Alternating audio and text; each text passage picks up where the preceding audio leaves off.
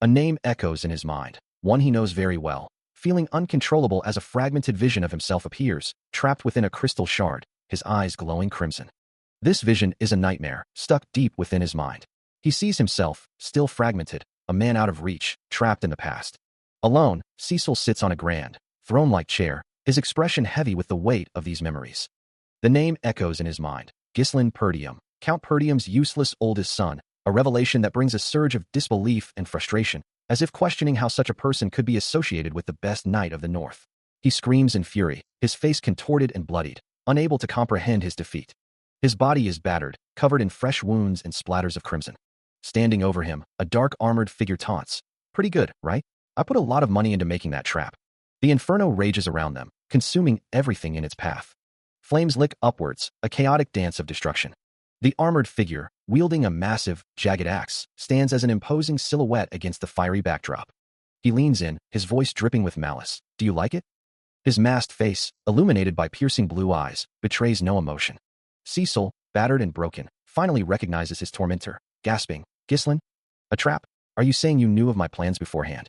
He lies defeated on the ground, surrounded by shadowy figures, as Ghislain stands over him, declaring that this was all part of his plan. Ghislain continues, his voice dripping with cold certainty, revealing he knew everything from the start. Cecil, battered and bewildered, struggles to comprehend the depth of the betrayal, questioning how many of them were involved and why the Viper Squad, meant for reinforcements, had turned against him. The scene shifts to a visual metaphor of overturned cups, a game of chance where the outcome was predetermined. Ghislain's words echo with finality beneath a glowing, all-seeing eye, reiterating his complete foreknowledge of Cecil's every move. A gauntlet hand reaches out, its shadow falling over the defeated young man.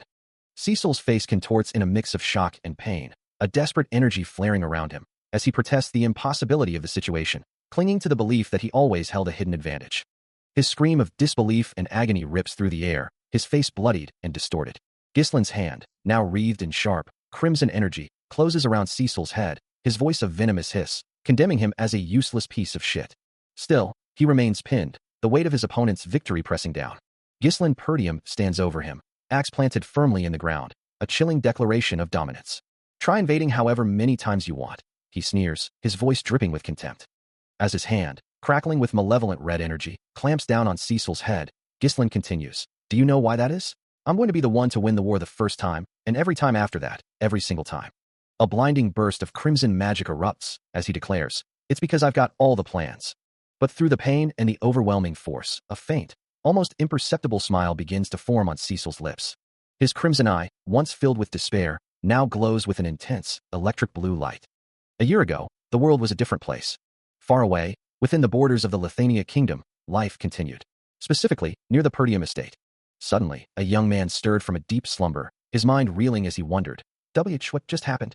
A wave of disbelief washed over him as the thought echoed in his head, I'm alive. He pushed himself upright, his body feeling unfamiliar, as he tried to process the impossible truth. His eyes widened in distress, a memory flashing through his mind as he whispered, there's no way. Just a while ago I was. The image of his past, dark and indistinct, flickered before his eyes, culminating in a blinding, explosive light. He lies broken on the blood-soaked ground, as a hulking figure, clad in dark armor and wielding a massive axe, descends upon him, declaring the end. The air itself seems to crackle with the force of the impact. But before the axe can connect, a crimson blade erupts from the ground, impaling the attacker through the chest. Cecil's face, splattered with blood, contorts in a raw cry of frustration and pain, a single word escaping his lips, shit. As more blood sprays around him, his crimson eyes flaring with an unholy glow, dark energy beginning to swirl around his form. He rises amidst the fallen, a terrifying aura of shadow and blood radiating from his body, the mercenary king reborn in a storm of fury. Later, a red-haired warrior kneels over a fallen foe, her voice somber as she recounts the brutal truth. This is how it ends. A merciless predator, the mercenary king, Cecil Perdium, and his bloodthirsty sword, Verna, slaughtered them. Her gaze hardened, she concludes, the war is over. From a distance, a fiery-haired warrior observes the aftermath of the brutal battle, a figure known across the continent as one of the top 7 noble knights, Aiden. Meanwhile, standing over a defeated foe amidst the blood-soaked earth, Cecil Perdium, the mercenary king, calmly asks if they have any last words. The dying mercenary, defiant to the last, laments the shame of being killed by such a mercenary, before spitting out a final, venomous curse. His face splattered with blood, the mercenary king, Cecil Perdium, simply stares down, a silent challenge in his crimson eyes. Back on the ridge, Aiden watches the exchange, her expression unreadable as a gust of wind sweeps past her. Cecil then speaks, his voice devoid of emotion, revealing his knowledge of the foe's identity as the youngest son of the fallen Perdium Countdom. The defeated man gasps in shock, demanding to know how Cecil could possess such information, having traveled to more than just different kingdoms. Cecil's bloodied lips part slightly, a silent acknowledgement of the question. With a chilling certainty, Cecil confirms his knowledge, revealing he had worked tirelessly long ago to track the man down. The defeated knight, his face contorted in disbelief, struggles to comprehend the depth of the betrayal, demanding to know if their association with the Delphane household was the true reason for his family's ruin. Cecil's voice cuts through the air, cold and precise, confirming his intent to bring down the knight's family, prompting a shocked, disbelieving "we" from the fallen man. His eyes widen, blood staining his face, as the full weight of Cecil's words settles upon him. A desperate realization dawns on him, as he screams about other hidden forces, beyond just the Delphane household, being involved in his family's downfall. Cecil, looking down at the broken man, dismisses his pleas, stating there's no point in dragging out the inevitable and advising him to simply accept his fate. With a chilling finality, Cecil raises his bloodied blade, ready to deliver the killing blow. The knight's face contorts in a final, desperate scream, cursing his executioner. He vows eternal hatred, declaring, "I will never forgive you," to which Cecil simply responds, "Okay."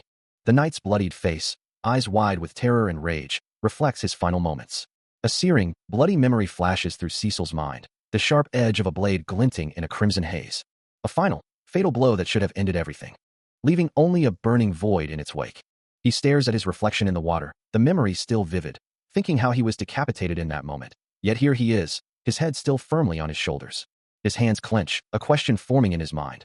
Was that all a hallucination, or is he truly his former self once more? Looking into his own eyes, the answer becomes clear. He is his former self, indeed. Sitting on the edge of the bed, Cecil gazes out the window, a grim resolve settling over him. He vows to ensure no one else suffers the misery of regression, and those arrogant bastards will pay for their crimes. His crimson eyes glow faintly with renewed purpose, a silent promise of vengeance. Suddenly, his head snaps up, a surprised expression crossing his face as a voice calls out, "Please come on out, young master. I know that you are awake." A soldier of the Perdium family, Ricardo, stands ready. Suddenly, a blade flashes, silencing him as it presses against his throat. The voice behind the blade offers him a grim choice, promising to let him live if he answers a question. Yet, a flicker of crimson in his eyes suggests that mercy might not be an option. Ricardo flinches, his face contorted in fear and shock. Barely able to speak, he recognizes his assailant as the young master, only to be met with a stern warning not to cross a line. The young master observes Ricardo's reaction, noting the palpable threat he feels. Confused and terrified, Ricardo can only stammer out a question, asking what the young master is talking about. With a forceful push, the young master urges him to break free from his family's corrupt influence, leaving Ricardo stunned and bewildered. He questions the man on the ground, wondering if he'd forgotten everything after taking a nap. Looking distressed, the soldier reminds him that he was throwing a tantrum, claiming he would command the group to raid the orcs. Cecil's brow furrows in confusion, muttering, "The orcs?" He sits amidst the rubble, bewildered, demanding, "What? I threw a tantrum? What kind of nonsense?" With a serious expression, Cecil demands the soldier get his story straight, asking what they've done. Ricardo, looking up at him, clarifies their destination. To the Perdium estate, of course. Cecil stands over the soldier, his expression unreadable. His eyes flash crimson, a chilling glow emanating from them as he asks, "What?" Terrified, Ricardo stammers, "Say that again." Ricardo gasps, his body tensing under the sudden, overwhelming pressure. He looks at the soldier, a flicker of confusion crossing his face as he repeats the name, P. Perdium. His brow furrows, the name sparking a memory of ruin. "You mean the fallen Perdium estate?" Time passes as their transport cuts through the clouds, revealing a sprawling castle and village nestled in the landscape below. Standing on a precipice, Cecil gazes down at the familiar yet unsettling sight. A stark realization dawning on him. It really is the Perdium estate. His expression shifts to deep contemplation, a memory conflicting with the present reality. Why is it fine? I saw it reduced to ashes back then. A flashback flickers, showing a younger Cecil with his brother, Ghislain, who speaks with a gentle chide. "Do you have a terrible nightmare calling your brother a fallen one?" Waking with a start, he questions if he's still dreaming.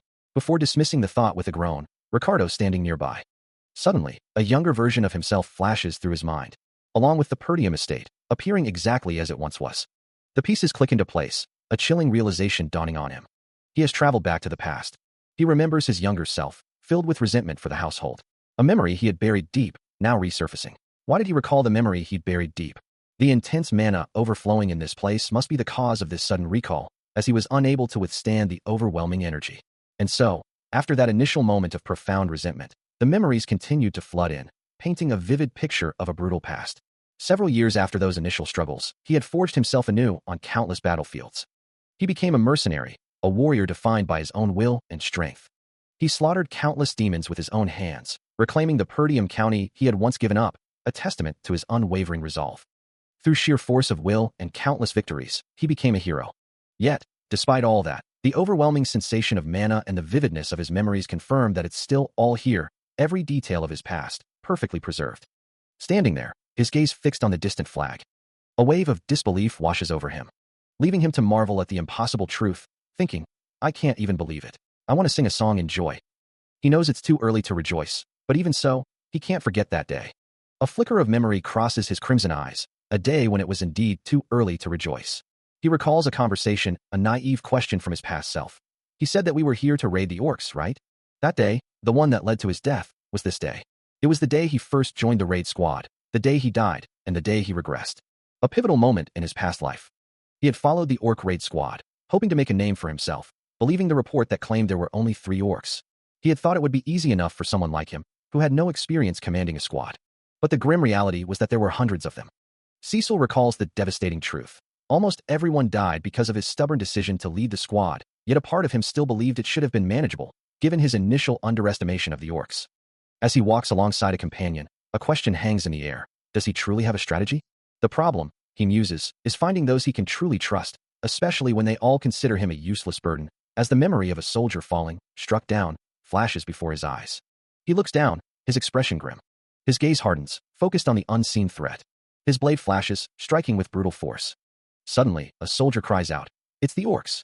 Another voice echoes the alarm. "The orcs are here!" The battlefield erupts as the monstrous orcs clash violently with the soldiers. He grips his sword, a chilling realization dawning on him. The memory flashes, a question echoing in his mind. Did the orcs arrive this quickly, even in his past life? The battlefield erupts into a maelstrom of violence, human soldiers clashing desperately against the overwhelming tide of red-skinned orcs. Everywhere, the monstrous figures tear through the ranks, their crude weapons finding flesh with brutal efficiency. A soldier is sent flying from a devastating blow, the impact scattering debris across the blood-soaked ground. From the heart of the enemy lines, a guttural roar echoes, a monstrous maw commanding its forces to get into formation. Amidst the chaos, a human commander shouts back, trying to maintain order, "Do not panic. Get into defense formation." It is Raid Squad Commander Scoven, charging headlong into the fray, a beacon of defiance. The battle rages on, a brutal symphony of steel and screams as the orcs continue their relentless assault. Scoven curses, realizing their guard was down, caught completely unprepared for the ambush. The sheer number of enemies overwhelms him, far exceeding any reports, and a chilling certainty settles in. They are all going to die. Suddenly, his eyes widen in alarm, a desperate cry of "Commander," escaping his lips as he spots a new, immediate threat. A hulking orc, its red skin glowing faintly, brings a massive axe down with brutal force. Scoven, already overwhelmed, finds himself surrounded, the orcs closing in from every direction. The impact is deafening, sending him flying through the air, a shower of white particles exploding from the point of contact. He crashes violently into a jagged rock formation, the force of the impact shaking the ground as the orcs continue their relentless assault. Clutching his injured side, Scoven's face contorts in pain and disbelief. A blur of white and steel, Cecil Perdium descends upon the hulking red monster, his twin blades arcing with lethal precision. Meanwhile, Scoven's eyes widen in a sudden, sharp realization, a gasp escaping him as the memory intensifies. He stares at the monster's clawed hand, a single question echoing in his mind. "Young master?" Back in the fray, Cecil continues his relentless assault, his body a graceful arc of destruction. One of his blades finds its mark, sinking deep into the monster's thick arm. The steel remains lodged, a testament to the force of the blow. As the blade continues its path, the monster's flesh tears violently, splintering under the impact. With a final, decisive pull, Cecil extracts his sword, leaving the hulking creature to recoil from the devastating wound. The memory continues, focusing first on the coarse, blood-stained fur of a defeated beast, then shifting to the intense, crimson gaze of Cecil, who looks down upon his conquest. Meanwhile, Scoven and another soldier watch the scene unfold, his eyes wide with a silent question as the other soldier maintains a stern, unreadable expression. The monstrous creature, now a bloody mess, lets out a final, guttural roar of agony. A severed, blood-soaked foot, clearly belonging to the fallen beast, lies motionless on the scorched earth. Standing over the massive, defeated form, Cecil holds his bloodied sword, the battle clearly won. A faint glow emanates from his hand as he attempts to channel energy, but he quickly realizes, "Tsh, I guess I can't use mana." He laments, wishing he had understood this limitation much earlier in his past. Looking down at someone off-panel, he asks, "You're the commander, right?" Scoven, kneeling amidst the carnage, looks up at Cecil, a profound realization dawning on him as he whispers, "Why, young master?" Cecil extends a hand, demanding simply, "Give it," leaving Scoven to respond with a confused, "Sorry?" He grips the commander's armored arm, his voice firm as he declares that the commander has rights. A determined resolve hardens his features, his crimson eyes burning with an unwavering conviction. He extends an open hand, a gesture of either demand or explanation. As the dust settles on the battlefield, Cecil Perdium stands before his kneeling brother, Ghislain, demanding, "Give me the right to command." The soldier Ricardo, standing nearby, reacts with surprise to the audacious request, wondering how Cecil could possibly ask for such authority when he's not even a proper knight, and their forces are already stretched thin. Ghislain, still on one knee, firmly refuses, his voice laced with disbelief. He reminds his younger brother that even if he were to grant the command, the other nobles would never accept it, and the situation would only worsen. A sigh escapes Cecil, finding the situation incredibly annoying, as he reflects on how he would have handled things differently if he had been asked for the right to command. His expression hardens with a mix of frustration and resolve.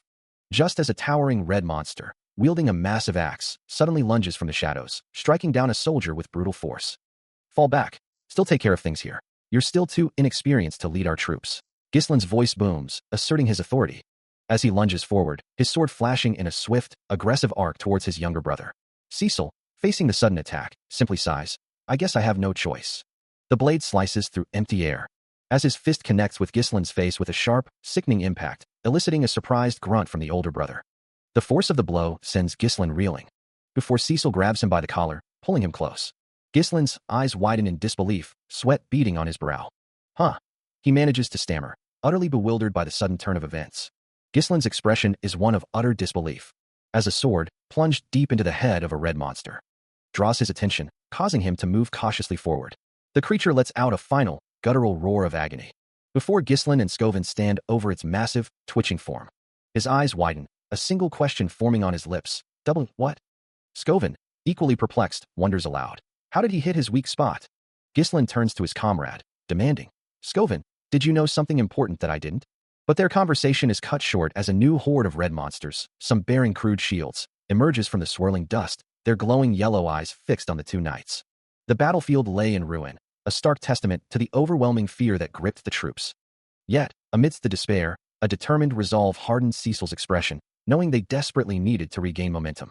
Without hesitation, he plunged his blade into a monstrous foe with a swift, brutal strike, blood erupting from the impact. Even as he fought, arrows continued to rain down, embedding themselves into the scarred earth, a constant reminder of the relentless assault. Finally, exhausted from the effort, he collapsed to the ground, his sword still clutched tightly in his hands. But the brief respite was shattered, as a new, terrifying horde of red monsters surged forward, their eyes glowing with malevolent intent. Facing the renewed threat, the remaining soldiers braced themselves, shields raised, forming a desperate wall against the encroaching darkness. Behind their ranks, Ghislain and Scoven watched, their faces etched with shock and growing concern. As the horde advanced, one of the monstrous creatures snarled, blood dripping from its fangs, a chilling promise of the carnage to come. As the new wave of monsters surged forward, Scoven, his face grim, declared, "Come at me, you fiends." Meanwhile, Cecil, already battered and bleeding, pushed through the pain, his resolve unwavering. He plunged back into the fray, his blade a blur as he vowed, "I'll kill all of you." With a brutal stomp, he crushed one of the red monsters beneath his boot. Though surrounded by a relentless tide of foes, he fought on, a lone figure against the horde. His sword flashed, cutting down monster after monster, each strike precise and deadly. He carved a path through the chaos, his movements fluid and powerful. Watching the relentless battle, Ghislain could only think, am I dreaming? The sheer scale of the monster horde was overwhelming, making him realize, even as a mage, it's hard for me to not despair. Despite the overwhelming odds, Cecil Perdium demands the right to command, his blade already flashing through the horde. One of the monstrous creatures, witnessing his relentless assault, wonders how the young master manages such a feat. Even as he fights, he acknowledges his own fatigue, the constant battle taking its toll. However, he continues to move with precision, executing only the smallest, most efficient dodges, before bringing his sword down with expert skill to strike at their weak points. He moves like a flawless sword master, a blur of motion and deadly grace. His eyes glow with an intense crimson light, and his blade hums with a vibrant, pinkish-purple aura, radiating immense power. The sheer display of power leaves Scoven wide-eyed and utterly stunned. With a confident smirk, Cecil challenges his foes, declaring that he's still not even warmed up. He continues to carve through the monstrous horde, his voice ringing out with a taunt. You're not living up to your reputation as a warrior species. But then, with a sudden burst of speed, he turns his back on the remaining creatures, leaving Skovin to question. So he's running away? Ghislain watches alongside him, equally perplexed by the young master's unexpected retreat. Skovin's brow furrows in disbelief. What the hell are you thinking? The narration explains that drawing the monsters towards the group of soldiers was a good tactical move. But Skovin remains unconvinced, muttering, but running away now? And in that direction. The landscape reveals a treacherous cliff edge looming ahead. Skovin's eyes widen in horror, realizing, is that the edge of a cliff? A sudden realization dawns on Skovin as he surveys the terrain, his eyes widening in horror. He gasps, understanding the dire situation, and immediately barks orders to his troops, who quickly form a defensive shield wall, with Ghislain standing ready behind them. Skovin's face hardens with resolve, vowing to protect the first son. But the monstrous horde is already upon them, a red beast tearing into the defensive line. Meanwhile, at the very edge of the precipice, Cecil thinks to himself, Skovin, I'm sure you've realized what my plans are if you're a skilled commander. His grip tightens on his sword, blood already staining his arm, as he prepares for the true battle. He moves through the horde, a whirlwind of motion, though internally, he admits that while he would prefer to slice all of them down himself, his current stamina simply won't be able to handle that. Even then, he declares, this should be enough for them to handle. With a surge of power, he sends one of the monstrous creatures flying, its red form tumbling through the air as the other monsters recoil in stunned confusion, unable to comprehend the sudden display of force. The lingering white energy of his attack dissipates into the air, leaving behind only faint trails of smoke and the arm of a fallen foe. As he stands, a small cut on his cheek, visibly exhausted but resolute. He tumbles backward, a red monster's powerful shove sending him plummeting from the cliff's edge. The sheer drop stretches beneath him, the ground rushing up with terrifying speed. Yet, even in freefall, a single, urgent command escapes his lips, now. Above, a soldier bellows a desperate cry, his face contorted in a grimace of effort. The red horde presses relentlessly, their sheer numbers overwhelming the human defenses, as a voice commands. Push them off the cliff. Soldiers are battered and torn, their formations breaking under the brutal assault. One monster delivers a crushing blow, sending a defender sprawling. Ricardo, witnessing the carnage, lets out another guttural roar of defiance or despair. And then, one by one, the remaining soldiers are forced over the edge, tumbling into the chasm below. The red monster reels, struck by an unseen force. Its massive body twists violently, as its face contorts in a silent scream of agony. A devastating impact rips through the ground, sending debris flying, culminating in a final, explosive burst of power. Above, a soldier gasps, we did it. We managed to kill all those orcs. Huff. His comrades peer over the edge, surveying the destruction below. While Cecil continues his plummet, sword still clutched in hand. The sheer rock face rushes past him. As he plummets through the air, he demands the right to command from the figure below, who lies stunned on the ground. A gasp escapes Ghislain, his eyes wide with disbelief at the audacity. Skovin, too, is visibly taken aback by the sudden declaration. Ricardo's expression mirrors the shock, his gaze fixed on the falling figure. As the command takes hold, Ghislain cries out, clutching his hand in pain, while the other soldiers look on in bewildered silence.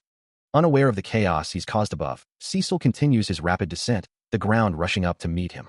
With a desperate surge of will, his hand shoots out, finding purchase on a pickaxe embedded in the rock face. Using the tool as an anchor, he begins to haul himself back up the sheer cliff, defying the deadly fall. Skovin's eyes widen in disbelief, his face contorted in shock. A desperate cry echoes from above. Young master. The world around him blurs into a hazy void. As a familiar, soft voice begins to call out. Appa, it whispers, revealing the tear-streaked face of a young girl, her eyes filled with sorrow. Ghislain Appa, her voice trails off into a pained silence. And Cecil's own face appears, etched with confusion as he murmurs, Elena? The memory solidifies, showing the small figure of his sister, lost in a dark, empty space. Her words a haunting echo. Is Mom gone now? Thanks, Appa. Fragmented images of his younger sister, Elena, swirl in a purple void, her tear-streaked face asking what is wrong with him. Her voice echoes, accusing him, telling him he is the worst, as he stares down into the shimmering abyss of his own mind. He stands transfixed, his hands clasped, lost in the painful vision. A glowing fragment of Elena appears in his hands, and he realizes these are his own memories, haunting him. His eyes widen in shock as a spectral hand reaches out, her voice calling out to him once more. From the darkness, her plea rings out, begging him to go with her. Her face contorts in a silent scream, a raw expression of anguish. The vision shatters, and he snaps back to reality, his eyes wide with a sudden, chilling realization. A quiet bedroom remains undisturbed, the morning light filtering gently through the window. Suddenly, a hand reaches out from the bed, And he stirs, a gasp escaping his lips as he realizes he is alive, saved from the brink. Sitting up, a hand pressed to his temple, he wonders if the harrowing experience was nothing more than a dream. But the memory's intensity is undeniable, a wave of raw emotion washing over him, manifesting as a faint, crimson aura around his body. He stares down at his hands, the thought of dismembered limbs still making his blood boil, a visceral reaction he cannot control. As he processes the lingering trauma, his gaze drifts towards the bedroom door. A soft voice calls out from beyond the threshold, announcing his awakening. Standing in the doorway is a maid with striking white hair and red eyes, her uniform pristine. His crimson eyes widen slightly, a silent acknowledgement of her presence. He murmurs a name, a question hanging in the air. Suddenly, a woman with striking white hair pulls him into a tight embrace, her voice filled with concern, asking if he knew how worried she had been and why he hadn't let the maid know about the chaos. The embrace tightens, leaving him momentarily stunned, wondering aloud what she was doing and if he had done something wrong. But a soft smile touches his lips as he admits, he's just glad to see her. A memory surfaces of a time when he was small, and she was the only one who stayed by his side, despite all his foolish antics. But after the family's downfall, he lost her, and for a long time, he was unable to see her again. Back in the present, Belinda confesses she never thought she'd get to see him like this, then playfully asks why he's acting as if they don't see each other every day. His eyes glow with a faint crimson light as he realizes he needs to tell Belinda the truth. His hand gently rests on her neck. As Belinda, her eyes wide with distress, urgently warns him that a catastrophe will befall the Purdium family, leaving him utterly bewildered. She looks down, her expression heavy with a truth she struggles to articulate. He stares, aghast, at her words, the memory of his own death and miraculous return to life echoing in his mind, while she insists the crown prince was responsible for his demise. Standing over her as she lies on the bed, he dismisses the weight of fate, but she challenges his apparent lack of concern. Taking her wrist, he sternly warns her against causing further scenes, threatening her with jail if she continues her dramatic pronouncements. A frustrated sigh escapes him as he realizes his words aren't getting through to her. Changing tactics, he questions her presence in the capital, noting her youth and the inappropriateness of her attending the festival. The word festival hangs in the air, leaving her to ponder its meaning with a look of deep confusion. Belinda reminds him, have you already forgotten about it? Lady Elena has been waiting for the young master for the festival with you. She continues, it'd be a great chance for the young master to get closer to Lady Elena, as a framed picture of the two children sits on a nearby table. He responds with a questioning, yeah? A flashback begins, showing a younger Cecil kneeling in a desolate room, the narration revealing that in his past life, he never had time to enjoy festivals because of his traumatic experiences. Back in the present, he asks about the festival's duration, and Belinda informs him it's a week-long event, leaving him about a week left. His expression grows thoughtful, his hand clenching into a fist, as the narration continues, the day that. He walks away, still deep in thought, as Belinda calls out, Appa, are you ignoring me? And the narration concludes, changed my life. His eyes glow with a fierce blue light, his expression now resolute. A young girl, Elena, cries out, her voice filled with desperation as she pleads, please go with me. Her plea echoes with a chilling premonition as a stark truth is revealed. In just 1 week, Elena will die. Despite the grim fate foretold, she stands with a quiet resolve, her expression a mix of sadness and determination. Cecil Purdium pulls the young girl into a tight embrace, holding her close. Her eyes widen in surprise, a mix of confusion and shock clouding her features. She struggles against his grip, demanding to know what's wrong and if this is some kind of prank. But as the initial shock fades, a softer emotion surfaces and a quiet, heartfelt confession escapes her lips. I missed you. A gentle, knowing smile spreads across Cecil's face, his eyes reflecting the warmth of the reunion. As Elena continues to struggle playfully in his arms, Belinda appears in the doorway, her expression one of utter surprise at the scene unfolding before her. A sharp pain shoots through him, leaving him clutching his chest in disbelief, wondering at the sheer, unexpected strength Elena possesses. Belinda, however, steps forward, her voice laced with accusation, demanding to know what game he's playing, if he truly believes this makes everything all right. Elena watches the exchange, her expression a mix of confusion and surprise. But he snaps back, his face contorted in anger, telling Belinda to leave him alone, finding her presence and even her breath disgusting. His harsh words hang in the air, shocking both women, and a moment later, a wave of self-reproach washes over him, realizing what he'd just said. He reflects on his past life, acknowledging he was never close to Elena then, and that he had been a complete piece of shit. With a sheepish scratch to his cheek, he offers a quiet, sorry. Belinda, however, misinterprets his apology, pulling Elena into a protective embrace, tears welling in her eyes as she believes he's admitting to hurting her. She cries out that he really got them all, while he, flustered, tries to clarify, asking why she keeps implying he was hit. Cecil is racked with a searing pain, red energy crackling around him as he curses his past self, regretting ever bringing them into this situation. He kneels over Elena's unconscious form, Belinda looking on with deep concern, a stark reminder of the consequences of his actions. Yet, a fleeting memory surfaces, a happier time when Elena smiled brightly, embraced by Belinda and Ghislaine, with Cecil himself looking on contentedly. The vision fades, leaving him clutching his stomach, the physical manifestation of his profound regret. He looks up, his expression hardening with resolve, acknowledging that everyone remains exactly as he remembers them. He questions why his past self wasted so much time on trivialities, especially with the upcoming festival just a week away. He recalls rejecting Elena's offer to go together, making an excuse about being tired from the raid squad events. That fateful decision marked the last time he ever saw her, her innocent, smiling face forever etched in his memory. Elena's body was later found shredded to pieces, along with her bodyguards, a brutal end to a life he could have saved. He should have been with her, a thought that echoes with crushing weight in his mind. A sharp, physical pain accompanies the memory, causing him to clutch at his chest. The scene shifts to a memory, a younger Cecil sitting on the floor as Ghislaine asks, "Head in." Two guards, including Ricardo, look on with concern as Cecil calls out, "Elena." Ghislaine, addressing the guards Jamal and Philip, explains the situation, "Apologies. The servants asked you to oversee their work, so I sent the supplies." Cecil, looking up with a worried expression, questions, "Humph? Why would they ask Elena?" Belinda steps forward, offering a gentle explanation. "You wouldn't believe it, but she's been so busy lately. She's such a hard worker. She's been helping out the servants ever since she learned how to work." Cecil's expression softens slightly as he processes the information. Are we really that? As the young master prepares to leave, a thought crosses his mind about the household staff. He casually tells Elena to take care of herself, unaware of the deeper implications of her presence. He reflects on his past ignorance, admitting that he didn't care about such matters back then, while Elena's earnest desire to contribute echoes, "Let me help as well." With a soft rustle of fabric, he walks away, leaving Elena to ponder her words. Her expression shifts to one of quiet determination, her gaze fixed on an unseen point. The braid of her hair falls gently over her shoulder, a small detail in her resolute stance.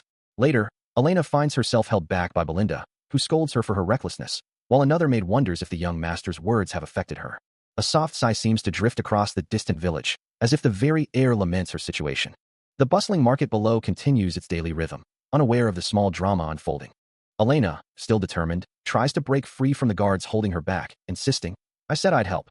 But they firmly refuse, warning her that it would be too dangerous to let her roam freely. Still determined to aid the suffering, Elena struggles against the young master's grip, asking if there isn't some way they can help, while he insists that staying put is the only option. But the grim reality of their world soon became clear, as news spread that Elena's body had been discovered near the festival grounds. A wave of horror washes over him, the realization hitting hard that someone must have called her out, or worse, forcibly moved her there. The Grand Perdium Manor, usually a symbol of safety, now felt like a cage, its walls unable to protect against the unseen dangers lurking outside, and the young master's mind raced with questions. He runs through the halls, his heart pounding, as Ghislaine calls out to him, his voice laced with urgency. The young master's face contorts in a mixture of shock and despair, the weight of the tragedy pressing down on him. Suddenly, the imposing figure of Fergus appears, his gaze fixed on the scene, a single word escaping his lips. He looks down at Ghislaine, relief washing over him as he exclaims, "You're well. Thank goodness." Fergus supports the injured Ghislaine, who explains that he was hit over the head, while Cecil watches, his expression unreadable, as Fergus adds, "No one would believe you." As the elderly knight kneels before him, his voice firm yet respectful, Fergus informs the young master that it is time to return to the castle for school, while the spectral image of Elena lingers nearby, a silent testament to the recent tragedy. Cecil, however, has other plans. He dismisses the notion with a weary sigh, knowing that some things simply cannot be helped. A soft TSK escapes him as he considers his options, deciding that he will learn what he needs to know about the castle in the coming week, but not in the way they expect. Turning to Fergus, he states his refusal to return to the castle, instead giving a single, clear command. The old knight, understanding the gravity of the situation, simply acknowledges his words. His gaze unwavering, Cecil declares his intention to train. The declaration catches Fergus by surprise, his eyes widening slightly. Cecil turns, gesturing towards a distant structure, indicating the direction he intends to take. Fergus watches him go, a silent exclamation escaping him as he processes the young master's sudden, firm decision. With a determined glint in his crimson eyes, Cecil sets his gaze forward, ready to forge his own path. Fergus surveys the vast, circular training hall, its stone walls scarred and equipment broken, a sight far worse than he had anticipated.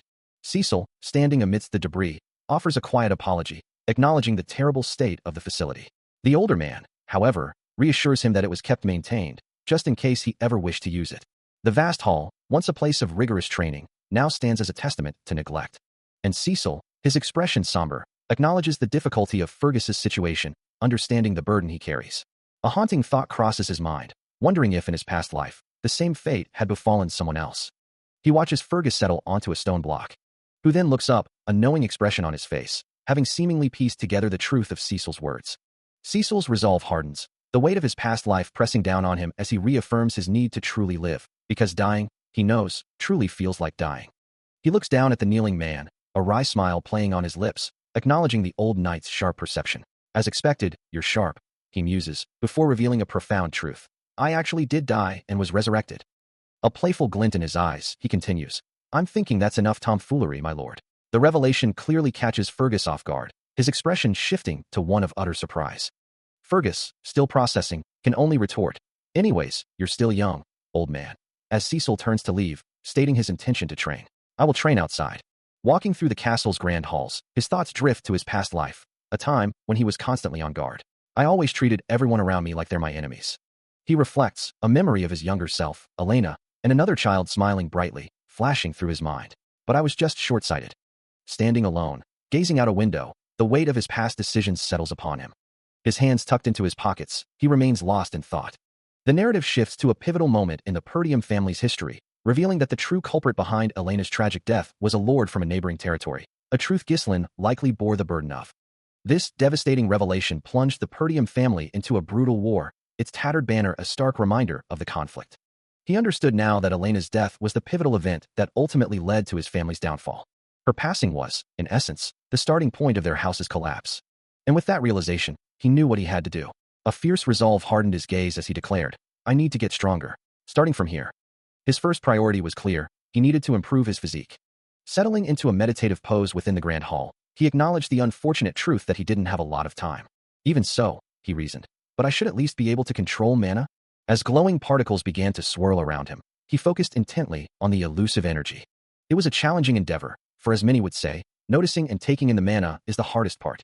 He knew the first step was the hardest, to truly connect with the mana particles floating all around him, to feel their ethereal presence. Then, he had to bundle them up, as if spinning a delicate spool of thread, a process that seemed deceptively simple.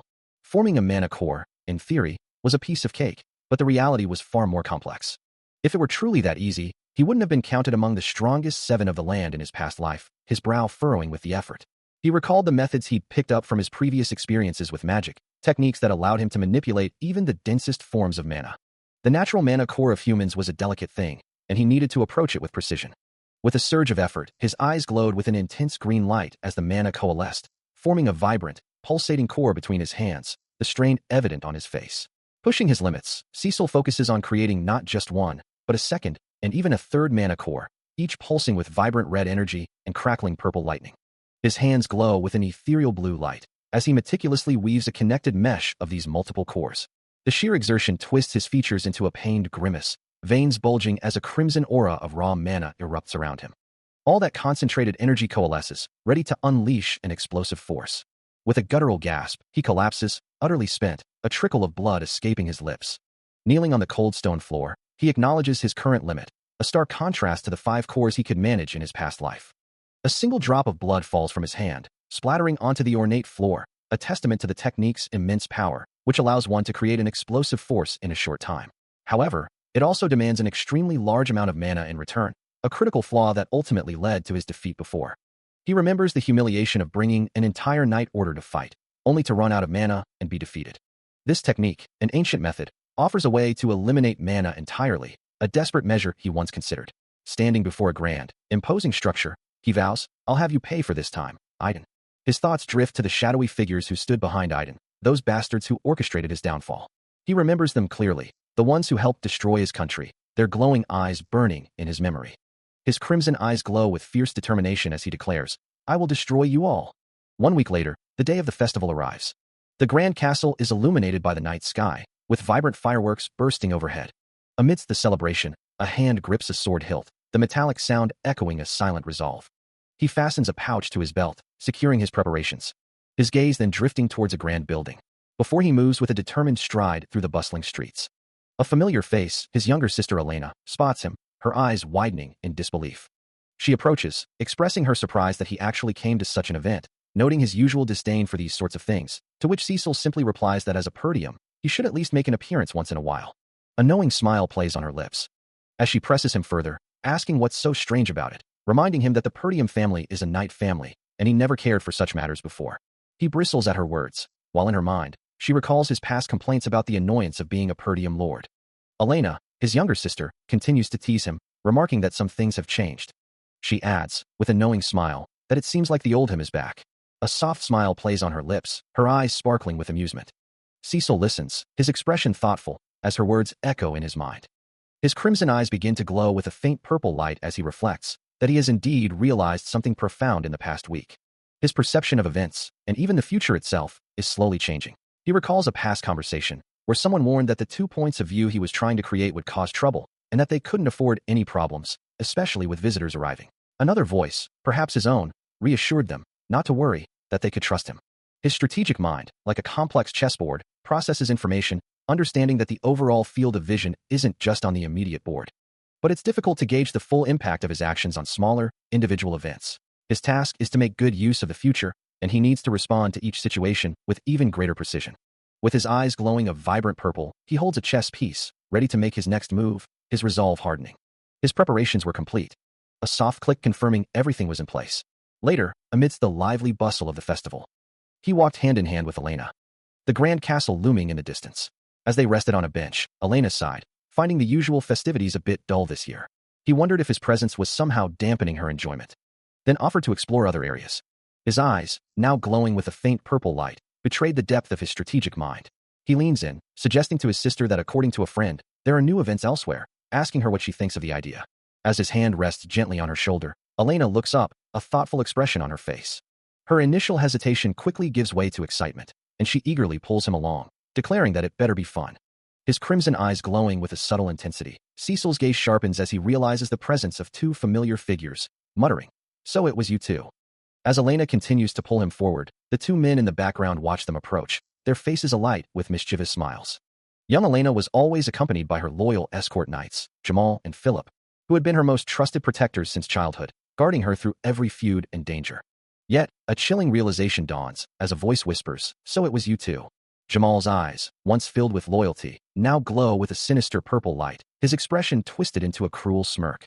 He stands alongside a younger, dark-haired man, both reveling in their treachery, as the accusation rings out, "The traitors of our house."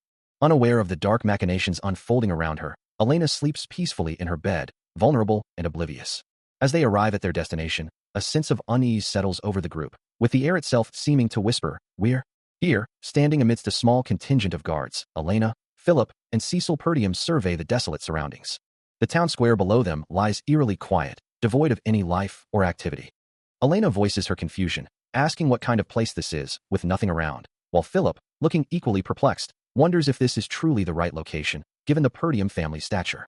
Cecil, however, dismisses their concerns with a casual, I guess they're not prepared yet," though his internal thoughts betray a deeper cynicism, musing that people should be arriving soon, but scoffing at the idea of abandoning such a place. The trio remains, observing the quiet street, their expressions a mix of apprehension and contemplation. A close-up reveals Cecil's determined gaze, his mind clearly working through the implications of their arrival. His thoughts drift to the idea of abandonment, first reassuring himself that they won't be left behind, then immediately contradicting it with a cynical, "We're going to be abandoned." With a resolute expression, Cecil turns, calling out to Philip, "Let's go, big bro." Philip, still carrying Elena, tries to reason with her, "Young lady, don't you think we should at least show some respect since we're here anyway?" Elena, however, is having none of it, retorting, "No thanks. I'm not here to watch a show in a place like this." She struggles against his grip, her small form twisting as Cecil continues to walk ahead, seemingly oblivious. Elena, surprised by Philip's strength, can't help but comment, "Do you work out, or something? You're so strong." Philip simply responds with a stern, "Young lady," causing her to let out a small, surprised ack. Suddenly, a strange purple aura emanates from him, his eyes wide with an unsettling, vacant stare. Elena, still in his arms, looks up at him, a flicker of concern crossing her face as she softly calls his name, "PH Philip?" Her expression shifts to one of genuine worry, her brow furrowed and lips slightly parted. The purple energy intensifies around his lower body, the air around them feeling heavy as the narration notes that they are acting strange. Cecil, having turned back, observes the scene with a questioning gaze, demanding, "What's the matter with you today?" Jamal, still reeling from the sudden shift in his companion, tries to calm the situation, muttering that he didn't mean to startle him. But Philip, his eyes now glowing with an unsettling red light, responds with an unnerving calm, explaining that a reasonable request has just come in. As he speaks, faint red energy crackles around his armored hands, a clear sign of the strange power now coursing through him. Elena, overhearing his chilling words, gasps in terror at the mention of a request. Meanwhile, Cecil leads his companions away from the building, their backs to the unsettling events unfolding behind them. The structure stands silent in the fading light, a witness to the strange transformation. Elsewhere, a mysterious figure in a wide-brimmed hat and long coat, accompanied by two cloaked individuals, walks through the night. The figure, with a knowing smirk, comments on the clean work process, as if observing a planned operation. This enigmatic observer is none other than Frank. Of course, Jamal concedes, as Cecil and Elena walk away. We've brought the young lady as promised, so let's end the deal here. The group begins to disperse, Cecil leading Elena and Fergus away from the now transformed Philip and Jamal. Meanwhile, from a hidden vantage point, Frank observes the scene, a thoughtful escaping his lips, musing that he didn't expect the elder son of the Perdium family to be brought here. Cecil holds Elena's hand firmly, guiding her away from the unsettling encounter. Frank's expression hardens as he considers the implications, realizing that if he hadn't known better, he would have assumed this place was his graveyard. Jamal, still reeling from Philip's transformation, questions himself. Jamal, so you really went along with this? Cecil, Elena, and Fergus continue their departure, leaving the chaotic scene behind. Frank's thoughts turn to the broader scheme, wondering why they don't just abandon themselves to the flow of events, as they only had to run away from a failing fate. The narration shifts to a distant view of a grand castle, revealing that they were just getting started on the impoverished land. Even in lands not directly under the Perdium family's rule, the people were tormented by barbarians. A scoff escapes Ghislain Perdium as he dismisses the plight, musing, I'm sure there are plenty of other Perdium barons besides Ghislain. He looks down at the young man before him, unaware of the storm brewing. The tension crackles between them. Before Cecil strikes, a devastating blow sending a shockwave of blue energy through Ghislain, blood erupting from his mouth. Elena gasps in horror, another guard recoils in shock, but Frank merely watches, his expression unreadable behind his dark glasses. Cecil's thoughts cut through the chaos, but at least they never sold us out. He stands over the fallen Ghislain, his sword still drawn, the battle decisively won. His eyes glow with an intense, electric blue light, reflecting the raw power he wields. Jamal, that idiot, he exclaims, his face contorted in disbelief and anger. But before the guard can even fully process the situation, Cecil moves with blinding speed, his hand already on the hilt of his blade. The sword flashes, striking Jamal with a powerful, glowing impact. As the blow lands, Jamal gasps, impossible. A scream tears from his throat, as blood splatters, the force of the blow overwhelming him. The blade, now slick with rain, gleams ominously. Standing triumphant, Cecil plunges his sword into the cracked earth beside the fallen guard. From a distance, Frank observes the scene, a cloaked figure beside him, musing, Are you sure that's the young Master Perdium? I thought he never received real combat experience or fundamental training. He pauses, then adds, Judging by his appearance, I am not mistaken. Even though they had been caught off guard for barely 2 months, Frank continues to ponder the true extent of Cecil's abilities. He unleashes attacks that clearly use mana, sending Jamal reeling from the impact. Nearby, a terrified Elena cries out, wondering what is happening to her big brother. Cecil's expression remains grim, his focus unwavering. Elena's fear intensifies, a silent gasp escaping her lips. A faint mark appears on her neck, hinting at a deeper danger. Kneeling beside her, Cecil gently tells her to take a little rest, his voice a calm reassurance amidst the chaos.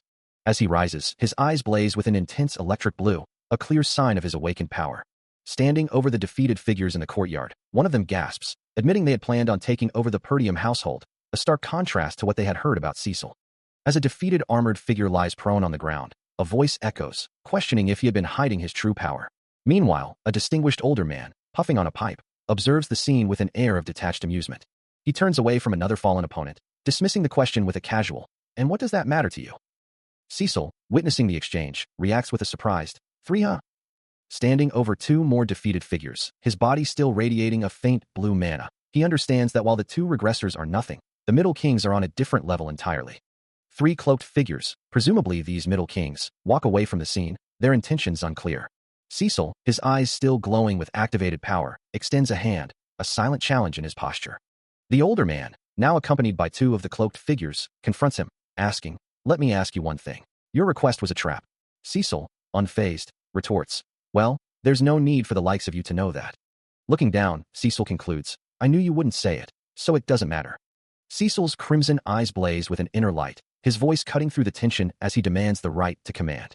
His sword, now imbued with a vibrant blue aura, hums with raw power. While from a distance, Frank watches, his expression hidden behind dark glasses, calmly ordering his subordinates to capture the young man. even if it means breaking him, musing that a man who can't help but go mad will spill his secrets beautifully. Without hesitation, two cloaked figures, the Middle Kings, lunge forward, their blades glinting as they close in on Cecil. But he moves with impossible speed, a blur of motion. His eyes glowing even brighter, a silent testament to his resolve.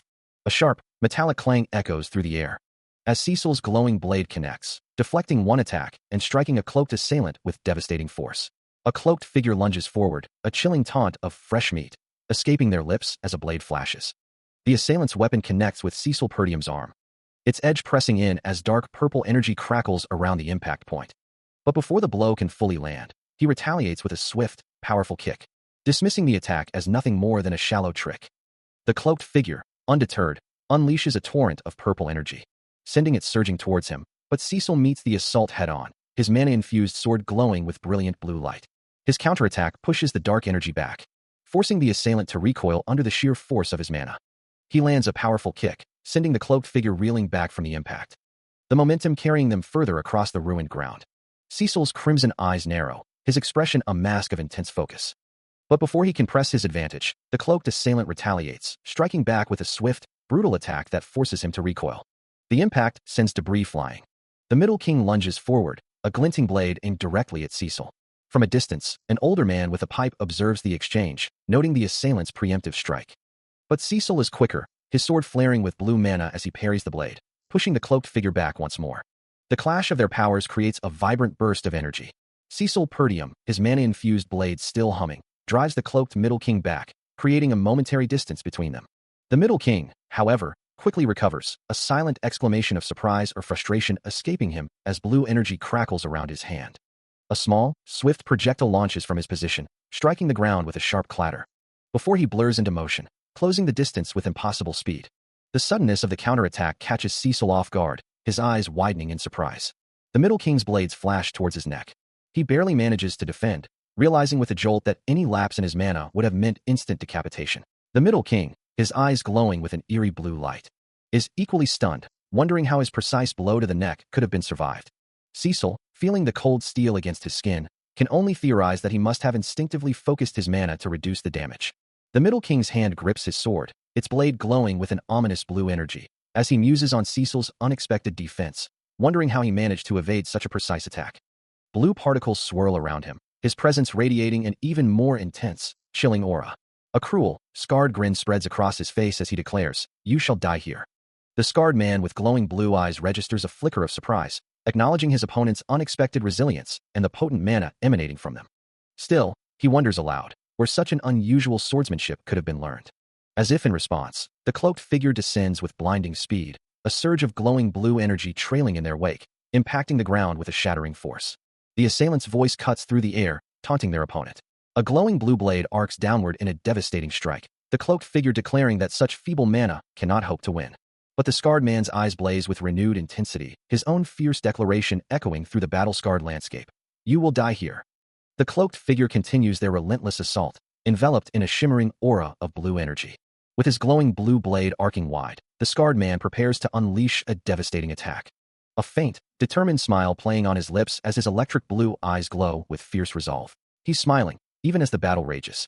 But before his strike can land, the cloaked figure descends from above with blinding speed, intercepting him with a sudden, brutal counterattack. The cloaked blade connects squarely with the scarred man's chest, sending a shockwave of red energy through him. The force of the impact lifts him clean off his feet, propelling him backward through the air. He crashes hard onto the cobblestone ground, sliding several feet before coming to a halt. As the scarred man struggles to recover, the cloaked assailant lands lightly, a chilling ha-ah-ah echoing through the ruins. The cloaked figure then mocks his opponent, declaring, "I don't know what you're up to, but it won't work on my mana." Blood trickles from the scarred man's lips as he grimaces in pain, a guttural mngh, escaping him, yet his eyes still burn with defiance. Coughing, the scarred man struggles to regain his breath, his body still reeling from the impact. Standing over him, the cloaked figure sneers, dismissing his opponent's strength. "Your mana is feeble. I never expected more to be behind Elena's death." As the words sink in, the scarred man's hand clenches on the ground, a flicker of defiance in his eyes. His blue eyes begin to glow with an intense light, the realization dawning on him. "So it was you." With a surge of crimson and violet energy, he rises to his feet, a powerful aura erupting around him as he declares, "Prepare yourself." The vibrant energy swirls around him. his eyes now glowing with a fierce purple light as he unleashes his third core. The cloaked figure recoils in shock, utterly bewildered by the sudden, immense boost in mana. What the? How did you boost your mana so quickly? From his outstretched hand, sharp, claw-like tendrils of red energy extend, a clear sign of his newfound power. He moves with impossible speed, a blur of motion leaving trails of vibrant purple energy as his claw-like hand lashes out. The cloaked figure's eyes widen in disbelief, realizing the sheer velocity of the assault. Before he can even react, the scarred man's attack connects, a flurry of blows tearing through the air. A powerful impact rocks the cloaked figure's head, his face contorting from the force. The sound of the strike echoes, a sharp, metallic shing. The cloaked figure spins helplessly from the momentum as the scarred man effortlessly moves past him. Collapsing to one knee, clutching his stomach, the cloaked figure gasps, "This is impossible. By mana alone, he shattered my armor, my stomach." His sword, once a symbol of his power, lies shattered beside him as he struggles to comprehend, no matter how much mana one draws, it usually has a limited effect. Standing over his defeated opponent, the scarred man emanates a powerful purple aura, leaving the cloaked figure to wonder, the third core, what the hell is that thing? He stands amidst a swirling vortex of crimson energy, his very presence transformed, as if he has become an entirely different person. With a blinding flash, he lunges forward, a streak of red light tearing through the air. The impact is instantaneous, the cloaked figure's blade unable to withstand the force, shattering into countless shards. The force of the blow sends the cloaked figure reeling backward, his armor cracking and disintegrating around him. He presses the attack, a relentless barrage of crimson energy, striking the falling opponent again and again. The cloaked figure collapses onto the stone ground, blood splattering from the brutal impacts. Severely wounded and disoriented, the cloaked figure lies defeated, his hat askew, his body battered and bleeding. His face contorted in a mask of fierce concentration, the scarred man's power still radiates around him. With a final, decisive motion, he delivers another devastating strike, sealing his victory. He continues his relentless assault, a blur of motion as he delivers another devastating blow. His opponent screams, a guttural sound torn from his throat as the impact sends blood flying. Crimson energy ripples through the air, a testament to the sheer force of the attack. A final, brutal punch connects squarely with the cloaked figure's face. Standing over the crumpled form, the scarred man's voice cuts through the silence. "Let's finish our conversation from before, shall we?" The street lies in ruins around them, a testament to the ferocity of the battle. He hauls the defeated man up by his collar, demanding, "Who's the one who requested this?" Despite the overwhelming defeat, the cloaked figure snarls, "Ugh, I'm not going down so easily." A hidden dagger flashes in his hand, lunging for a desperate, final strike. He continues his interrogation, demanding the right to command, unaware of the hidden threat. But with a sudden, desperate surge, the cloaked figure lunges, a hidden dagger flashing, as he snarls, "Die." Red energy trails behind the blade, closing the distance in an instant. The dagger finds its mark, piercing his chest as he cries out in pain. "How about we make a deal?" A flicker of surprise crosses his face as he continues, "Don't try anything foolish, just give me your mana core, and I'll breathe my last." The cloaked figure, now radiating a faint red aura, mocks him. "Are these things coated with mana? I can't move." Ignoring the taunt, the scarred man looks down at the wound, a question forming on his lips. "When did we make a deal?" He then adds, with a confident smirk, "I'm sure someone of your caliber would know how to patch yourself up." The cloaked figure recoils in shock as the scarred man reveals his true intent. "Though that wouldn't matter if I destroyed your mana core." He presses his glowing hand against the cloaked figure's chest, initiating the destruction of the mana core, causing Middle King A to cry out in disbelief. A guttural scream tears from Middle King A's throat, as his very essence begins to fracture and glow with an ominous light. The scarred man watches, his electric blue eye burning with cold resolve, while the cloaked figure cries out in disbelief. His body racked with violent tremors as the core shatters within him. The blue mana core visibly disintegrates, scattering into countless particles. And Middle King A, realizing his power is gone, screams a desperate warning that such a massive mana destruction will cause an explosion, obliterating everything nearby. But the scarred man simply stares back, his gaze unwavering, dismissing the threat as irrelevant. Elsewhere, Cecil's crimson eyes glow with an intense, knowing light. The destruction of his mana core leaves Middle King A's face a grotesque mask of agony, as a searing light erupts from his chest, confirming the scarred man's deadly intent. He realizes, with dawning horror, that this is no bluff. His vision blurs, the world fading as a single, desperate thought echoes, "I will die." His eyes glow with a final, desperate surge of purple energy. Before he lets out a guttural scream, the words tearing from his throat, it was Count Desmond. Lying broken at the scarred man's feet, Middle King A gasps, revealing the true orchestrator. He confesses that Desmond sought a pretext to ignite a war between the Perdium and Dessart families. Cecil's eyes widen, the pieces clicking into place as he processes the shocking revelation. Meanwhile, The shadowy work of the ducal house's allies continues in the depths, leaving one to wonder. Duke Delphine, how dare you orchestrate this nonsense behind the scenes? Cecil, his grip firm on Middle King A's throat, demands to know if he intended to harm Elena, while a chilling realization dawns on the dying man. This individual is unlike any other he has encountered.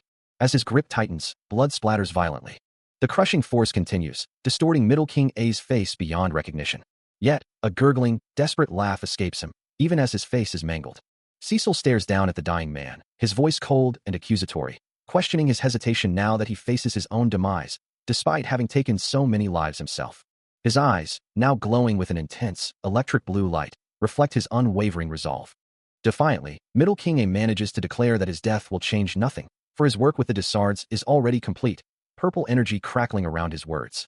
Cecil dismisses his final words with a sneer, asking if anyone would truly heed the warnings of a defeated foe. With his last breath, Middle King A screams a prophecy of Perdium's downfall, foretelling war. He stares down at the defeated king, his voice cutting through the desolate air, demanding the right to command. Then, with chilling resolve, he declares that he was reborn. His crimson eyes gleam as he adds, this time, things will be different.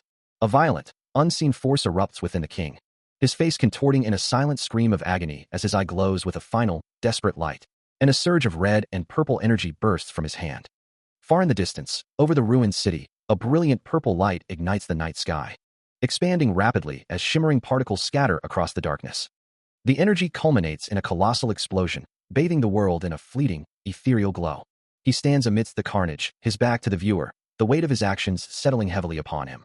A guttural sound escapes his lips, as the lifeless form of Middle King A lies broken on the blood-soaked ground. The king's face, contorted in a final scream, is a grim testament to the power that ended his reign. Cecil's own expression is one of profound distress, his face splattered with the king's blood, a silent, ha echoing in his mind. He gazes down at the fallen monarch, the reality of his rebirth forged in this brutal act. His bloodied sword, still humming with residual magic, stands plunged into the earth, a stark monument to the execution. Cecil closes his eyes, a soft hue escaping him, as if trying to process the enormity of what he has done. The blood on his pristine white shirt, a vivid crimson, tells a silent story of violence and consequence. His hand rises to his mouth, a choked ugh escaping him, as the full impact of his deed washes over him. A guttural cry escapes him as he collapses, blood staining the ground around his battered form. His vision blurs, a bitter realization dawning on him. Even as the mercenary king, detonating 3 ghost bombs at once had always been a last resort, a move that would tear his own body apart. Clenching a blood-soaked fist, he vows, I won't fall like this. The ground around him is a testament to the brutal struggle, marked by fresh bloodstains and the faint imprints of his desperate steps. As he lies amidst scattered papers and the remnants of what was once a grand hall, splintered wood and debris surround him, a stark reminder of the destructive power he had unleashed. He clutches his side, his shirt soaked with blood, the pain a searing inferno through his body. Meanwhile, in a different, opulent setting, an older man stands with his back to the viewer, his gaze fixed on an elaborate crest mounted on the wall, its intricate design hinting at ancient lineage. Back in the ruins, Cecil's face is etched with a mixture of pain and grim resolve, his crimson eyes reflecting the heavy cost of his actions. Still reeling from the devastating power he unleashed, Cecil lies broken on the ground, his mind replaying the oath he swore to die honorably as a knight, despairing at the thought of being remembered as a coward, a silent killer. His vision blurs, flashing to a past battle, a chilling premonition of what will happen the moment they realize the true nature of the war. His bloodied hand clenches around the hilt of his sword, a fierce resolve hardening his gaze, vowing he won't let them remember him like that. With a surge of raw power, Cecil pushes himself upright, a fiery aura erupting around him as he declares his refusal to let things happen as his enemies intend. His feet stand firm amidst the blood-soaked cobblestones, a testament to his unwavering will. Meanwhile, high above the city, a cloaked figure watches the unfolding events with silent, calculating intensity. A complex system interface, titled The Regressed Mercenary's Machinations, displays various options and a portrait of Cecil Perdium, hinting at his hidden operations. Kneeling in a dark, glowing chamber, Cecil reflects on a recent setback, acknowledging that it was a failure, despite sending guard Captain Fergus, one of the best, to handle it. He questions himself, wondering if he let his guard down, believing it would be easy work, and a quiet admission escapes him. It was. The hooded figure remains still, the weight of his thoughts pressing down. His frustration boils over, the blame crystallizing as he declares, because of Ghislaine Perdium. A grimace twists his features, his eyes glowing with a fierce, purple light. Now standing, Cecil addresses a subordinate, his voice laced with disbelief as he repeats, Ghislaine? He can't fathom that his useless brother could be worth nothing. His glowing eyes narrow, a sinister question hanging in the air. Are you really using him as a pawn? From the shadows, an unseen observer reflects on a past event, noting that he was completely different from the information and rumors they had gathered. A younger Cecil Perdium, his brow furrowed with grim determination, stands ready, a simple knife clutched in his hand. He moves with desperate speed, engaging multiple shadowy figures in a chaotic melee. As the fight intensifies, a surge of power courses through him, his eye flaring with an unnatural purple glow. He strikes with renewed ferocity, his blade finding its mark amidst a spray of crimson. A monstrous enemy lets out a guttural scream, its decaying face contorted in agony. Standing amidst the fallen, his hair now a striking platinum, and his eyes still glowing with purple energy, Cecil emerges victorious, a stark transformation complete.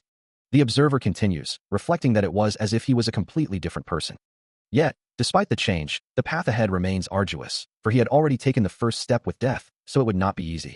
As he stands over the kneeling figure, a desperate plea echoes, "Give me one more chance," but the blonde-haired youth dismisses it, his voice sharp. "Shut up. You think I'd fall for your trick again? You couldn't even protect your own comrades." Meanwhile, two shadowy figures close in on another fallen warrior, a chilling command ringing out, "Eliminate him." Amidst the chaos, an unseen observer's thoughts cut through the din, finding the entire scene to be nothing but how noisy. A sudden realization, a spark of understanding, flares in the darkness. The cosmic energy swirls, a hand reaching out as if to grasp a new truth. And the observer confirms their thought. Yes. A shadowy figure, tinged with red, then poses a question, "What kind of chance do you want?" The cloaked figure, eyes glowing with an inner light, declares their intent. "I will get rid of Ghislaine Perdium." A silent query hangs in the air. How? Before the answer is revealed. "I will make a duel happen naturally." As his glowing red eyes narrow in the shadows, the cloaked figure reveals he has someone specific in mind for his scheme. A subordinate figure, shrouded in darkness, inquires, wondering who could possibly fit the bill. The answer comes swiftly. His name is Cain Loges, a swordsman renowned for his immense strength. An image of Cain Loges, a powerfully built warrior with dark, spiky hair and sharp eyes, flashes into view, his muscular physique radiating raw power. Despite his youthful appearance, Cain possesses a monstrous sense of strength, far beyond his years. The cloaked figure asserts with absolute confidence that no one in the entire kingdom can match Cain's formidable power. He adds that Cain's inherent impatience will make it easy to orchestrate the desired confrontation, ensuring the target and Cain will inevitably meet. A moment of silent contemplation passes between the cloaked figure and his subordinate, the weight of their plan hanging in the air. The silence stretches, punctuated only by the ominous glow of the cloaked figure's eyes. He issues a stern warning. "If you fail again," his single glowing red eye narrowing in the darkness, "there will be no next time." A confident voice replies, "I won't disappoint you."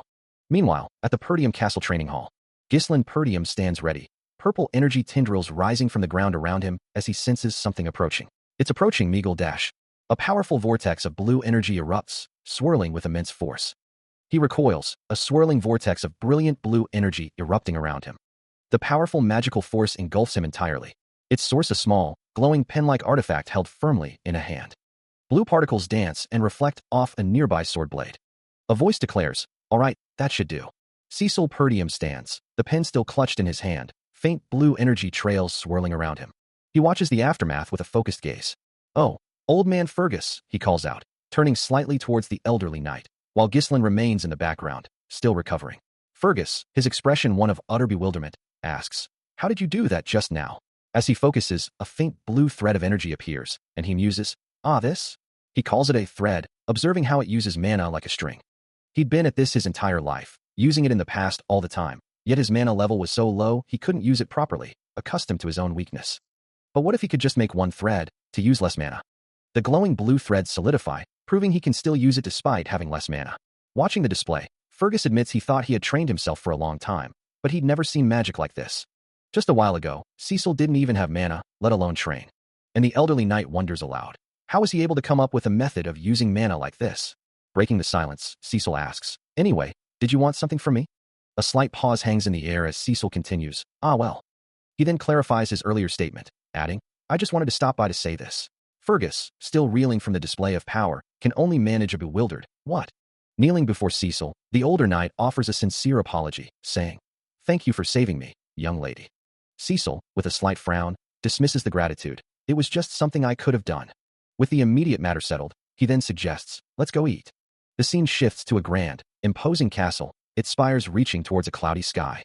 As a narration box informs us that a few days have passed since the previous events. The festival has concluded, and there is now a sense of urgency, as not much time remains to prepare the young lady for whatever lies ahead. Inside the castle, a young girl sits alone at a large table, a narration box revealing her inner thoughts. Everyone thinks that I'm the only one that you have to rely on, but she is joined by Fergus and a maid, the maid urging her, say something to them. Still seated on the plush couch, the young lady quietly reassures herself, believing that no one can truly harm her, no matter what. Yet, a deeper, more vulnerable thought surfaces as she admits to having been afraid and pulling back, but ultimately acting for her own sake, while Belinda, kneeling beside her, gently calls her name. Meanwhile, in a different setting, the truth of a past event is revealed. Elena, a figure Cecil Purdium is now conversing with, is alive. Later, Cecil stands alone, gazing out a window, reflecting on his success in preventing a certain path from unfolding, though he knows his adversaries will not easily give up. His expression is grim as he acknowledges the impossibility of holding them back indefinitely, realizing he cannot stop them on his own forever. A new resolve hardens his gaze. He needs to cultivate his own military force, a thought interrupted by a polite, "Excuse me," from an unseen presence. Later, Cecil is seated at a grand table with Fergus, the two men engaged in a serious discussion amidst the opulence of the hall. He reiterates his conviction, knowing he must become more powerful to achieve his goals. A simple piece of bread rests on a plate, a quiet moment amidst the weighty discussions of power and future. His crimson eyes hold a deep, contemplative intensity. Later, seated at a table with Belinda, Cecil questions her choice of serving dessert first, given their current predicament. Belinda, however, simply reminds him that he knows their situation all too well. A growing clamor from outside draws his attention to a window, where the shouts of a furious crowd echo through the streets. Their collective voice rises in a demand for recompense, insisting on compensation for the damages caused by the festival's cancellation. The anger is palpable, a heavy weight pressing down on the city. Below, a sea of faces clamors for attention, their cries of "compensate" echoing relentlessly as Cecil watches from above. One man, holding a woman close, shouts for them to come out, accusing them of hoarding wealth. Amidst the chaos, a small hand reaches out, a desperate plea for help escaping unseen lips. Cecil stares out the window, a grim expression on his face as he wonders what exactly is happening. Belinda, standing nearby, expresses her concern, warning that if the situation persists, the Count's downfall will be even swifter than his previous regression, all because of their actions, lamenting that it was a step backward for them to do that. Below, the enraged crowd shouts, demanding compensation for the cancelled princess's festival, fearing starvation. Cecil's eyes narrow, a deep worry etched into his features, as he silently questions if the county's situation has truly become so dire. He acknowledges the gravity of the moment, realizing this isn't good and that the crowd will only grow more aggressive if he fails to act. Inside, Fergus, the old man of the Purdium household, sternly asks what they are doing, ordering them to send the crowd down before it grows any larger. But the response is bleak. They have nothing left to give, leaving Fergus stunned. Most of the county's forces have been deployed to the Forest of Monsters for reconstruction following a recent orc raid, leaving their resources stretched thin. Realizing the full extent of their predicament, Cecil curses under his breath, the weight of the situation pressing down on him. No money, no resources, he mutters, his eyes wide with disbelief at the county's empty coffers.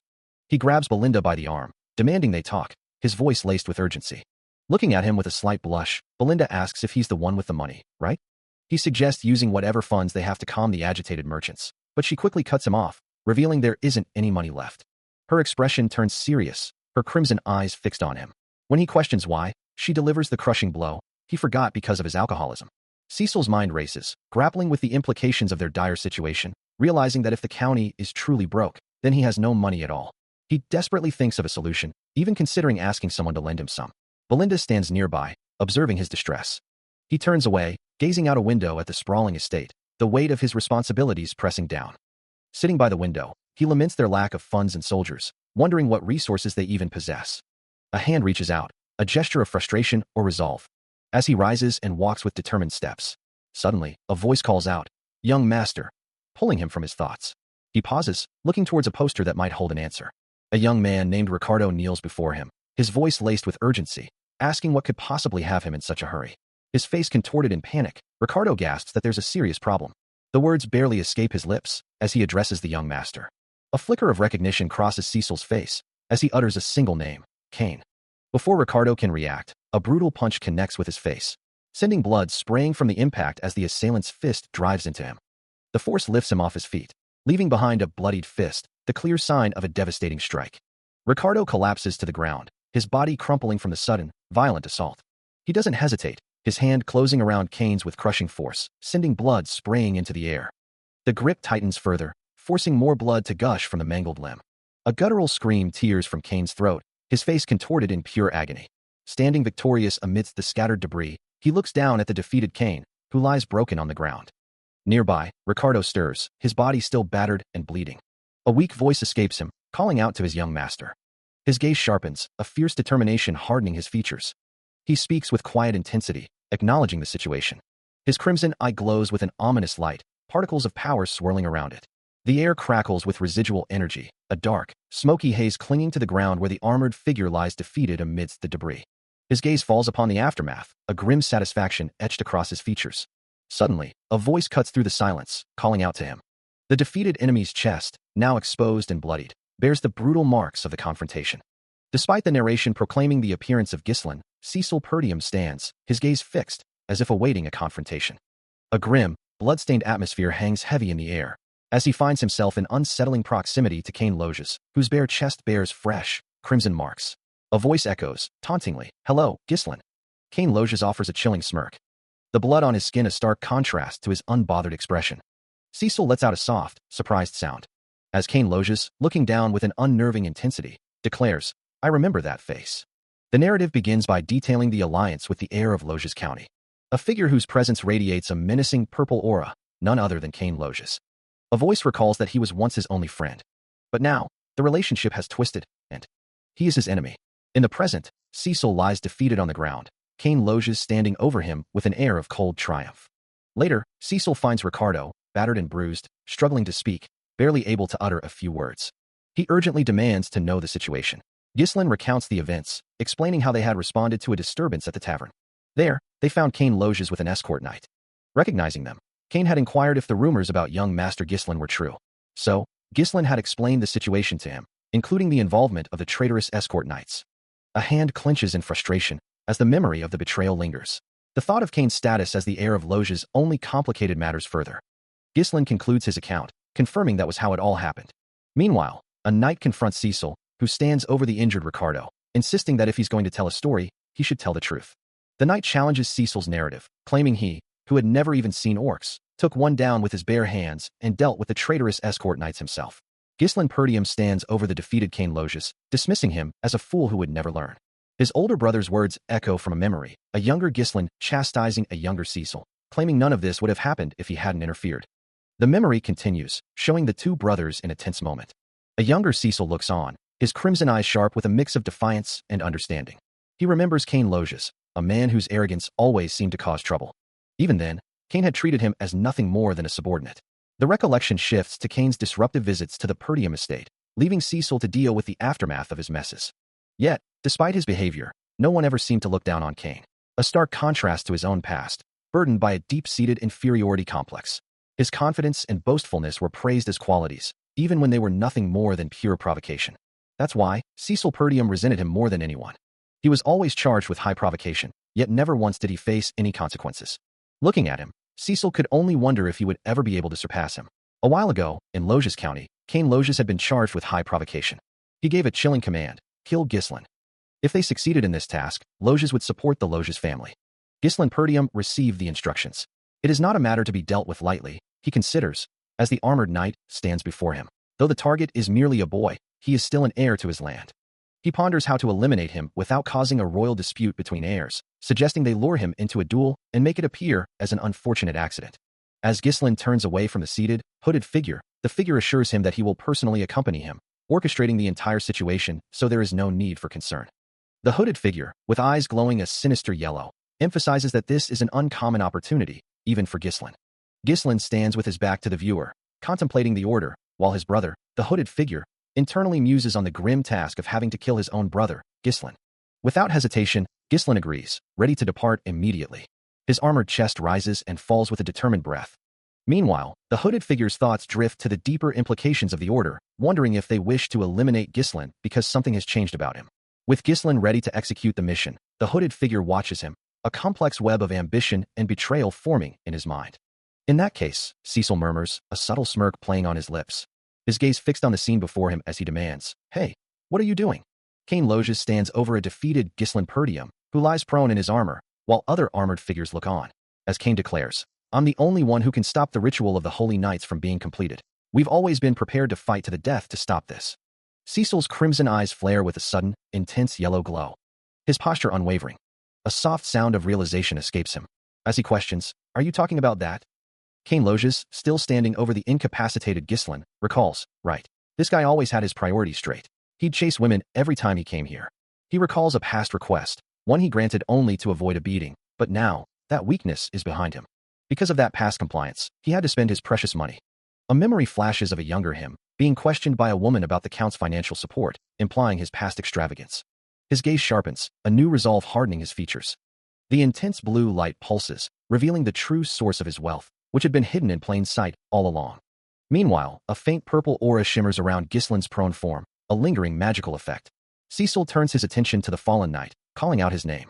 Standing over his defeated brother, with Cain and Ricardo observing, he urges Ghislain to remember and rise, for he is waiting. An unseen voice confirms an urgent task, stating, "Yeah, of course. I better bring them right now." Meanwhile, Cain Loges stands, observing the desolate scene. His eyes glowing with an intense blue light, Cecil Perdium challenges him, asking, "Don't you have a debt to repay to me?" The two men face each other, a silent tension hanging between them. Cain looks on, a question mark hanging in the air. He finally responds, asking, "Repay for what?" Still radiating power, the young master dismisses Cain's previous actions, stating that 1,000 gold shouldn't have cost him 100. Cain, however, insists that his efforts were a gesture of friendship, a friendship fee. The young master's glowing eyes narrow, his expression one of profound disappointment, realizing his judgment has been wrong for the first time in a long while. His eyes still burning with an intense blue light, Cecil Perdium demands, "So pay it back before I beat the hell out of you." He explains his urgent need for money. As Cain, Ricardo, and Ghislain watch the unfolding confrontation in the tavern. Taken aback by the young master's sudden aggression, Cain questions his words. Cecil takes a deliberate step forward, prompting Cain to retort, accusing him of growing bold due to past leniency. The young master looks down at Cain, who continues to mock him, dismissing his recent victory against a knight as mere rumor spreading. His voice dripping with contempt, Cain labels him as nothing more than a peasant clinging to the land. He continues his verbal assault, his voice dripping with contempt, reminding Cecil that everyone in the north calls him Appa, the regressed heir who only spouts empty nonsense.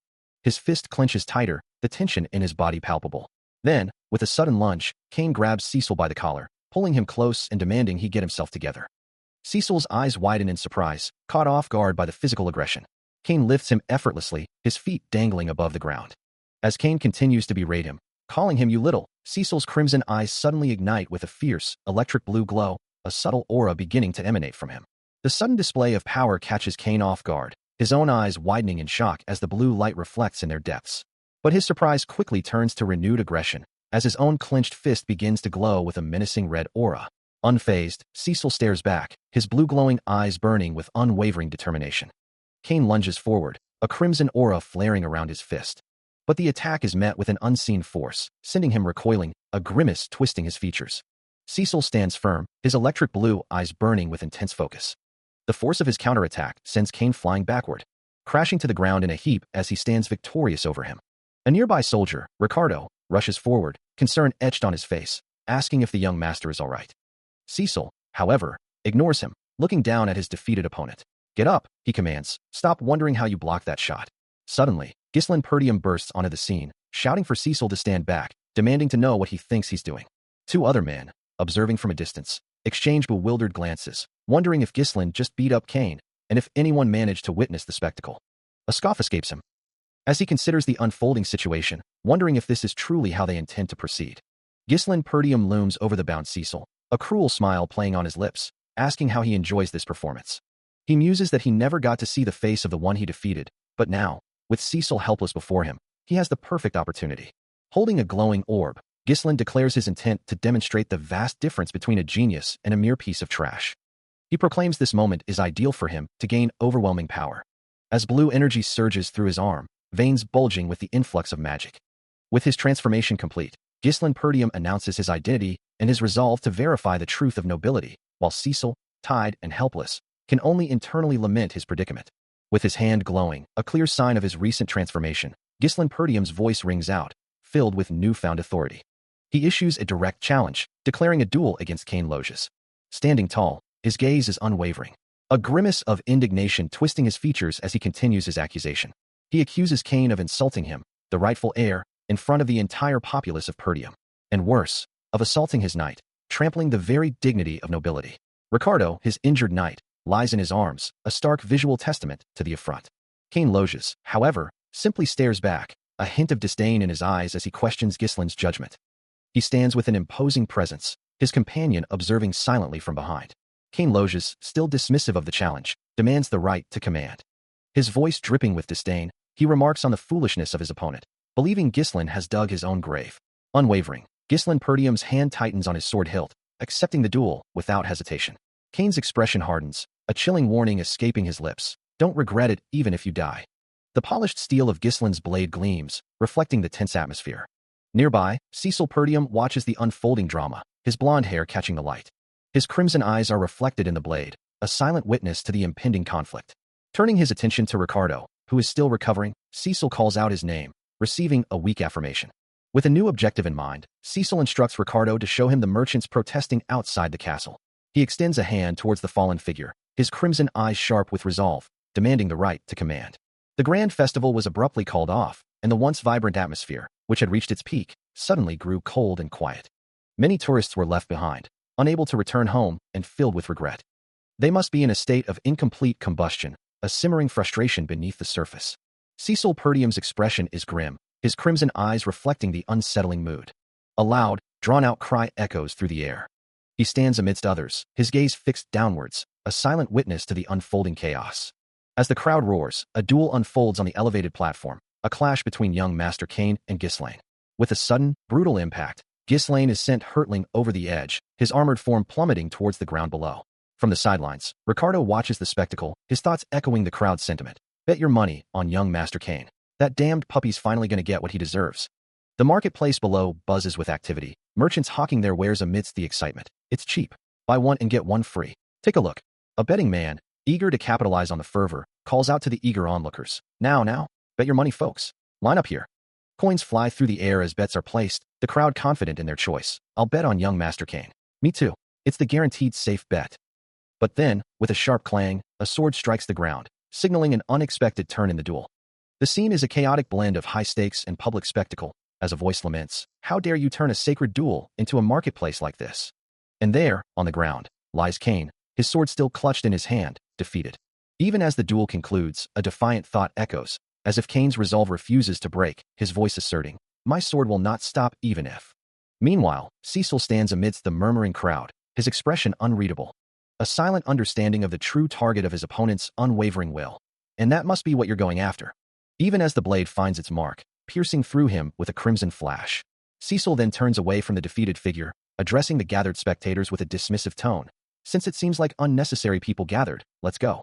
He walks away, leaving Cain Loges lying defeated on the platform. Elsewhere, a cloaked figure with a stern demeanor makes a bold declaration. "Give me the right to command." Ricardo, observing with an older, bearded man, seems to ponder the implications of the recent duel.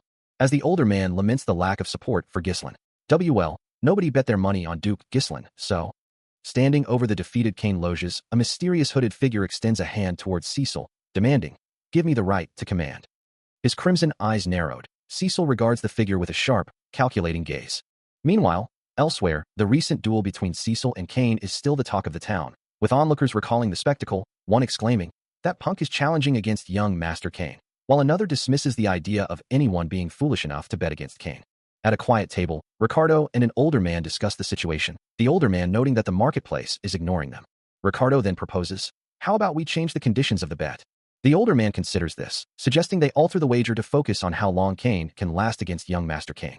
With a decisive gesture, Ricardo pushes a heavy bag of coins across the table. The older man, accepting the bet, declares, "I'll bet on Duke Ghislaine." He clutches the bag of money, a satisfied expression on his face. A slight frown creases Cecil's brow, as a large, heavy sack rests on the ground. Elsewhere, Lia, with a mischievous glint in her eye, declares, "I'd like to be your big brother, too." In a lavish chamber, Duke Ghislaine sits at a grand table, an older, gray-bearded man standing attentively beside him. Back with Cecil, his eyes widen in clear surprise. Ghislaine, his expression stern, listens intently to his aide. He then asserts, "This should suffice, correct?" Addressing a group of officials around the table, Ghislaine confirms, "Good. Yes, this should be enough." In a separate, quiet chamber, a high-ranking official, eyes closed in contemplation, states, "Before me, wait for no reason." A sharp command cuts through the air, urging everyone to prepare. Yet, Cecil hesitates, his voice carrying a hint of surprise as he addresses the figure before him. You know, I've been with you all this time. It feels a little strange for me to make the first move, doesn't it? The dark-haired figure, cloaked in red, turns sharply at Cecil's words, a single, incredulous "what?" escaping their lips. Ignoring the reaction, Cecil's hands move with practiced ease, beginning to draw his sword from its sheath. With a swift, fluid motion, the blade emerges further. His gaze sharpens, focused intently on something unseen. The sword is fully drawn, held ready for whatever comes next. His eyes, now an intense blue, burn with fierce resolve. A subtle tension ripples through his frame, every muscle poised for the impending confrontation. As the confrontation begins, the armored opponent's face, a visage of grim determination with piercing yellow eyes, looms large, a silent challenge to the young mercenary. Standing over the fallen foe, Cecil's voice cuts through the tension, declaring, "Don't. You're already too late for me to act like a good guy once." With that resolve, he shifts his weight, his stance firming as he prepares for the inevitable clash, the true fight about to begin. The armored opponent, now on his feet, slams a heavy boot down, shattering the ground with a powerful impact. His body tenses, a surge of raw power emanating from him, as he prepares his next move. With a guttural roar, the massive sword descends, aimed directly at Cecil. But Cecil meets the strike head-on, his own blade flaring with brilliant blue energy, the impact sending shockwaves through the air. His crimson eyes glowed with a fierce, blue light as he prepared for the onslaught. A taunt cut through the air, questioning his opponent's resolve. "You've already stooped? You'll regret this later." With a guttural roar, Cain launched his attack. His massive, curved blade descended with crushing force, only to be met by Cecil's smaller sword in a desperate block. Cain pressed his advantage, unleashing a relentless flurry of strikes, each blow forcing Cecil further onto the defensive. The mercenary struggled to keep up, his blade a blur against the larger weapon. The sheer force of the assault drove him to one knee, his defense faltering. Finally, a devastating blow connected, sending him hurtling backward through the air. The battle concluded swiftly, with the clear declaration, as expected of young Master Cain. He didn't even endure one hit from him. He plunges into the fray, his blade a blur against the numerous foes. Meanwhile, a smirk plays on Cain's lips as he watches the struggle unfold, remarking, "Look at this guy, huh?" Yet, Cecil's gaze remains sharp, his resolve unbroken. From the sidelines, Ghislain cries out in alarm, "What do we do, young lady? We have to stop them right now." But Cain, now cloaked, dismisses the plea. It's too late. The opponent is already trapped. His strategy is always the same: overwhelm, confuse, and then ensnare. The foe, frantic and disoriented, inevitably falls into every trap. And so, exhausted and outmaneuvered, Cecil collapses to the ground, leaving himself vulnerable. His inevitable end draws near. Cain delivers the final, devastating blow, sending him hurtling through the air, just as he always wins. Still reeling from the previous encounter, Cecil is met with another brutal assault, a sword arcing down to strike him squarely in the chest. As his eyes glow with a sinister red light, Ghislain taunts him, remarking on his surprising slowness and lack of growth. A cruel smile spreads across his face as he adds that it makes perfect sense. Before Cecil can even react, Ghislain delivers a powerful kick, sending him flying through the air once more, reminding him of his childhood tendency to run away. Mid-flight, another swift sword strike connects, driving the air from his lungs. He plummets downward, a blur against the desolate landscape. Ghislain descends with him, his blade poised for a final, decisive blow. From a distance, Ricardo, Leah, and the other soldiers watch in horror, their cries of "young master" echoing across the battlefield as they witness his utter defeat. With a menacing grin and glowing red eyes, Ghislain declares the battle over. As Cecil lay defeated, a heavy boot descended, and a voice snarled, "Die." Crushing his chest beneath its weight, Ghislain purred him, standing over him, a picture of cold victory. The glint of his blade reflected in Cecil's wide, crimson eyes, a silent testament to his utter defeat. A choked gasp escaped him, his breath catching in his throat. Ghislain's foot pulsed with a faint blue energy, pressing down harder as he declared, "I won't even spit on you." He stood tall, a silhouette of triumph against the desolate landscape, his victory absolute. His eyes, now glowing with an intense blue light, stared down at the broken figure below. Cecil's gaze, still wide with shock and pain, registered something beyond his tormentor. Suddenly, Cain Loges appeared, his hand crackling with raw, blue energy, his expression grim and determined. Cain Loges, now fully enveloped in a vibrant blue aura, kneels, his hands radiating an intense, ethereal glow that pushes against the very air around him. The sudden surge of power causes Ghislain Perdium to recoil slightly, his expression shifting from triumph to a mixture of surprise and unease. The blue energy continues to expand, a palpable force emanating from Cain, creating a soft, humming pressure that fills the space. Ghislain, regaining his composure, demands to know, "Such immense mana. How did you manage to hide your true strength? If you had shown even a little bit of it, I would have never." Cain, his eyes glowing with the same blue light as his aura, simply states, Allow me to open your eyes. The blue energy intensifies around his hands, pulsating with raw power. Gislin's face twists in a snarl, his anger now fully ignited by Kane's dismissive words. He challenges Kane directly. Oh yeah? And how are you going to do that? As the tension between the two men escalates, a faint clack echoes from the ground, where Cecil Perdium's foot subtly shifts, a sign of returning consciousness. Kane Loges doesn't hesitate, launching a swift, powerful attack with his sword. With a sharp tuck sound, his blade connects with Gislin's armored arm, deflecting the blow. The sheer force of the impact sends Gislin reeling backward. Without missing a beat, Kane spins, his attention now on the multiple armored figures closing in. With a furious roar, he strikes one of them, sending the soldier flying with a loud quang. The soldier is thrown through the air, screaming in pain as they tumble. A swift talk rings out as Kane parries an incoming attack, his blade flaring with brilliant blue energy. He follows up with a devastating counter, striking another armored figure with overwhelming force. Standing amidst the chaos, Kane's eyes glow with an intense, cold blue light, ready for the next move. Cecil Perdium moves with blinding speed, his sword arcing through the air, leaving a vibrant blue trail in its wake. Striking low and forcing a crucial piece of paper to flutter from his opponent's grasp. His crimson eyes glow with fierce determination, as a powerful red impact signifies the decisive blow. Gislin Perdium collapses, bleeding from his torso, his own sword and the fallen paper lying uselessly beside him. Meanwhile, the crowd watches with bated breath. As Cecil and Gislin clash once more in the arena, whispers ripple through the spectators, wondering what has just transpired, and noting that Gislin has improved considerably. A frustrated voice from the stands curses, having bet on young Master Kane. Liao Perdium, holding a child, watches the spectacle, a knowing look on her face as she simply states, "See?" Gislin Perdium, blood staining his chest, recoils from the unseen blow, his mind reeling as he questions his swordsmanship. Meanwhile, Cecil Perdium watches, his eyes glowing with an intense, almost predatory blue light. Gislin's thoughts race, despairing that all his efforts and training might have been for nothing, yet a flicker of defiance ignites within him, refusing to yield. Despite the pain, a fierce determination hardens his features. The young master stands over him, his own blade still in hand. Cecil's expression remains impassive, seemingly unimpressed by his opponent's resolve. With a casual flick of his wrist, he sends his sword spinning away. The weapon clatters to the ground, joining others already discarded, as he muses that such a skill gap offers little entertainment. He then declares his intention to fight barehanded from now on. Cecil's declaration hangs heavy in the air, leaving Gislin stunned. His mind reeling at the audacity, as a primal fury ignites within him, his eyes glowing with raw, untamed power. Meanwhile, Cecil stands calmly over his kneeling form, reiterating his intent to fight, his hand clenching into a determined fist.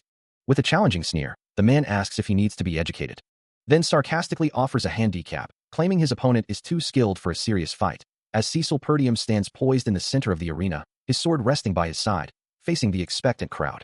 Instead of accepting, Cecil's voice rings out, proposing a wager of 2,000 more gold, double the initial amount, confident he will win. A confident, almost arrogant expression settles on his face. The crowd murmurs in disbelief, questioning the handicap and the sudden, massive increase in the stakes, wondering why a free fight has escalated so dramatically. He clenches his jaw, a fierce resolve hardening his features, demanding the right to command. The audacity of his opponent, offering a barehanded fight, fills him with a strange sense of gratitude for his regression, a power he never thought he'd appreciate. Fortune, it seems, is still on their side, and the call goes out for additional bets. A portly man in the crowd gasps, the news of a barehanded duel between Gislin Perdium and young Master Kane sending murmurs through the onlookers. From above, the arena floor reveals Cecil standing firm, while voices from the crowd declare their bets on Kane, deeming a barehanded challenge against him a suicidal mission, yet some hold out hope. Another voice cuts through the din, placing a wager on young Lord Gislin. Now uncloaked, Cecil stands ready, his expression unwavering. Kane, meanwhile, lets out a low chuckle, finding the idea of a barehanded fight amusing. He agrees, inviting his opponent to fight without a weapon. Gislin, despite the barehanded terms of the duel, swiftly draws his sword, the metallic rasp echoing through the arena. A red cloak billows around him as he lunges forward, a burst of blue energy accompanying his aggressive move. But before his attack can land, Kane's muscular arm tenses, his fist clenching, ready to intercept. Gislin's blade glows crimson, his voice ringing out with a defiant declaration that he will use the sword. Yet, Kane's counter is faster, a powerful punch connecting with brutal force. The impact sends Gislin reeling, his body twisting away as a red glow flares behind him. From the sidelines, Liao watches in disbelief, questioning the young lord's insolence and urging him to pick up his sword as well. Kane presses his advantage, a surge of red energy accompanying his next devastating strike, a single word escaping his lips, "Die." He follows through with a powerful sword swing, leaving a trail of blue energy in its wake. He watches the brutal display, a thought forming in his mind. Cain Loges is even stronger than he had anticipated. Before Ghislain can even react, Cain's leg snaps out, delivering a devastating kick that sends the armored man reeling.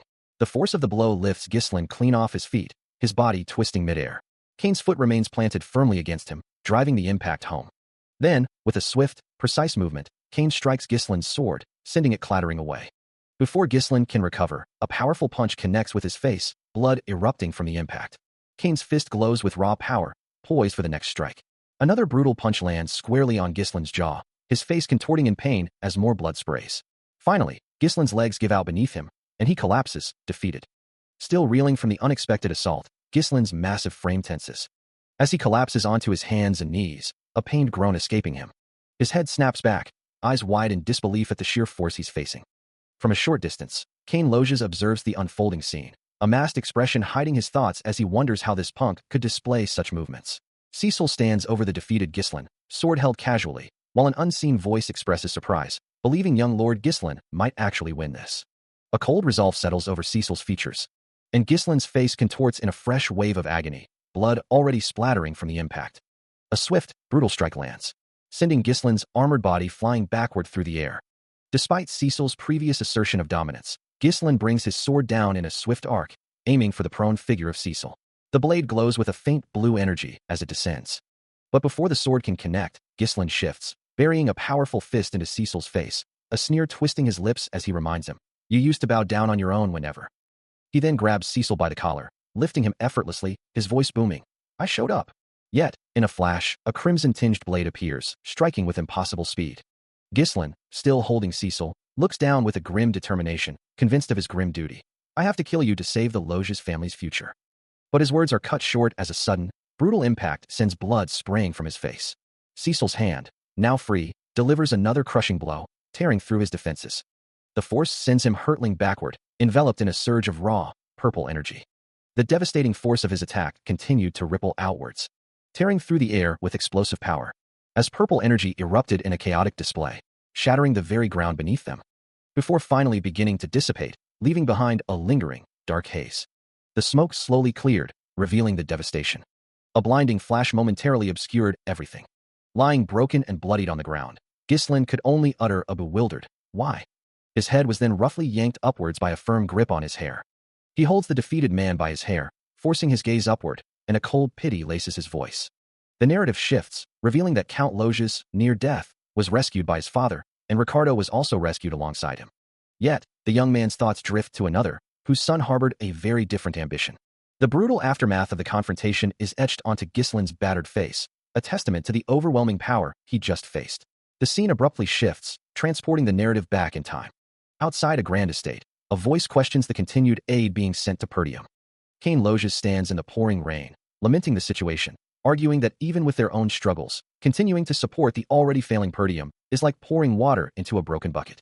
He expresses disbelief that, barely a week after his return, the decision has been made to once again aid the Perdium family. He stands over the fallen figure, his gaze unwavering. Cain Loges warns him, "Don't go any further." From the ground, Ghislain Perdium challenges him, "Everyone's suffering. Why do you insist on helping Perdium?" Cain Loges simply watches, his expression unyielding. Ghislain Perdium, despite his pain, asserts, "It's just because we are Perdium."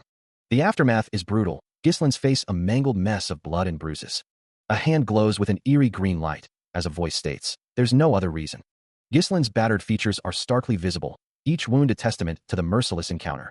His face contorts in a silent scream, the pain overwhelming. Standing over the severely injured Ghislain, Cecil Perdium's voice cuts through the silence, declaring that this ought to have been enough to educate him. Ghislain's face, a mask of blood and bruises, reflects the brutal reality of his defeat. As Cecil then commands him to simply, "Get up."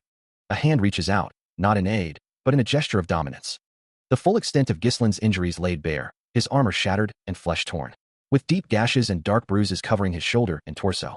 Cecil stands impassively, watching the broken man struggle on the ground.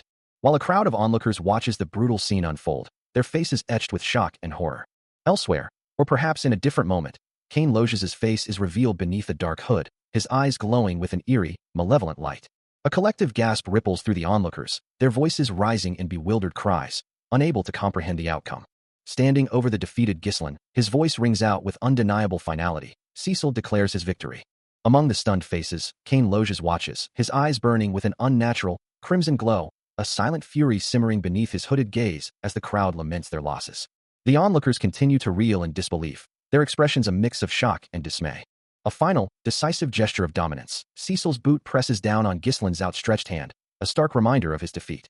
As Ghislaine lies broken, Kane Loges approaches, his crimson eyes blazing with an almost manic intensity, his voice laced with bitter accusation. He roughly seizes Ghislaine, pulling him up from the ground, who protests weakly, utterly defeated.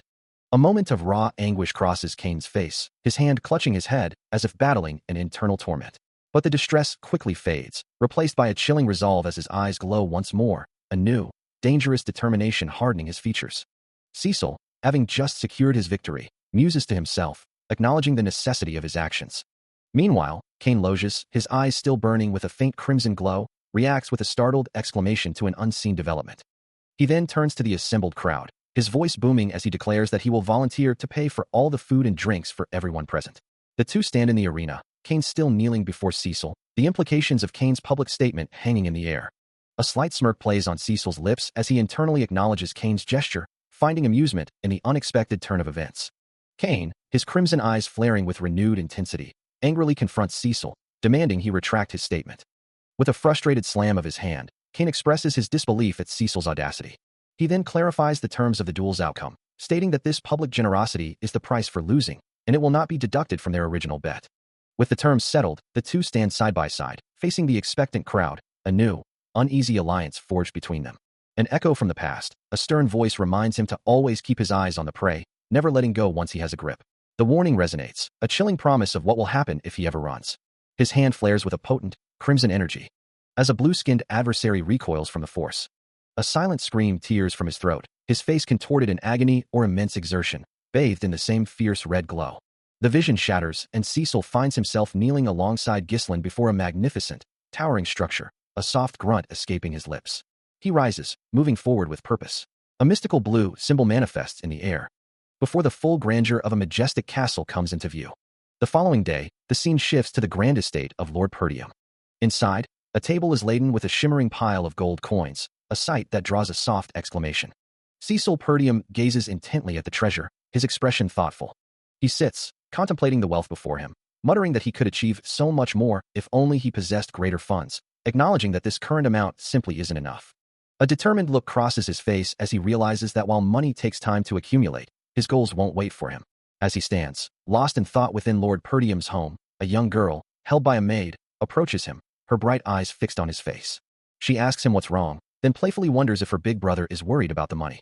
With a knowing smile, she clarifies that she's just asking, as it's quite obvious where he intends to use it. His younger sister, with a knowing smile, shrugs playfully. She reminds him that Lady Amelia's birthday is approaching, then, with a sly glint in her eyes, accuses him of putting up all that money just to buy her a private right. Her words hit home, and as he turns away, she declares him utterly transparent. She continues, suggesting all his efforts are merely to get closer to his fiancée, leaving him to wonder, I have a fiancée?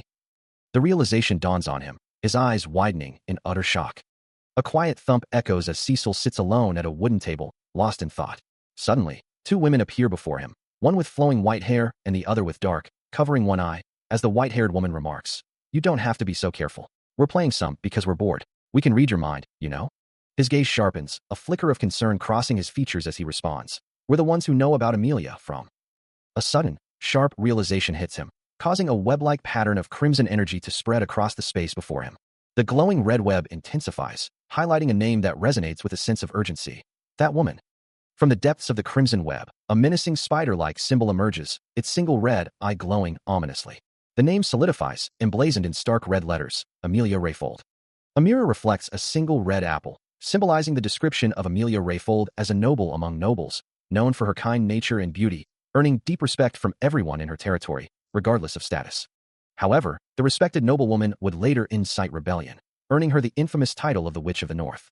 And in a shocking turn, she would join forces with the Delphine Duchy, delivering the final blow to the Perdium family's downfall. A traitor, indeed. Her lips curl into a knowing smirk.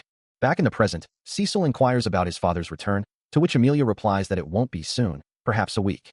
A subtle smile plays on Cecil's face as he considers her words, thinking to himself that a week should be more than enough time. He then announces his intention to visit the Rayfold Count, prompting Amelia to question why, given that not even a week has passed. Cecil's gaze drifts upward, his thoughts clearly on acquiring money from them. With his plans set, he turns and walks away, leaving Amelia to ponder his sudden departure. Long, flowing platinum hair cascades down, hinting at a new, unexpected presence. Looking down with a stern gaze, Cecil surveys the scene before her. Her hand extends, holding out a pair of intricately designed shoes, a silent command to wear them. Amelia, her eyes wide with surprise and framed by dark smudges, looks up at the unexpected gesture. Beneath her tattered dress, delicate, lace-like patterns adorn her skin, a stark contrast to her current plight. Kneeling barefoot amidst a hushed crowd, Amelia appears utterly distraught.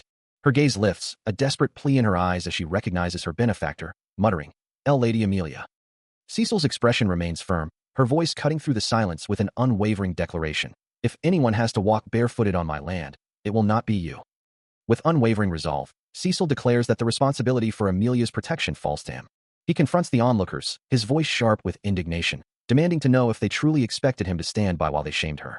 His forceful words and presence send a shockwave through the crowd, causing many to stumble back in disarray. Now, a line of uniformed guards stands between him and the retreating onlookers, their expressions a mix of apprehension and duty. Nearby, Amelia's bare feet remain visible, a stark reminder of her recent humiliation. The scene unfolds within the elegant confines of Amelia's garden, a place that should offer solace, not public distress. A soft thud echoes as something settles on the stone steps, disturbing the scattered debris. A voice, calm and satisfied, remarks, "Good job today, milady." Amelia's escort knight, Bernard, stands vigil, his presence a silent promise of protection. As he gently tends to her feet, he reflects on his father, who always demanded absolute loyalty from his people and territory, a principle that shaped his own understanding of power. Amelia sits quietly, a white cat resting peacefully in her lap. Bernard continues, his thoughts drifting to the cowardly talk that always follows the most powerful and well-fed, even as he gently strokes the cat. He believes that through this understanding, Amelia has won the people's hearts, and this will undoubtedly prove to be a crucial asset in her future succession. Amelia looks up, a flicker of surprise crossing her features, as if sensing the depth of his thoughts. Bernard gently reaches out, his hand touching her cheek, his expression earnest. Kneeling before her, he asks directly, what truly happened in the duel between the Northern Sword and the Knight? His gaze unwavering, Bernard declares his unwavering loyalty, insisting he is a loyal vassal who would never work with a traitor. Bernard gently holds Amelia's foot, his touch careful and reverent, as he assures her that the time to reveal her true strength has not yet come. His gaze unwavering, he pledges his absolute loyalty, declaring his blade is hers to command. With a tender gesture, he presses his lips to her foot, a silent testament to his devotion. Amelia's eyes widen slightly in surprise, as he confirms his unwavering commitment. A flicker of guilt crosses her face, as she acknowledges the trouble she has caused him. His expression hardens, dismissing her concerns with a sharp, almost pained, declaration. Their faces draw close, a silent understanding passing between them, his devotion unwavering despite her perceived weaknesses. Later, within the grand halls of an opulent building, Bernard inquires about the status of the merchants, shifting his focus to practical matters. He reassures his listener that the Golden Hand Guild is efficiently handling all necessary materials, preparing for distribution to the northern region, proving more capable than even the royal family in their logistical efforts. Bernard continues his detailed report, explaining that they are actively recruiting mercenaries to support the northern region, many of whom are well-trained and battle-hardened, promising excellent support. Amelia acknowledges this, noting that with the mercenaries bearing the mark of the Golden Hand Guild, their thoroughness is assured. Bernard then shifts his tone, expressing his concern that they cannot allow the royal family to exploit their growing strength, and humbly asks for her understanding. Just as the conversation deepens, a servant interrupts, announcing that the lady is currently occupied, but that young Lord Cain Loges has arrived to visit. Amelia's eyes narrow slightly, a hint of suspicion in her gaze, as she wonders why that particular person would be here. The older servant stammers, caught off guard by her reaction, struggling to find the right words. He finally manages to explain that Cain Loges had stated his intention to discuss matters concerning the Merchant Guild. Meanwhile, the opulent visitor's room awaits, its rich decorations hinting at the importance of the impending meeting. Amelia, still seated on the plush sofa, watches as her unexpected visitor stands before her. He then casually places a small, ornate card onto the polished table between them. A smirk plays on his lips as he greets her. "Hello, Amelia." Without waiting for an invitation, he settles himself onto the opposite sofa, crossing one leg over the other. Amelia, cradling a fluffy white cat, regards him with a sharp, discerning gaze. Her voice is cool. "This is quite unexpected. You came without prior notification. Have you not yet learned proper manners?" He dismisses her accusation with a wave of his hand. "It's your servant's fault. So don't blame me, Amelia." He gestures to the card he placed earlier. "I picked one up on the way. I'll head up ahead to the visitor's room. I plan to be waiting from now on." A hint of mockery enters his tone as he feigns forgetfulness. What was your name again? The Arcta Merchant Guild, I believe. Cecil Perdium, holding a delicate teacup, stands before a seated figure, his expression calm. Meanwhile, Amelia Rayfold's eyes glow with a fierce, crimson light, her gaze sharp and unwavering. She addresses him, her voice betraying no emotion as she states, I'm not sure what you're trying to say. Turning away, Cecil responds with a dismissive tone. Now that I've delivered my report, I'll be off. Goodbye. He begins to walk away, leaving her to watch his retreating form. When her sharp command cuts through the air, sit down. Cecil pauses, his head turning back, his eyes now glowing with an intense, electric blue, a subtle aura beginning to emanate from him. The blue light intensifies, radiating with palpable energy. As Amelia feels the crushing weight of his power, barely able to stand upright against the immense pressure that now fills the room. Amelia Rayfold stands over him, her voice firm as she reiterates her command. But Cecil, holding a small, ornate box, simply counters, demanding 10,000 gold. Her eyes flash crimson, a purple aura crackling around them, as the audacity of his request leaves her stunned. Unfazed, Cecil continues to press, questioning her true intentions and the report he had delivered. He then dismisses her authority, implying she holds no real power. Her fury mounts, her eyes burning brighter with a potent, crimson glow, as he delivers a final, cutting remark about her escort knight, suggesting he might be more useful for succession. The immense pressure he exerts manifests as a monstrous, cat-like visage with glowing yellow eyes, its sharp teeth bared in a silent roar. Meanwhile, the narrative shifts to focus on young Lord Ghislain. Amelia's eyes glow crimson, her thoughts burning with defiance, as she internally vows to never let Cecil Perdium have his way. She knows he's trying to break her, but she refuses to yield, her resolve hardening against his relentless pressure. Cecil, his own eyes glowing with an ominous red light, simply dismisses her silent protest, his gaze unwavering. He makes it clear that her refusal means nothing to him, a cold, dismissive tone in his voice. Meanwhile, far from the tense confrontation, ornate doors swing open, revealing a lavish interior. A figure with dark, neatly swept back hair steps into the room, his presence commanding attention. He moves with a deliberate, measured pace, descending a short flight of steps. His gaze falls upon a large, ornate chair, and a voice confirms his identity as young Lord Ghislain. Back with Cecil, he turns away from Amelia, his expression unreadable as he walks off. Bernard, the knight always by Amelia's side, reflects on his unwavering loyalty. Meanwhile, Cecil recalls a skilled individual who once barricaded the north, only to be slain by the first sword of the north. This memory brings to mind Cain Loges, a formidable figure. A war looms, and the question of how Ghislain, burdened by his position, could possibly manage such a conflict weighs heavily on someone's mind. The thought continues, recalling how chaos was sown, leading to a demise remembered by the world as the work of an escort knight. Amelia, her expression unreadable, seems to be the source of these calculating thoughts. Bernard, ever loyal, responds to an unseen command, affirming his lady's wishes. Cain Loges' hand tightens on his sword hilt. Cecil remains lost in thought, his gaze distant. With a resolute gaze, he declares, Then I have no choice but to get a little serious. A crimson slash tears through the air, immediately followed by a violent burst of vibrant purple energy. In the desolate landscape, Cain Loges lunges from behind, a knife glinting as he aims for Cecil Perdium's back. The blade itself seems to hum with a faint, almost imperceptible, purple energy. A confident smirk plays across Cain's lips, certain of his impending victory. Yet, in a stark contrast to the battle, Cecil sits in a lavish, ornate room, his expression one of profound boredom. Back in the fray, the purple energy surges, forcing Cain to his knees, his attack utterly nullified. Cecil stands firm, radiating an intense purple aura, his eyes glowing with an undeniable power. He moves with a sudden, brutal efficiency, launching a close-range strike. But before the attack can land, a burst of vibrant purple energy erupts from Cecil, intercepting the blow and sending his assailant reeling. The force lifts Cain clean off his feet, propelling him through the air. As Cain remains suspended, Cecil prepares another devastating strike, his form crackling with raw power. The second wave of purple energy slams into Cain, driving him downwards. He crashes into the ground with immense force, leaving a deep impact crater. Two observers watch the brutal display, their faces etched with shock as the battle concludes. Cecil considers the attack, a faint smirk playing on his lips. An assassin, feigning politeness while launching a surprise attack, seems almost too predictable. His crimson eyes gleam with a cold, calculating intelligence, reflecting his mastery over the situation. Cain, still seething, lunges forward, his blade aimed directly at Cecil, who effortlessly parries the attack. But before he can recover, Cecil's counterattack erupts in a burst of white and purple energy, sending the assailant reeling backward. The momentum of the blow carrying him several feet, Cain slides across the polished floor. As he regains his footing, he snarls, demanding to know if the Rayfold family has no concept of chivalry.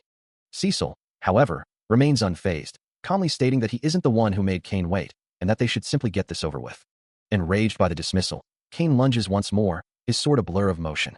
But Cecil meets the assault with a glowing blue blade, purple energy flaring around him as their weapons clash again.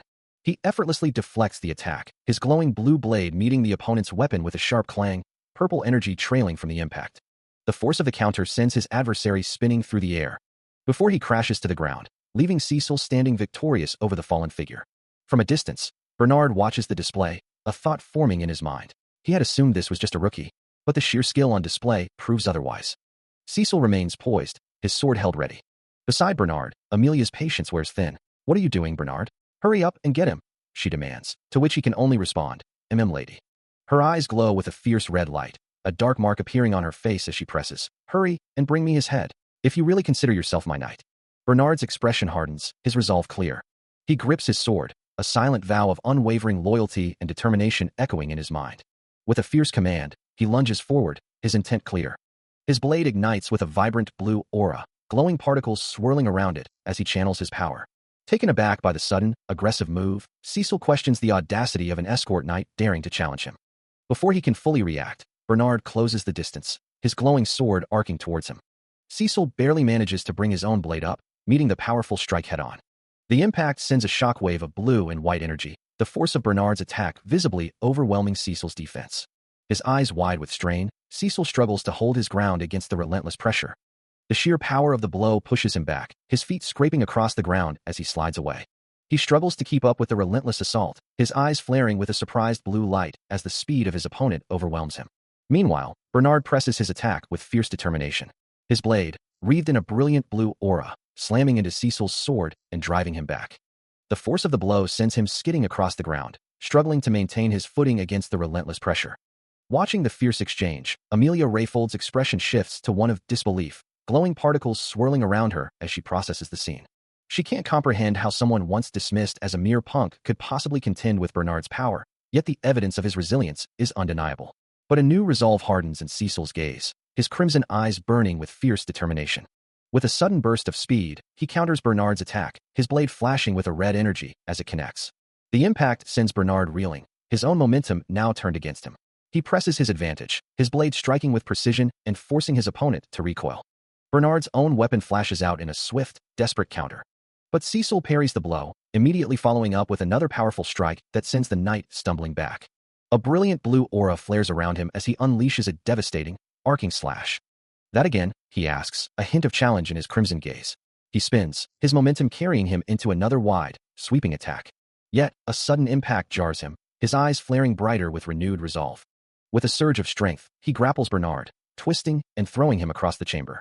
The knight recovers, his own eyes now glowing with a fierce blue light, declaring, "It won't work twice." Suddenly, a new figure lunges forward, his sword arcing downward with a powerful, purple-tinged strike. The impact jars Cecil, who braces himself against the force, a grunt escaping his lips.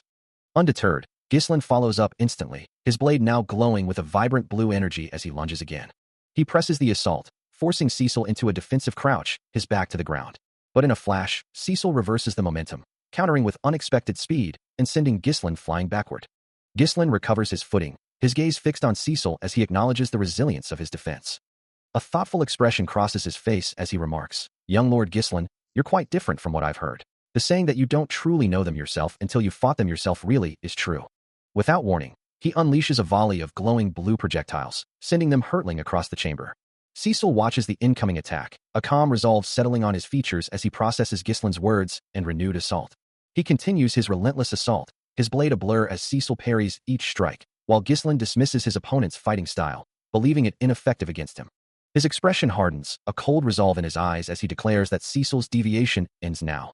Yet, Cecil, despite the pressure, acknowledges the difficulty of his opponent. Ghislain's technique is flawless, his narrow, precise thrusts constantly targeting the head, designed to disrupt his opponent's sense of distance and timing. At such close range, the sheer difference in their physical sizes makes it nearly impossible for Cecil to overpower him with technique alone. Realizing the true extent of his opponent's power, Cecil acknowledges that Ghislain was never someone he could afford to underestimate, his body beginning to glow with a vibrant blue aura. The blue energy intensifies, swirling around his outstretched hand. His eyes now burning with the same intense blue light, he mutters that he doesn't have much time either. With a sudden, explosive surge, a massive wave of brilliant blue energy erupts forward. Standing over his kneeling opponent, Cecil Perdium makes a firm demand, his voice echoing through the hall. But Ghislain Perdium, though defeated, reacts with a sudden, sharp intake of breath, a flicker of determination in his eyes. He turns his head, sensing a faint, crimson thread of energy beginning to manifest around him, a silent question forming on his lips. Then, with impossible speed, his sword flashes, wreathed in those same crimson threads, cutting through the air. The unexpected counterattack strikes Cecil with brutal force, his eyes glowing red from the impact. Ghislain presses his advantage, his blade a blur of motion as he continues his relentless assault. Cecil finds himself overwhelmed, the crimson threads of energy binding and striking him from all sides.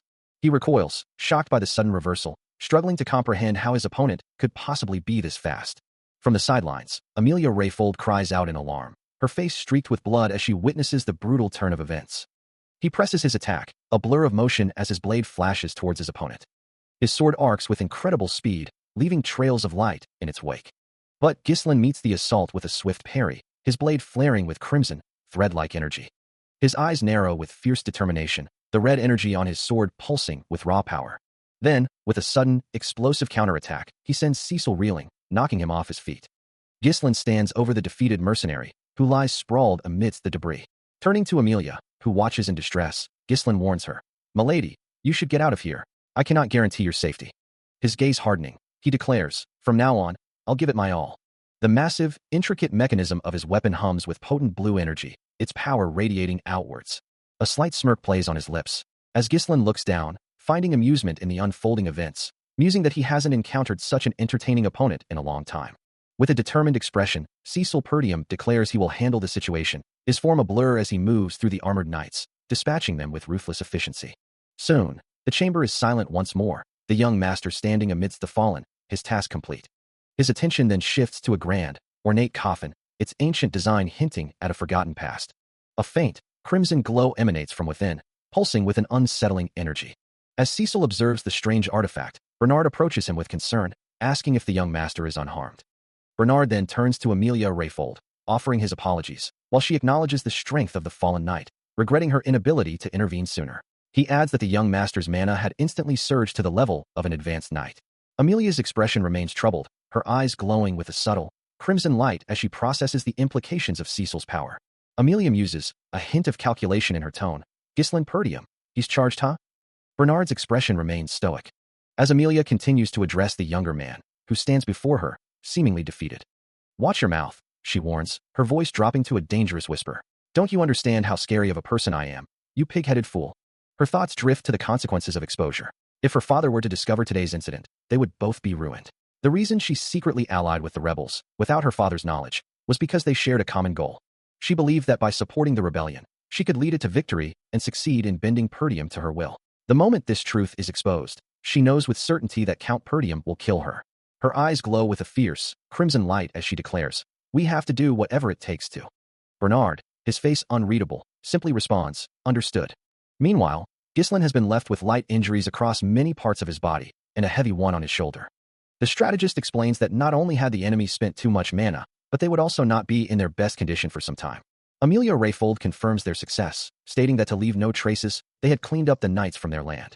Her expression shifting as the man continues, prompting her to question his next revelation. He then asks if they are truly weakening the Wildcats. The strategist's gaze remains sharp, his plan unfolding. He elaborates that the proof confirms the Wildcats are a group of rebels, with only the most talented among them chosen and known by that name. He instructs Amelia to send them here, assembling a dozen of those proficient with mana. The strategist acknowledges her understanding. He concludes by pointing out that the ravine is the only narrow path from the Krithia territory to Perdium. The ravine, a treacherous passage, was known as the sole route connecting the Krithia territory to Perdium, a place from which no one had ever returned alive. Meanwhile, Ghislain, his expression stern, issued his own commands, ensuring his forces were ready. Elsewhere, Amelia Rayfold, her eye glowing with an ominous red light, delivered a chilling warning. Failure to comply with her orders would lead to Perdium's ruin. Caught in a sudden, violent explosion, the young master was thrown backward amidst a shower of debris. His shirt torn and body bruised, he struggled to regain his footing. A thought crossed his mind, wondering if Amelia was involved in this chaos. Later, inside a moving carriage, his escort knight asked if he was all right, but the young master simply reassured him, claiming to be fine. He reflected on his injuries, noting that the cuts weren't deep, a small price to pay after 2 days on the battlefield. The 20,000 gold he'd earned from Perdium was enough to rebuild their territory, a sum equivalent to several years of savings. He reflects that if he could have Amelia's help, a war would be much easier to manage.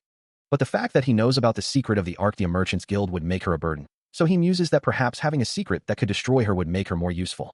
Cecil adjusts his collar, determined that this time, he will make good use of her. Amelia looks at him, and from her seat, she asks if he's ready to go. She reminds him that he told her to subdue the guards once he heard noises inside. Amelia adds that he also told her to take her hostage once she came out of the room.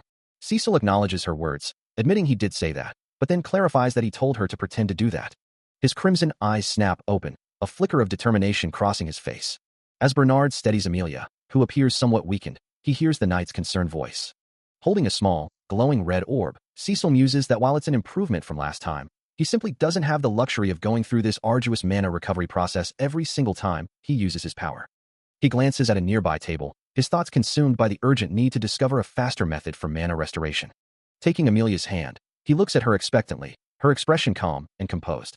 Amelia, now holding a glowing blue orb and surrounded by shimmering particles, observes his condition, stating that the flow of mana within his body is utterly chaotic.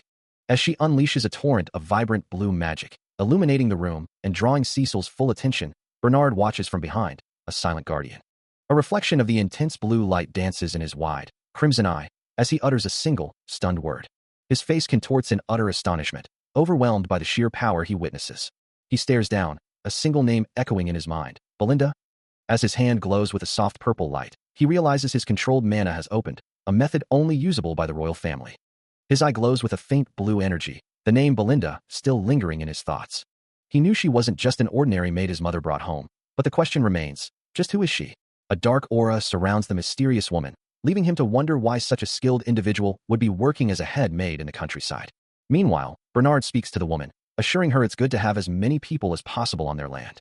Cecil's gaze sharpens, knowing that the challenges he's encountered so far are just the beginning. Bernard kneels before her, pledging his unconditional trust and offering to help with anything. The woman turns away, demanding to know why he took such a huge amount of money from Lady Amelia. While Amelia confronts Bernard, Cecil's thoughts drift to his own financial situation, realizing he needs to spend money, and Amelia is the only truly wealthy person he knows. Meanwhile, Bernard looks on with a worried expression as Amelia's gaze sharpens, her words cutting through the air. He questions if this is the true reason she broke their engagement, warning her that Count Rayfold will be furious once he discovers the truth. Back in his own space, Cecil dismisses the concern, confident that Amelia would never reveal such a secret to her father. He ponders his trust in her, a silent question hanging in the air. Meanwhile, Amelia, with a slight flush, confirms her agreement, before her expression hardens, demanding to know what Bernard intends to do with the money he took from her. Her hand clenches around a small pouch, the weight of the missing funds palpable. Amelia's eyes glow with a fierce red light, her composure slipping as her true power begins to manifest. Dark, glowing particles swirl around her, a silent testament to her growing fury. Still kneeling before him, her eyes glowing with an ominous red light, she declares her unwavering intent to pioneer the forest of beasts. Her determination is palpable, a powerful aura swirling around her as she reiterates her vow. Meanwhile, an older man, Fergus, clutches his chest, his expression etched with worry, as he reflects on the numerous failed attempts by grandfather to achieve some unknown development. Turning to the old man, Cecil asks if he remembers the request made before they entered the castle. Fergus looks back at his young master, his expression still troubled. His lips tremble slightly, a silent testament to his inner turmoil. Finally, Fergus responds, confirming that the person Cecil sought was indeed found in the mentioned location, but his tone suggests a complication. With Amelia standing nearby and a young woman named Belinda kneeling beside him, Fergus insists that as long as the person is alive and well, they should be left where they are, but Belinda quickly interjects, stating that they must return home as the person is in critical condition. Cecil turns to Belinda, his expression stern, questioning how she could possibly suggest abandoning someone after all that has transpired, to which she can only offer a small, resigned sound. Belinda, still defiant, insists that knowing her personality, she would only try to silence her. Fergus, ever the loyal retainer, interjects, assuring his young master that he, Belinda, and himself are all capable knights, implying they can handle the situation. Cecil, however, dismisses Fergus's attempt to mediate, reminding him that while reliable, it's not his role to interfere in such matters, as it falls into a different field of expertise. A close-up reveals his stern expression, his crimson eyes fixed on the situation. The scene shifts, and the group is now traveling, with one of them stating they are on their way to meet him. A carriage, carrying the trio, makes its way through a snowy, wooded landscape, approaching a large, isolated estate. A hand firmly knocks on a weathered wooden door, the sound echoing in the quiet. Standing before a dilapidated house, Belinda observes that the place appears abandoned. Fergus confirms, checking a document, that the address they were given points to this very location. The door creaks open slightly, revealing only darkness within. As the door creaks open to the dilapidated house, Fergus steps inside, his gaze falling upon the dark, dusty interior. The silence of the place is broken only by the soft thud of his boots as he descends a short flight of stairs. A deep frown creases his brow, his voice a low rumble as he questions, "Who is this?" Following him into the gloom, Cecil, Belinda, and another man join him, their expressions a mix of curiosity and apprehension. Belinda turns to Cecil, her concern evident, asking if he's certain this is the correct address, but he simply affirms, "No, this is the right place." Meanwhile, Fergus's expression remains troubled, his eyes wide with a profound sense of unease. Their attention is drawn to a small, cloaked figure, a young girl who dismissively tells them, "Are you bored, young noble? Don't waste my time and just go." Cecil steps forward, his gaze fixed on the girl, and he speaks her name with quiet certainty, Gillian. As the name echoes through the desolate space, Fergus's eyes suddenly flare with an intense, electric blue glow. His face contorts in a silent scream, eyes now burning a furious red. "I've longed to see you," a voice echoes. As Cecil reaches out, his own eyes glowing with an ethereal blue light. Ghislain speaks of the legendary Ratatosk mercenary group, prompting a surprised reaction from Cecil. A group so elite, only those who had mastered every weapon were permitted to join their ranks. Though they no longer exist, their bravery is such that any knight, even in death, would be proud to hear their name at least once. And the captain of that legendary mercenary group is Old Man Fergus, his face etched with the wisdom of countless battles. Or perhaps, a younger Cecil, extending a hand as if offering a new path. A powerful, arcing slash of a blade cuts through the air, leaving trails of vibrant blue and purple energy in its wake. Another swift, precise movement follows, the blade continuing its devastating trajectory. And at the heart of this raw power stands a white-haired figure, his sharp eyes burning with an intense, focused energy, a purple aura radiating from his form. Later, amidst the aftermath of battle, the legendary captain, Fergus, kneels before Cecil, his voice resonating with a profound demand, "Give me the right to command." A faint blue glow emanates from his outstretched hand as he continues, "I see. So you heard me." The veteran mercenary remains on one knee, his gaze fixed on the young man, a silent challenge passing between them. His long, white hair, intricately braided, falls over his shoulders, a testament to his years of experience. Rising to his feet, Fergus's voice booms with renewed force, "State your business." His eyes narrow, a dark energy swirling around him as he issues a final warning, "Stand back, young master." Belinda observes the young master, a hint of concern in her crimson eyes, as she remarks that the man they just encountered is clearly not in his right mind. Meanwhile, the eternal punishment continues to grip Gillian, who lets out a pained gasp as the curse tightens its hold. Cecil, standing over the afflicted child with Belinda, Fergus, and Bernard looking on, reveals his knowledge of the incurable disease his daughter is suffering from, a statement that hangs heavy in the air. He then extends a hand, a subtle smirk playing on his lips, asking if this information piques their interest. His crimson eyes hold a calculating glint, revealing the depth of his strategic mind. The curse manifests as a high fever, causing the child to cough uncontrollably. Blood seeps from her skin, where red spots bloom like delicate flower petals. This is the true horror of the eternal punishment, a relentless torment that consumes its victim. As Gillian lets out another pained cry, Cecil and Belinda watch, their expressions unreadable, while Fergus and Bernard remain silent witnesses to the unfolding tragedy. He watches as the old man cradles a child, a desperate cry of Rachel, tearing from his throat, a memory of a past tragedy. But Cecil knows, it's not too late for this one. His gaze firm, he reiterates, "It's not too late." A painful memory surfaces, of a time when he had tried to recruit a powerful figure, but that man was beyond his reach. He had given up everything, and his own daughter, Rachel, had soon passed away, leaving him with nothing but grief. And now, looking at Gillian's condition, he knows all the money spent on her treatment has been useless, just as it was for Rachel. The child's pained cries echo in the room, a desperate plea of, "Ugh, Dad. It hurts so much. I just want to die, please." Her suffering unbearable. The memory of Rachel's final moments, her name a whispered agony, merges with the present, deepening the old man's despair, a haunting parallel. Turning away, Cecil begins to don his cloak, declaring his intention to start the treatment right away, his resolve unwavering. But before he can finish, a hand suddenly grips his arm. Belinda's crimson eyes meet his as she addresses him. "Young master," she says, her voice carrying an unspoken question. He explains that the affliction is not something that can be overcome with mere strength, but a terrible disease, a punishment from the gods, and he has a plan to deal with it. Looking directly at Belinda, Cecil states with unwavering conviction that he can fix her, prompting a startled exclamation from the maid.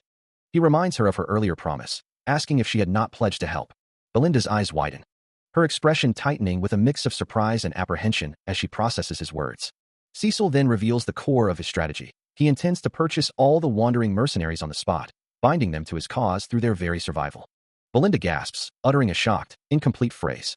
For those without a home, for wandering mercenaries. He knows that hunger is an inescapable fate, and they will become his hands and feet for survival, a means to overcome even an eternal punishment.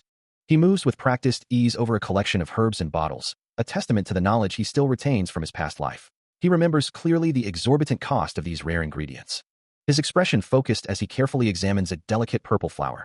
This particular bloom, known as the fairy's blessing, is crucial for his concoction. With precise movements, he finally chops the fairy's blessing and other herbs, packing them tightly into a bottle before pouring distilled alcohol over them. He then shakes the mixture thoroughly, ensuring it blends perfectly, and sets it aside to sit for a while. As Cecil continues to work on the remaining ingredients, stirring them into a potent brew, Fergus and Gillian watch him intently. Fergus's gaze is steady, a silent observer to the young master's meticulous process. Finally, Cecil holds up a small vial, now filled with a vibrant, glowing purple liquid, its soft light illuminating his hand. He holds out the glowing vial, instructing Fergus to have the child drink its contents. With a soft sound, the purple liquid touches Gillian's lips, beginning its work. Cecil carefully pours the potion into her mouth, his gaze fixed on the child's bloodied face. Another soft sound accompanies the last drops, as the potion is fully consumed. Then, with a faint crackling sound, the red spots on Gillian's skin begin to visibly recede. A soft, ethereal purple glow emanates from her face, as the last of the affliction disappears. The transformation is complete, leaving behind clear skin. Later, Gillian rests peacefully on a bed, while Cecil and Fergus stand over her, observing the successful outcome. Fergus exclaims in disbelief that the red spots are gone, and Cecil confirms they are indeed fading away. He watches as the last of the red spots vanish from Gillian's skin, a purple glow fading from her small body, as Fergus exclaims, "The medicine really worked." Looking up at Cecil, the old man continues, "As expected, it works well. Not even divine power could cure her." His face contorts with a mix of awe and disbelief. As Cecil clarifies that divine power isn't omnipotent, but rather it enhances the body's vitality and a person's regenerative abilities, explaining that his potion is different from a fundamental core. The young man's calm explanation hangs in the air, leaving Fergus to ponder the implications of such profound healing. A sudden, desperate hope dawns on the old man's face as he looks at his own hands, a single word escaping his lips. "Eh." He turns back to Cecil, his voice trembling with a plea. "Can my daughter really be cured?"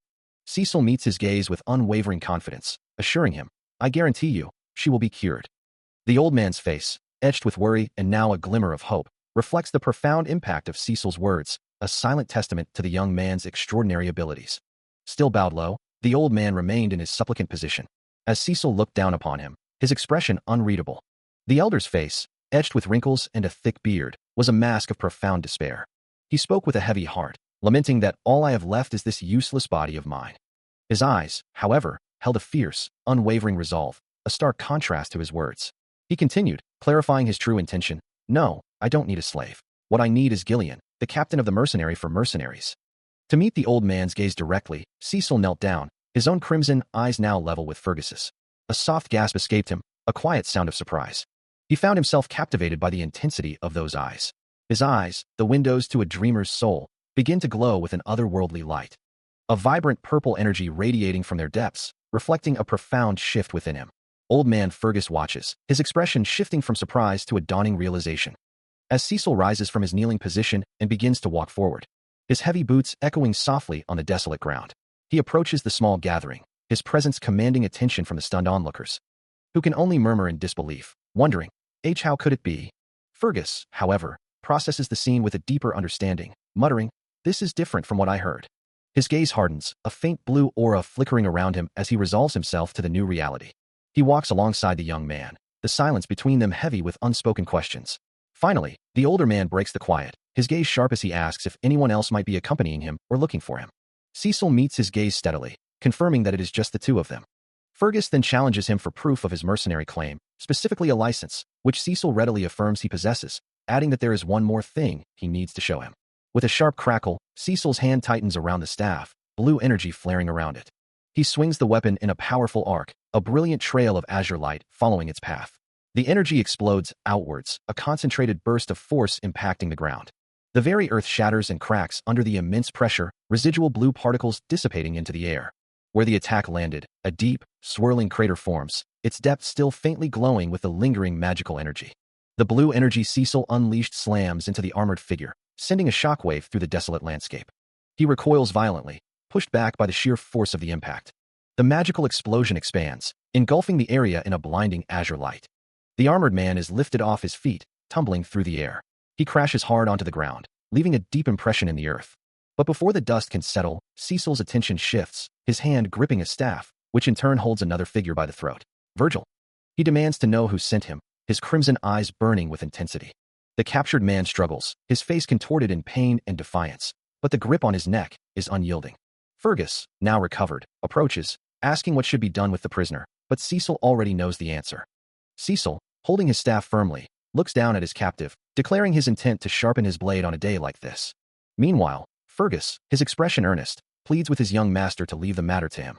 A pained grunt escapes Virgil as Cecil's grip tightens, causing blood to well from his hand. The raw force of the pressure radiates outward. Cecil maintains his hold on the cloaked figure, his staff pressed against Virgil's throat, while Fergus watches intently. From a distance, Belinda observes the scene, a flicker of concern in her crimson eyes as she notes his utter lack of hesitation. She wonders why the young master would recruit such a dangerous person. Still held captive, Virgil's thoughts betray him, acknowledging the good work of Ghislain Perdium. Fergus, unwavering in his loyalty, reaffirms his trust, placing his life in Cecil's hands. He stands over the desolate ground, a strategic thought forming in his mind, knowing that with this, he has secured a crucial card for the upcoming reconstruction plan. A faint smile plays on his lips as he declares his anticipation. I look forward to working with you, Gillian. Under the cloak of night, a reconnaissance mission was underway, its objective to silence the wildcat traffickers.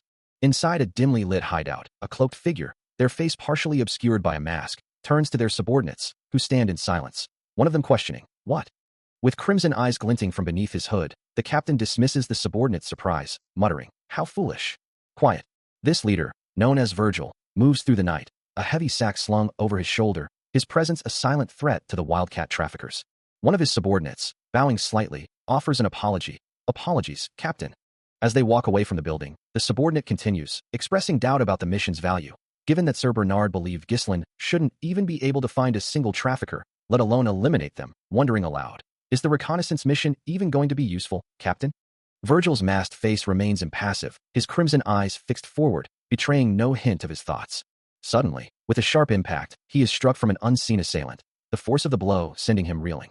With glowing red eyes and a predatory grin, Virgil watches the scene unfold, a small figure clutched in the arms of another.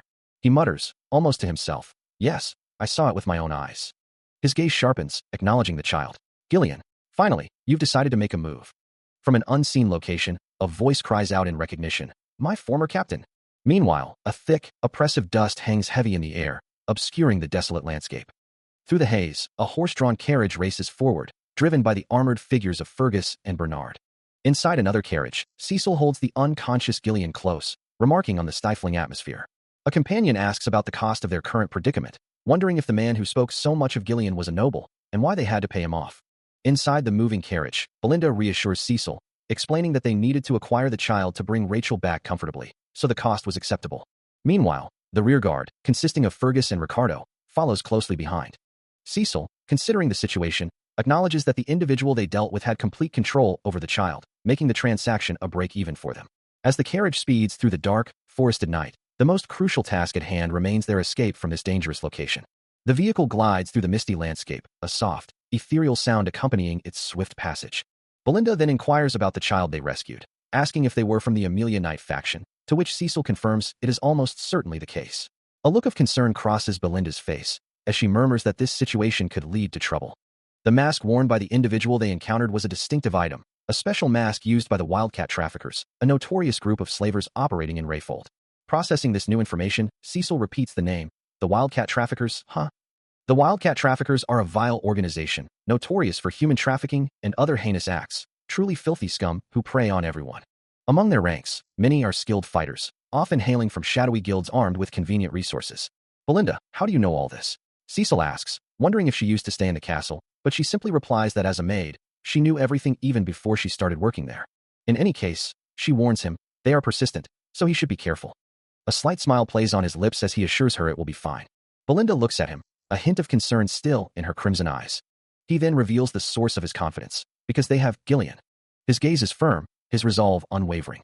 The carriage continues its journey through the dark, winding path. The carriage rumbles onward through the moonlit night. While on its roof, he and Gillian maintain their vigil, unaware of the danger lurking below. From a hidden vantage point, an old man with a long white beard watches them intently. Suddenly, the very earth beneath the carriage shatters, sending jagged rock spikes erupting upwards and violently lifting the vehicle into the air. He and Gillian are thrown from their perch, tumbling through the night sky. The old man, now axe in hand, steps into the open, observing the chaos he's wrought. An ambush from the ground, I see. Even as he falls, Cecil's hand flashes to his side, drawing his sword with practiced ease. He lands with a powerful impact, his blade meeting the old man's axe in a resounding clang. The ground trembles as a massive, dark-armored figure swings a colossal blade, effortlessly cutting down smaller, unseen foes. The sheer force of its attack sends shockwaves through the air. With another thunderous impact, the armored giant stomps the earth. From the fractured ground, a colossal, jagged rock pillar erupts, tearing through the battlefield. Amidst the chaos, the old man, his body glowing with fierce energy, delivers a powerful, cracking blow to one of the armored figures. The impact sends the enemy reeling backward, blood splattering from its form. Meanwhile, Cecil, his crimson eyes sharp, slashes another armored foe with a swift, decisive strike of his sword. He and Gillian find themselves surrounded by the escalating battle, the massive rock pillar looming over them.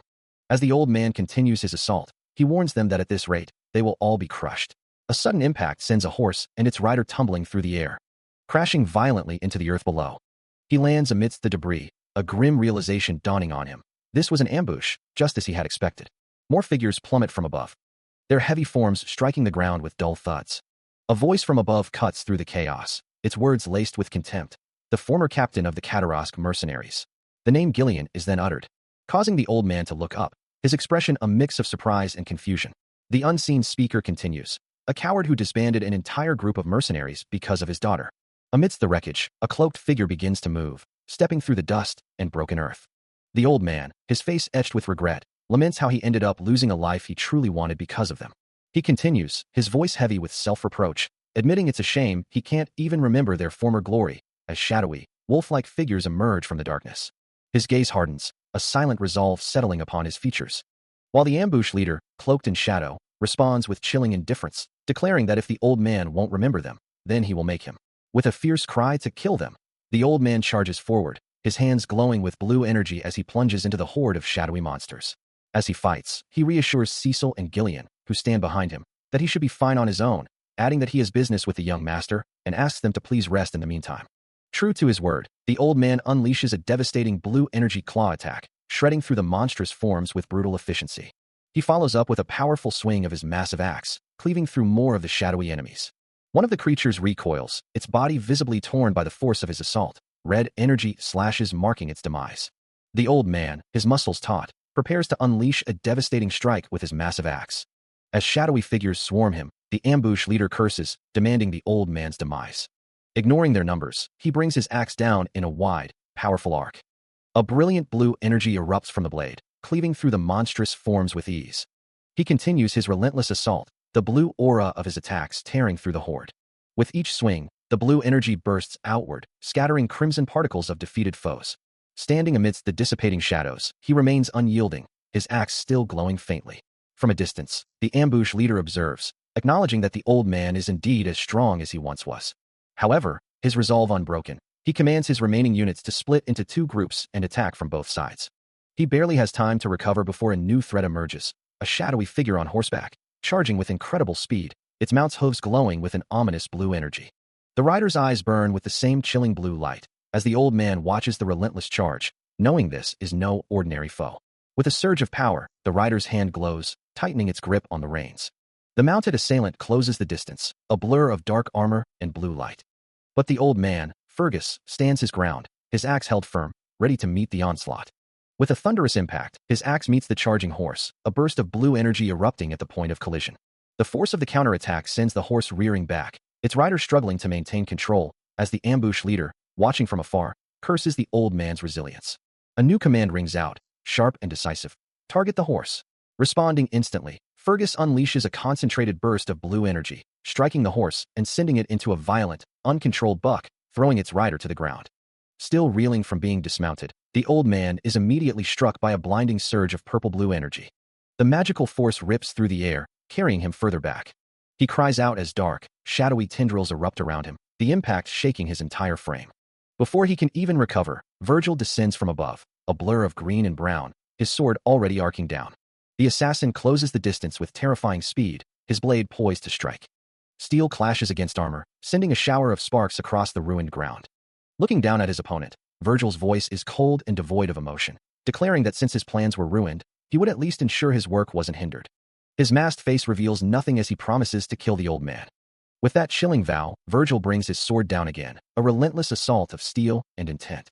Virgil's relentless assault continues, a shimmering blue energy blade arcing through the air, before his physical sword presses sharply against the old man's throat. A burst of crackling purple energy then erupts from his hand, followed by another swift, powerful sword strike. He pauses, an exclamation of surprise or annoyance escaping him, as the old man is sent tumbling backward through the dust. "Ugh, you claim to not be the captain," the old man rasps, struggling to rise.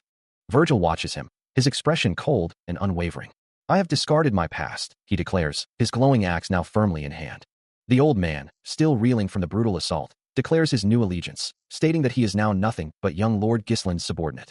Meanwhile, Virgil stands amidst the swirling blue energy, his glowing axe still clutched firmly in hand. Suddenly, a menacing masked figure appears, his eyes glowing crimson, fangs bared and stained with blood. Cloaked and radiating a dark aura, the figure snarls, vowing to kill at all costs. The old man looks up, his white hair flowing as he reacts to the new arrival. His crimson eye narrows, a flicker of recognition crossing his features, as he gazes upon a familiar silhouette in the distance. "Father?" he murmurs, a question hanging in the air. The emblem of a proud house, emblazoned on a shield, confirms the lineage, marking the imposing structure as Perdium Castle. Perdium Castle stands majestically, its formidable stone walls and towering spires a testament to its enduring strength. Yet, within its hallowed halls, a somber discussion unfolds, as the need to reduce their forces becomes a stark reality. A voice questions the wisdom of requesting more support from Rayfold, while a group of officials and knights gathers around a low table, their expressions etched with concern. The general administrator, Homan, looks on with a surprised frown, as he realizes the very people who reduced their support are now expected to gather soldiers and supplies. He acknowledges the necessity of rebuilding the castle's defenses, the Mana Stone destroyed in the last battle, but worries that reducing their forces further poses a significant risk, even as recruiting new knights and soldiers proves difficult. Cecil, observing the tense discussion, simply remarks that it's the same old story. Among the assembled figures is Perdium Knight Captain Randolph, his stern gaze reflecting the gravity of the situation. Treasurer Albert, with a thoughtful expression, listens intently to the unfolding debate. Perdium General Administrator Homan, his face etched with the weight of responsibility, ponders how long it has truly been since their last moment of peace. As the young Lord of Perdium, he has only been in this position for a few months. A stark contrast to the decades he spent as the Mercenary King. He looks up at his father, a familiar figure who greets him with a simple, "Hm." This is Count Perdium, Zwaldfer Perdium. Cecil remembers his father as a strict and serious man from his childhood. But now, with his enhanced perception, he can truly see the weight his father carries. The countless burdens of exhaustion and fatigue weigh heavily on his shoulders. The immense responsibility of being the lord of this land manifesting as a visible, green aura around him. He has been at the castle for about a week, silently bearing his duties. He calmly states, "I visited the Rayfolds." His father, the Count, eyes him with a hint of suspicion, hoping you didn't cause any trouble this time. Cecil dismisses the notion, "I did not," while Homan, ever the diligent attendant, reminds him, "Although you have returned, you must still be careful. The Count is still very busy, and you have some work to do." The Count presses further, "Surely you didn't dare to gamble, did you?" Cecil scoffs at the accusation, clarifying, "Gamble, my foot. Of course not. I was investigating," and adding, "I just had business with Amelia."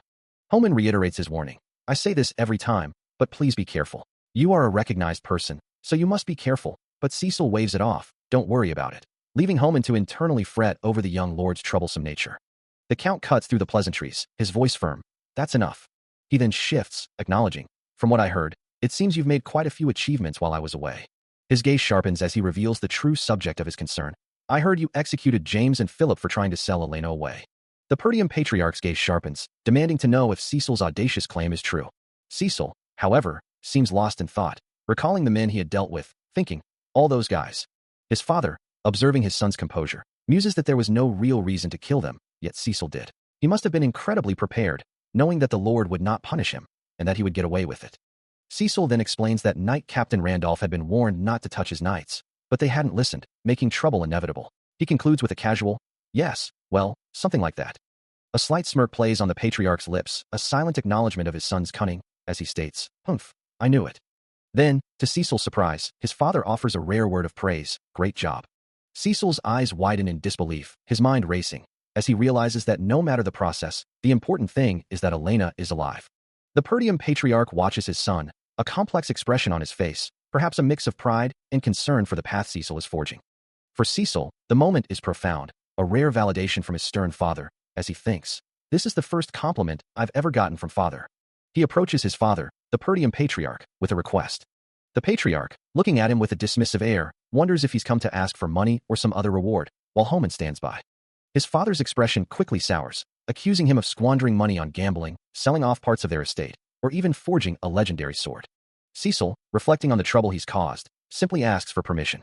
He then reveals his true intention, to pioneer the perilous forest of beasts, a declaration that visibly startles both his father and Homan. The two older men stare, wide-eyed, at the audacity of his proposal. A flicker of frustration crosses his face. He recounts the inevitable refusal, stating simply that his father said no. Meanwhile, the Perdium patriarch, clearly agitated, begins shouting at Homan, who appears utterly overwhelmed. "Of course he would," Cecil mutters, his voice laced with frustration. "That place is filled with monsters. There's nothing to gain." Homan, however, offers a different perspective, reminding him, "You've heard of my daughter, Amelia, correct? Yes, I became the Perdium's butler because she was cured by your daughter. The Forest of Death, a place where no one can return alive, is a place everyone avoids. Its notoriety is also well known in other regions as well," Homan adds. "As you said," Cecil replies, "there's nothing to gain from pioneering the Forest of Death." Belinda, walking beside him, asks, "Get started? Stop. You said you didn't get the permission from the patriarch." Cecil pauses, a thoughtful expression on his face. "This has." Belinda presses him. "What could possibly be there that you'd be so obsessed with?" He simply replies, "I'll tell you later." Cecil's gaze hardens, his mind already made up. "If I successfully pioneer the Forest of Death, I'll be able to earn the patriarch's trust." Not far from the Forest of Death's entrance, a significant discovery lies hidden. Buried deep within the earth, there is a massive runestone vein. This, ore, infused with mana, is known as runestone, an extremely rare mineral that mages covet. It's a crucial component, used in all manner of magical tools, from barriers and weapons to powerful magic scrolls. Alchemy, magic research, anything that uses mana involves it. In his previous life, only one person in the entire world ever discovered it. But now, Cecil is the only one who possesses this vital information. A sudden realization seems to strike him as he clutches at his shirt. Belinda watches him, a soft hum escaping her lips. He stands before his companions, his voice firm and unwavering as he declares his intent to take full control. Belinda, ever practical, suggests heading to the Search Guild to hire mercenaries around the Forest of Death, though she questions the wisdom of spending money on such unreliable individuals, wondering if he truly understands their nature. Fergus echoes her concerns, reminding him that mercenaries are a rough and unruly bunch, only listening to the strongest, and are notoriously difficult to manage, even turning on their employers if there's enough incentive. Acknowledging their points, he agrees with their assessment, then reveals his plan to personally select the mercenaries, gesturing towards a map laid out before him. Fergus, understanding the implication, mentions the numerous mercenaries operating in the north. Then his eyes widen in dawning horror as he asks if he means those crazy dogs. These are warriors skilled enough to kill their own employers if they venture too far south. Their shadowy forms and glowing red eyes a testament to their brutal reputation. With a determined gaze, he confirms his target, the infamous Cerberus mercenaries. He sets off on his journey, leaving the familiar behind. As the landscape unfolds before him, Cecil declares his intent to reign in the notorious Cerberus mercenaries. He leads the way through the rugged mountains, Ricardo following close behind, their destination a distant mercenary camp. The camp itself is a sprawling, chaotic collection of tents and figures, a hive of activity nestled in the valley. Unbeknownst to them, their approach is being watched as Fergus and Belinda continue their journey, unaware of the eyes upon them. Within the mercenary settlement, a hooded figure with a prominent nose remarks that the approaching poor souls have no idea what they're walking into.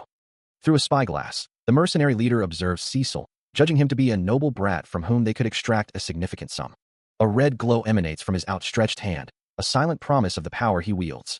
A sudden, guttural cry erupts from one of the Cerberus mercenaries, his comrades looking on in shock. The Cerberus leader, his eyes glowing with a fierce blue light, reacts with a sharp intake of breath, a faint aura shimmering around him. He moves with blinding speed, a blur of motion as he closes the distance. In an instant, several of his own men are sent flying, their bodies tumbling through the air. "You bastard, what are you doing?" one of them screams, disbelief etched across his face. The leader's gaze hardens, the blue energy around him intensifying. With a powerful, sweeping motion, he unleashes a wave of raw force, tearing through the remaining resistance. His stance remains unyielding, the ground beneath him cracking from the sheer power he exerts.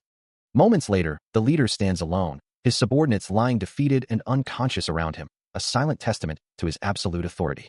A sudden commotion erupts, drawing the attention of Cecil and his armored guards, who brace themselves for an unknown threat. As the armored figures take defensive positions, one of them questions the sanity of their approaching foes. Cecil, standing firm amidst his men, acknowledges the disparity in their social standing, yet warns against underestimating their resolve. Meanwhile, a formidable group of dark-armored soldiers advances, their long-haired, bearded leader issuing a grim warning. None of them will return home alive. His declaration hangs heavy in the air, a silent challenge to the opposing side. Then, from behind the advancing forces, Virgil appears on horseback, his presence adding another layer of tension to the unfolding confrontation. Cecil, his expression resolute, prepares himself for the inevitable clash. Amidst the desolate, war-torn landscape, Cecil Perdium stands before a gathering of hardened mercenaries, his presence commanding attention.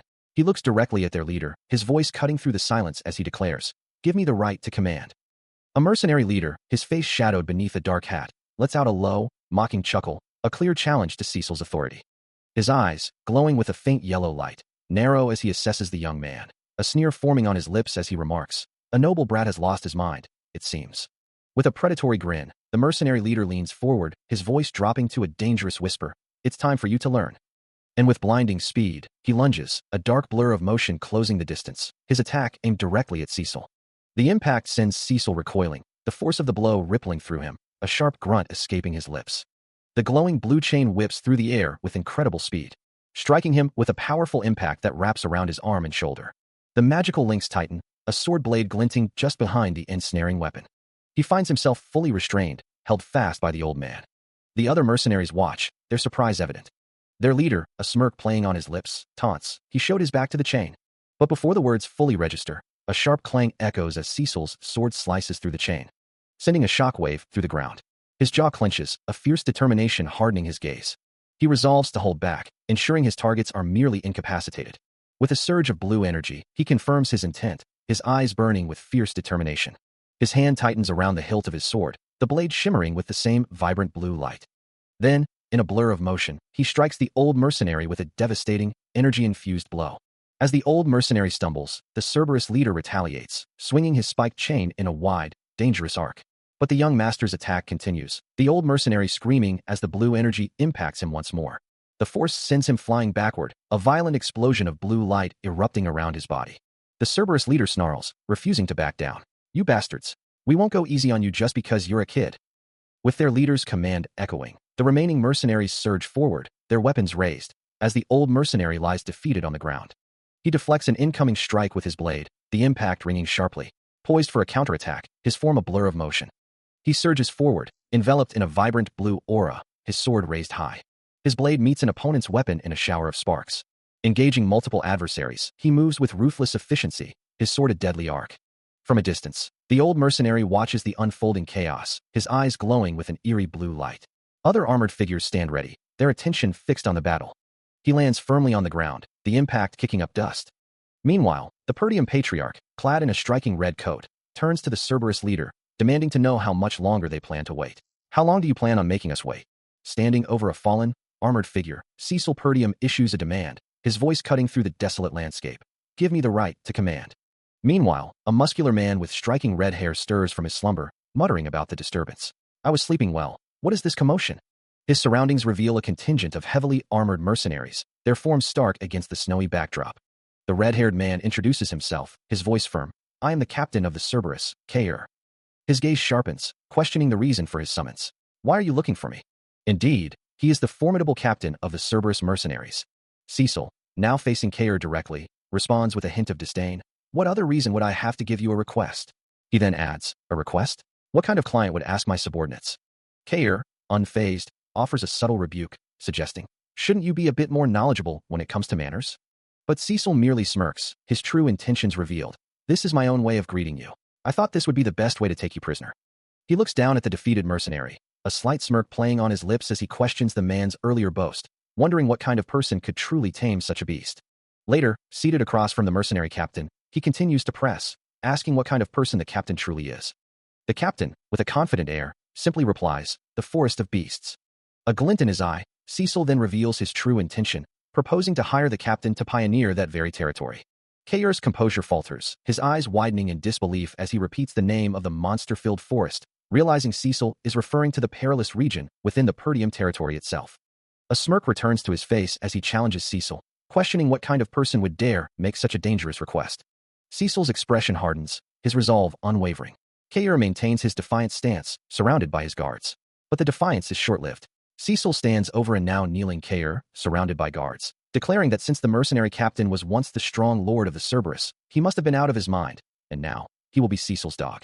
Still on his knees, Kair challenges the young master's sheltered upbringing, asserting that he knows nothing of the real world.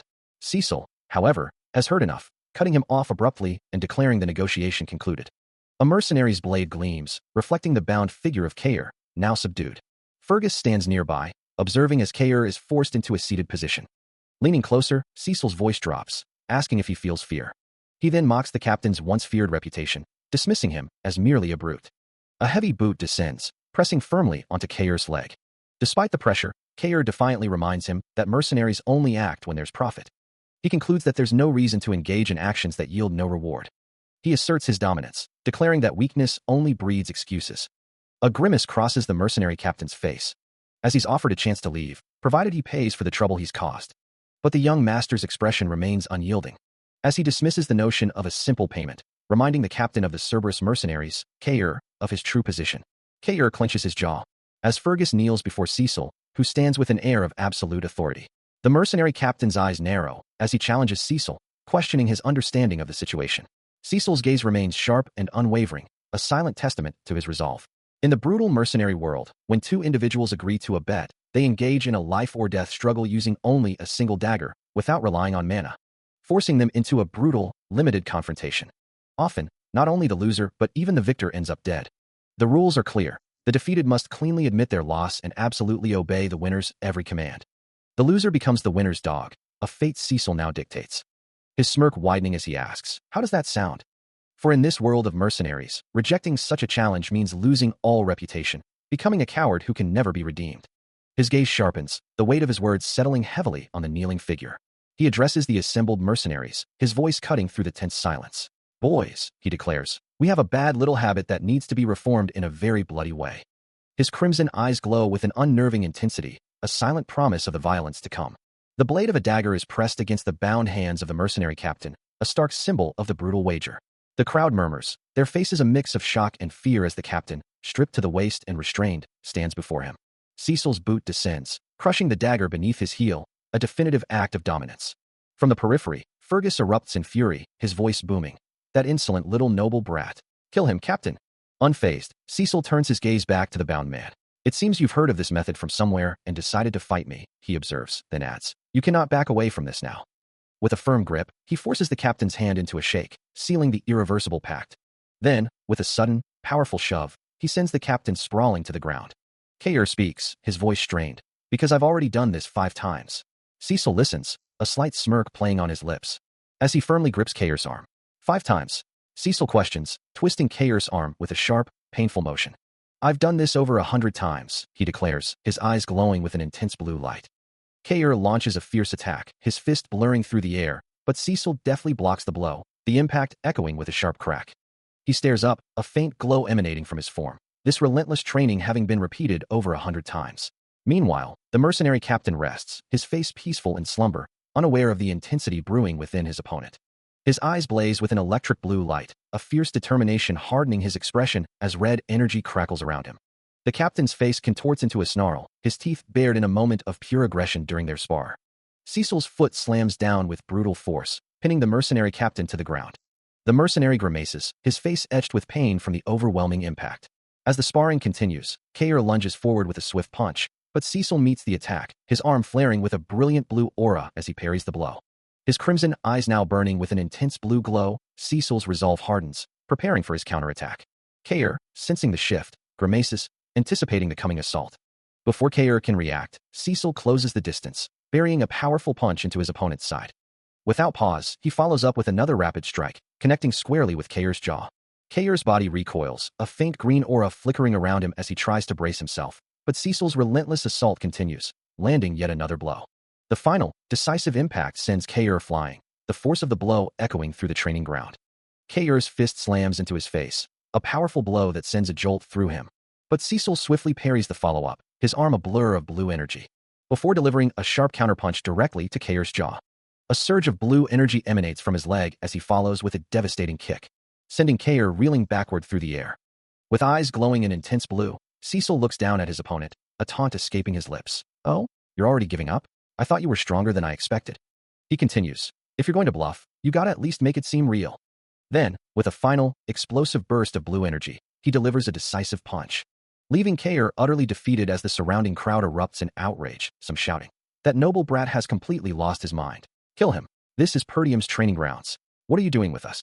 A monstrous, wolf-like creature with glowing red eyes stands amidst a group of armored figures, a grim thought echoing through the desolate landscape. He reflects on the past, or perhaps a premonition, of a losing battle. Meanwhile, two combatants are locked in a brutal sparring match, confined to a small circle where the rules forbid the use of mana, forcing them to rely purely on physical strength. Their hands are bound together, a severe handicap that means they can barely dodge or block incoming attacks. One fighter attempts to parry a rapid succession of knife strikes, his forearm already bleeding from the impacts.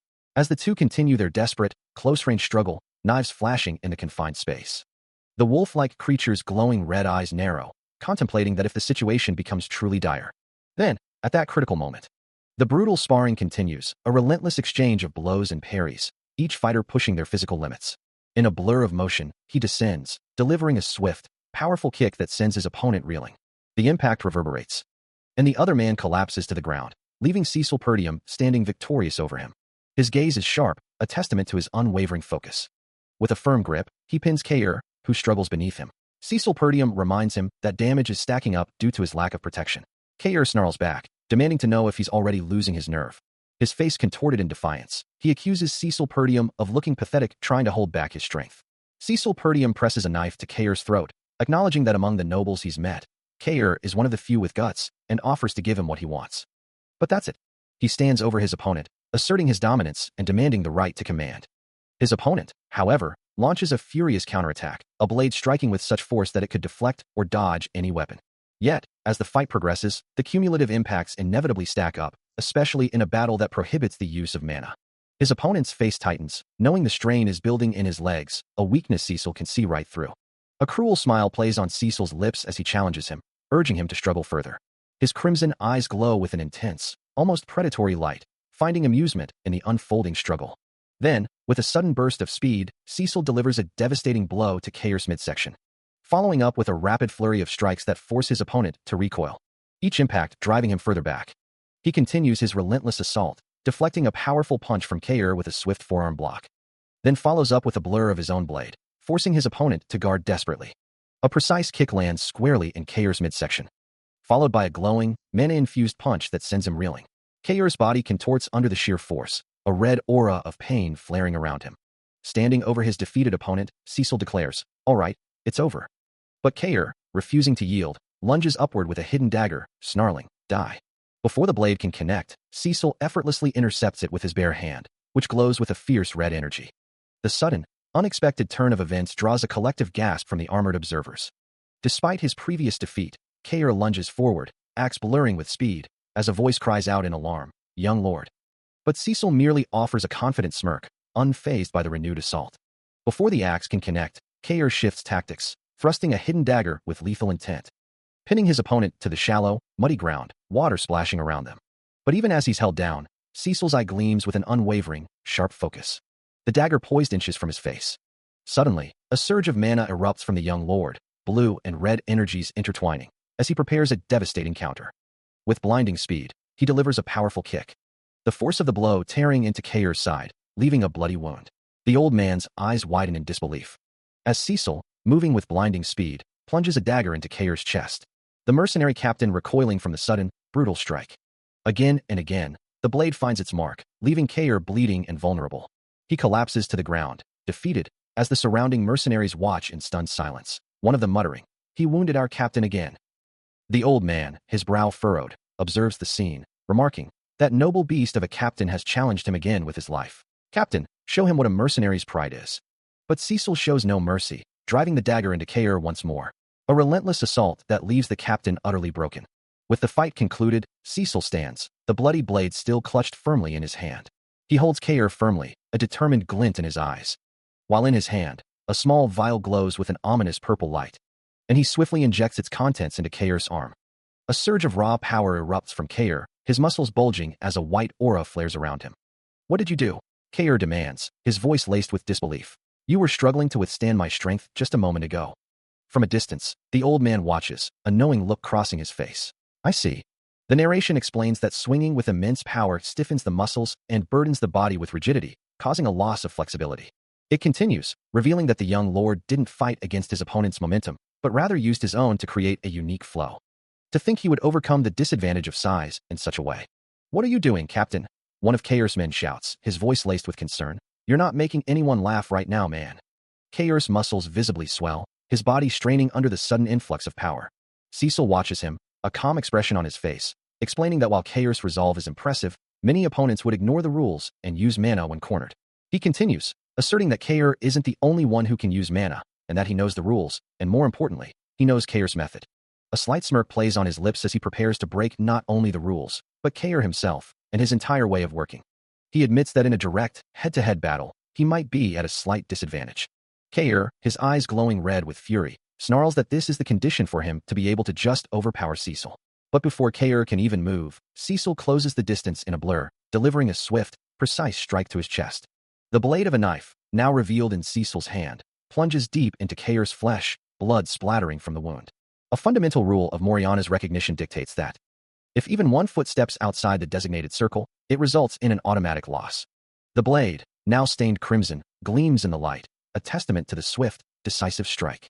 Yet, Kair, still brimming with misplaced confidence, boasts that no matter what happens, his opponent's slow attack could never touch the Cerberus captain.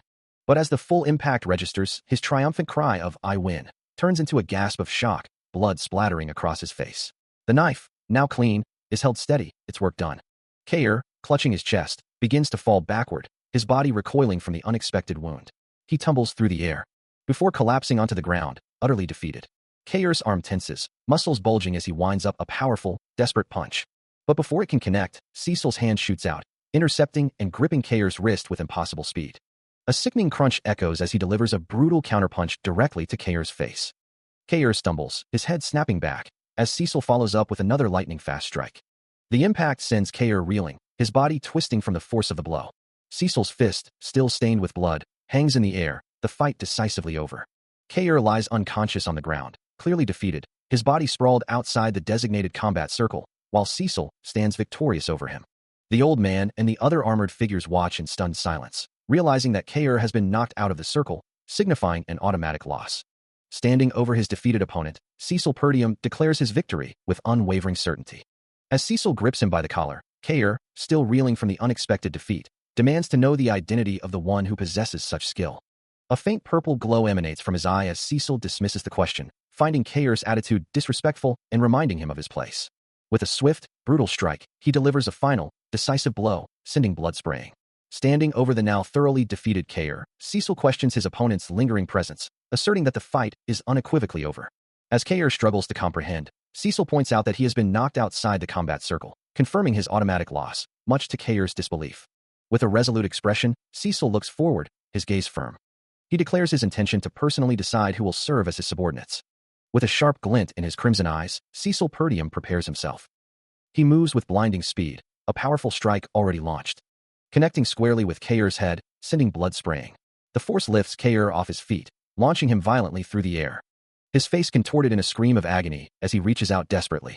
Before he can even land, a monstrous maw erupts from the ground, tearing into him as Cecil coolly remarks, "You mean you're going to discipline your subordinate right out of my sight?"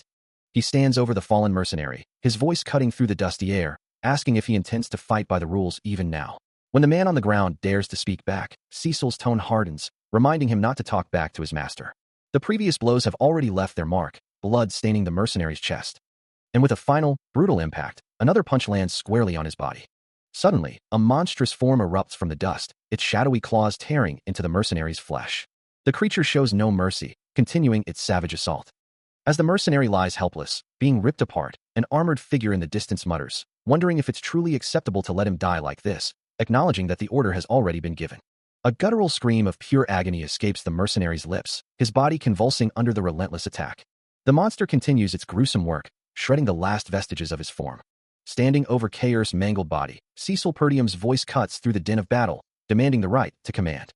Meanwhile, the monstrous creature, its eyes glowing with malevolent energy, lets out a guttural roar, its presence still a terrifying force on the battlefield. Its massive, clawed hand, wreathed in dark purple energy, is poised to strike again. As Cecil's command rings out, a mercenary among the ranks questions the situation, wondering aloud if they are truly meant to kill this creature. Despite the uncertainty, two armored figures charge forward, their weapons drawn and ready. Another mercenary, helmeted and grim, acknowledges the order, even as the monstrous threat looms before them.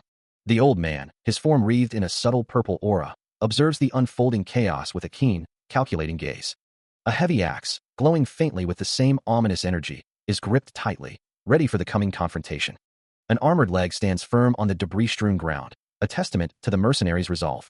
A mercenary's face, already bruised and bloodied, contorts in pain, his eyes wide with a mix of shock and fear. He reels from the unseen blow, his head snapping to the side, before slowly looking up at his assailant. Cecil Perdium stares down at the man, his hand already poised. And without hesitation, his fist connects with brutal force, sending the mercenary's body violently backward. The man's face is a mask of agony, blood spraying from the impact. Cecil mentally categorizes the various types of mercenaries before him: the overconfident, the traitors, the narcissists. A little scare tactic, he muses, worked wonders for them. Still asserting his absolute authority, Cecil holds the injured mercenary upside down by one leg, his grip unwavering. The mercenary, once known as the Red Dog for his ruthless efficiency in taking money from his enemies, now lies humiliated at Cecil's feet, as the other mercenaries kneel in fear, unable to intervene for their captain, Kair, who has been utterly defeated by this noble brat. With a casual, almost dismissive gesture, Cecil lifts the battered Kair by his arm, forcing the injured man to face the cowering crowd. His voice cutting through the tense silence, Cecil demands, "What are you doing, standing there? Bring me some water, a bandage, and a towel." He then clarifies his intent, adding, "Your captain's going to be by this man's side."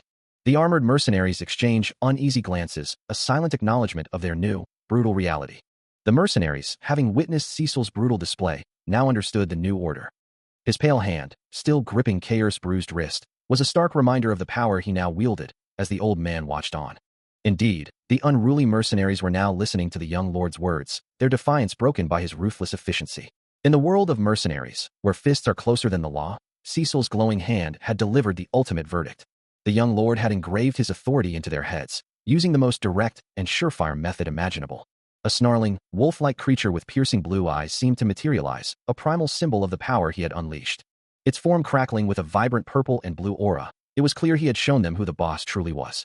Another spectral, dog-like entity, wreathed in dark particles and glowing red eyes, emerged as a haunting echo of the Red Dog's broken pride. Kair, now shirtless and bandaged across his chest, sat defeated, a testament to Cecil's absolute dominance over the mercenary ranks. He gestures towards the document on the table, demanding a signature, a final act of submission from the defeated captain. Kair, his face still bruised and swollen from the previous confrontation, can only offer a pained, silent acknowledgement. Now seated across from Cecil at a rough wooden table, surrounded by his mercenaries, the captain remains utterly subdued. Cecil extends a hand, not in greeting, but as a silent command for Kair to take it, to seal their new arrangement. His crimson eye glows with an intense, almost predatory light, leaving no room for refusal. Kair attempts to speak, a hesitant phrase about working together forming on his lips, but his voice falters under the weight of the young man's gaze. Instead of a handshake, Cecil's grip tightens, crushing Kair's hand with brutal force, a painful reminder of who holds the true power. With a chilling smile, Cecil declares that from this moment forward, they are all family. His expression remains unwavering, a cold resolve settling over his features as he solidifies his control over the mercenary group. Looking forward to working with them again, he states, his grip firm. A few days later, the mercenaries find themselves at the outskirts of the Perdium territory. The armored ranks march onward, a sea of steel and grim determination. Among them, some grumble, wondering why they were called out so early in the morning, needing lunch to gain strength. Others whisper, questioning if their new leader is truly a kid, or perhaps even older than the discarded well. One mercenary, an eye patch covering his left eye, chuckles, believing this will turn out to be some easy work. Suddenly, a familiar, chilling pressure emanates from Cecil, his hand glowing with an ominous light as he squeezes Kair's hand once more, demanding, Now, your attention, please." A massive, bald mercenary with a scarred face steps forward, suggesting that to handle a great battle, they need a representative. Among the gathered mercenaries, a towering, bald man with an imposing physique, known as Gordon the Muscle, addresses his comrades, asking them to consider who among them is worthy of command. He continues, his voice resonating with experience, recalling a time when he himself was a leader, burdened by the weight of responsibility, and suggesting that a representative is needed for the upcoming battle. The other mercenaries listen intently, one of them acknowledging the importance of a strong leader to ensure their victory and achieve their goals. Gordon then turns to a stern-faced mercenary, inquiring about his plans and emphasizing the necessity of knowing his capabilities in such a critical situation. With a confident smile, Gordon asserts that he will apply pressure, ensuring that only the most capable individual steps forward as their representative. The mercenaries respond with enthusiastic cheers, their voices echoing their approval for Gordon's reliability and his ability to handle such important matters. Gordon, pleased with their reaction, then shifts the topic, asking if they know how to gather money, before a sudden exclamation from one of the mercenaries draws everyone's attention. A mercenary points into the distance, announcing that someone is approaching. In the distance, a lone figure can be seen walking along a winding path, heading towards a grand castle that looms on the horizon. Across the desolate plains, a lone rider on horseback steadily approaches the distant Perdium castle, their rhythmic hooves echoing in the quiet. Meanwhile, among the gathered mercenaries, one whispers, "He's the one who killed my employees," while another dismisses the threat, scoffing, "How pitiable." He doesn't know he's seen Gordon's muscles. Gordon, flexing his immense physique, bellows, "All right, everyone come forth and show me what you're made of for me." He clasps his hands, a smirk playing on his lips, determined to teach a brat what the real world is. A sharp, crimson eye narrows slightly, a quiet escaping the approaching rider. Still, the rhythmic thud of hooves continues, carrying him closer to the waiting mercenaries. Moments later, a mercenary lies crumpled on the ground, armor dented and broken. The scene is littered with the defeated, their forms scattered across the dusty earth. Standing amidst the fallen, Cecil looks down at the vanquished, his expression calm and unwavering. He makes his way through the desolate, snow-covered landscape, his cloaked figure a stark contrast against the muted tones of the land. Meanwhile, two figures stand in hushed conversation, one a hulking, bald man, the other cloaked and hooded, his face obscured. The hooded figure expresses his disbelief, wondering aloud what kind of power could compel such fierce loyalty from the men following him, as Kair listens intently beside him. The hulking man, Gordon, kneels before the newly arrived figure, surrounded by his mounted mercenaries, their expressions a mix of apprehension and awe. Cecil Perdium, his platinum blonde hair catching the light, regards the scene with a calm, almost indifferent gaze. He steps forward, addressing the kneeling man directly, his voice cutting through the tense silence. "Are you the representative?" A subtle smirk plays on Cecil's lips, his crimson eyes holding a hint of challenge. Gordon, recognizing the young master, stammers out his own name, a tremor in his voice betraying his fear. Cecil simply repeats the name, his tone flat, utterly unimpressed by the man before him. Still on the ground, Gordon grunts as Cecil Perdium leans in, his voice cutting through the tension, demanding the right to command. A low, guttural ugh escapes the bald man. From his vantage point, Gordon looks up, along with Kair and the other mercenaries, as the truth of Cecil's identity echoes through the territory. He is the young Lord of Perdium, Gulen Perdium. With his authority now established, Cecil issues a direct order to the still reeling Gordon, "Gather the mercenaries." A subtle smirk plays on his lips, as the narration confirms his next move. He will now begin powering up the rest of his forces. Beneath a vast, open sky, the dense canopy of a sprawling forest stretched out, hinting at the untamed wilderness ahead. Outside a large, temporary structure, Cecil Perdium stood with the old man, both surveying the landscape with a focused intensity. Together, they moved with purpose, their steps firm as they began their journey. All preparations for pioneering the forest had been finished, and Cecil now stood with Kair and Gordon, the final details being ironed out. Resource procurement was a critical component, ensuring they had everything necessary for the arduous task ahead. And troops, Cecil mused, studying a map, were equally vital to their success. The path through the wilderness lay open before them, a winding trail into the unknown. With all preparations complete, Cecil Perdium, the old man, Kair, and Gordon stood ready, a formidable team poised to venture into the forest. He stands before a kneeling woman, her white hair contrasting with his own platinum blonde, as she humbly requests to follow him one last time. Granting her wish, he then oversees the assembly of his forces, which include 148 mercenaries contracted through the office. These are bolstered by the 4 elite Cerberus mercenaries personally brought by the young master himself. A satisfied expression crosses his face as he considers the preparations, hoping everyone involved has properly weighed their options for the journey ahead. Later, he discusses the strategy with the old man, who confirms that the commander of the Forest of Beasts post has been cooperating, ensuring their entry remains undetected. A slight smile touches his lips, finding that news reassuring. As they reach the edge of the dense forest, Kair, the captain of the Cerberus, barks an order, telling the assembled mercenaries to line up.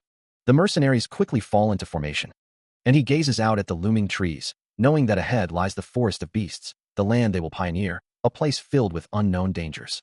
He knows that various monsters, unseen threats, and possibly something far beyond imagination lurk within the Forest of Beasts, Yet he declares his unwavering determination to conquer this perilous place, prompting shocked gasps from the assembled mercenaries who had not realized their destination.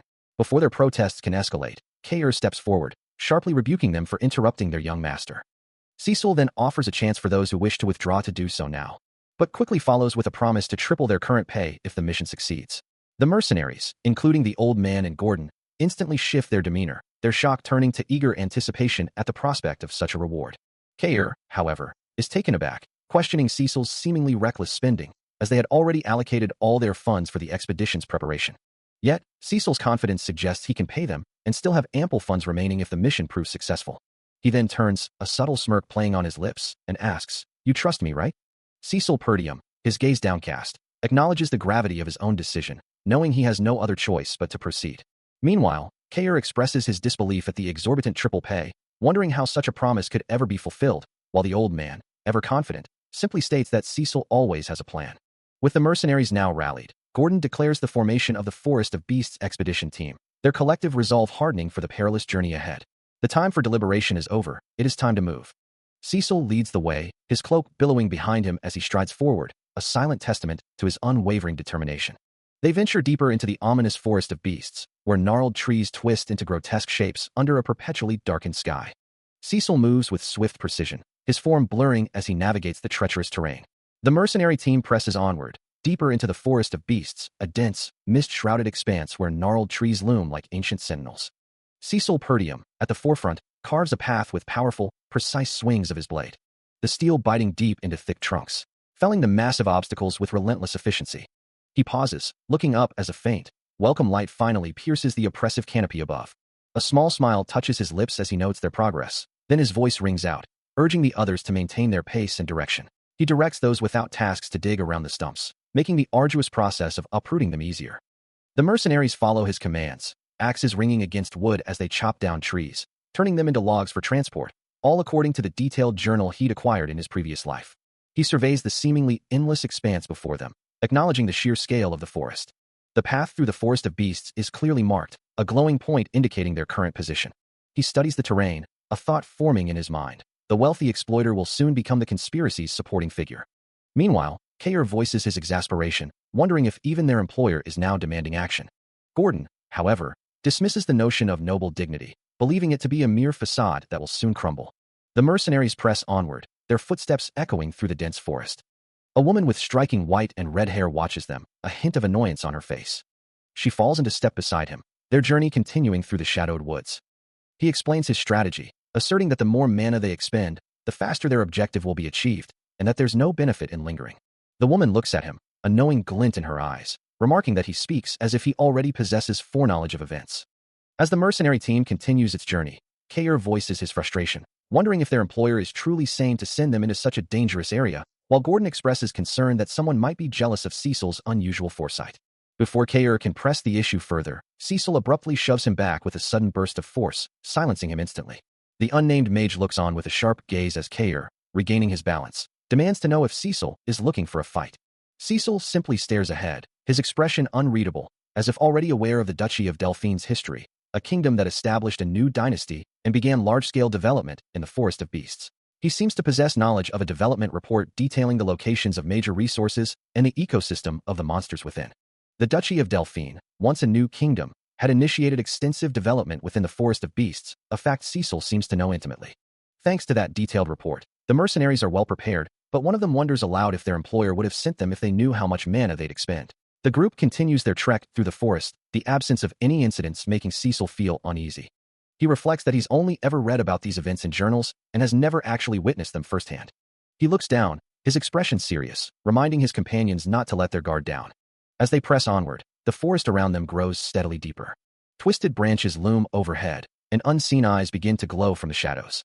The mercenary team pushes through the oppressive darkness, and the unnamed female mage wonders aloud if it's just her, or if the surroundings are truly growing darker, especially since this supposedly dangerous forest has yet to present any real threats. Gordon, clearly frustrated, declares he feels cheated, demanding his money back for such an easy job. His face contorts in annoyance, as he questions the entire premise of their mission. Suddenly, Kair's voice cuts through the complaints, a sharp warning to the others. Gordon, still bewildered, asks if they had clearly called down on their way here, implying a lack of preparation or a misunderstanding of the situation. Kayer's warning hangs heavy in the air, but Gordon, still skeptical, demands to know, yeah.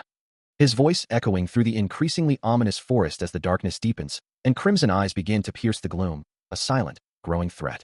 Still holding his massive log, Gordon questions why their path is blocked. The mercenary team's expressions shift from impatience to concern as the air grows heavy with an unseen presence. Cecil's gaze sharpens, his focus absolute as he senses the imminent danger, his voice cutting through the tension with a sharp command. Suddenly, a horde of grotesque creatures bursts from the shadows, their forms blurring as they charge. Before they can even fully emerge, a swift blade flashes, severing a monster's limb with brutal efficiency. The unnamed mage gasps, turning to Cecil, questioning the sudden, chilling change in atmosphere. Meanwhile, Gordon, finally understanding the gravity of the situation, lets out a battle cry, swinging a massive log into the fray, as Cecil warns him of the peril. He directs his companions, urging them to proceed cautiously, telling them to look slowly and take one step at a time. As Gordon, with a grunt of effort, swings a massive log to clear their path. The heavy timber crashes through the undergrowth, the mercenary letting out a strained ah as he finishes the swing. But the disturbance only reveals a glimpse of something monstrous lurking deeper within the dense foliage. Kayer curses under his breath, frustrated by the unexpected obstacles and muttering about that idiot, while the mage beside him lets out a sharp gasp of terror. The forest seems to come alive with unseen threats, a shadowy figure darting through the trees, prompting Kayer to voice his growing unease, wondering aloud what could be wrong. Cecil, his expression grim, continues to scan the treacherous surroundings. A chilling smile spreads across the old man's face, a question hanging in the air. Easily, huh? He stands deeper within the forest of beasts, a place that, despite its beautiful scenery, harbors immense danger, as Cecil and the mage observe. Cecil, his expression firm, commands them to follow him, warning that defiance would lead to their demise. The old man, however, challenges him, questioning why he maintains such a stern demeanor, and if he truly believes his youth makes him superior. Without waiting for a response, the old man turns and walks deeper into the ominous woods. Cecil's eyes widen in surprise, a sudden realization dawning on him. As a guttural cry escapes him, the old man's hand transforms, growing monstrous claws and covered in dark, gnarled skin, a crimson aura flaring around him. The grotesque transformation continues, his arm now fully mutated, reaching out with terrifying intent. The very trees of the forest of beasts seem to respond, their gnarled branches twisting into menacing forms, glowing with an eerie red light. The monstrous entity, now fully revealed, emanates an oppressive aura, yet paradoxically, it seems to possess no discernible presence. Black, thorny tendrils erupt from the ground, twisting and spreading unpredictably, their movements defying all logic. The forest of beasts itself seems to awaken, its depths now glowing with malevolent red eyes, a living, predatory entity that demands extreme caution. As a colossal, crimson eye opens within the darkness, Cecil stands before it, his back to the viewer, observing the terrifying spectacle. He begins to walk forward, his red cloak billowing behind him, his sword held ready. His eyes widen in recognition, a chilling realization dawning upon him as he murmurs, a direst ent. A faint, unsettling smirk plays on his lips, hinting at a deeper understanding or perhaps a dangerous resolve. Chapter 22. From the depths of the earth, a grotesque, organic mass of dark flesh, studded with glowing red eyes and jagged teeth, begins to tear its way free. The monstrous entity continues to expand, its dark tendrils and gaping maw now engulfing a wider area, as several human figures engage it in a desperate struggle.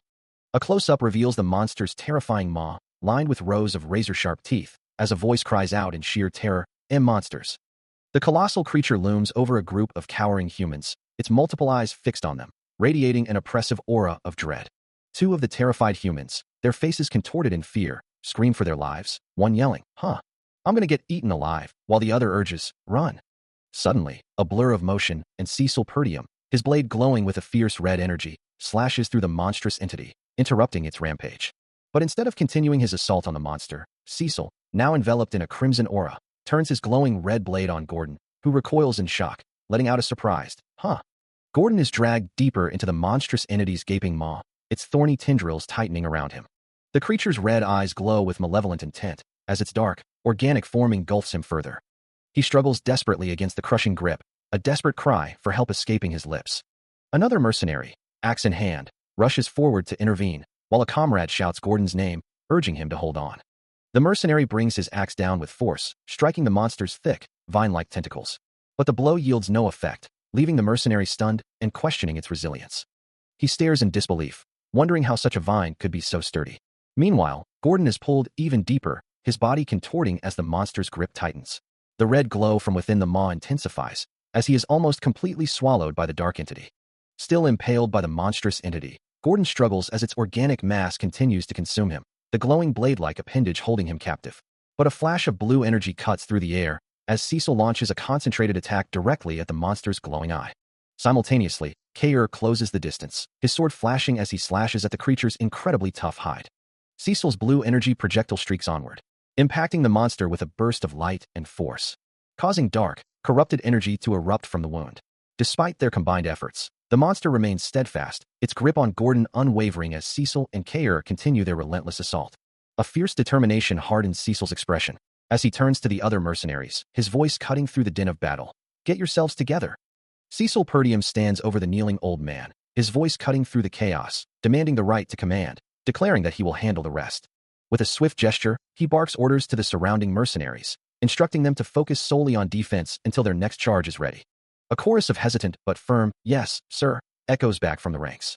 From an elevated position, Cecil directs them to block all directions, forming a tight perimeter against the encroaching threat.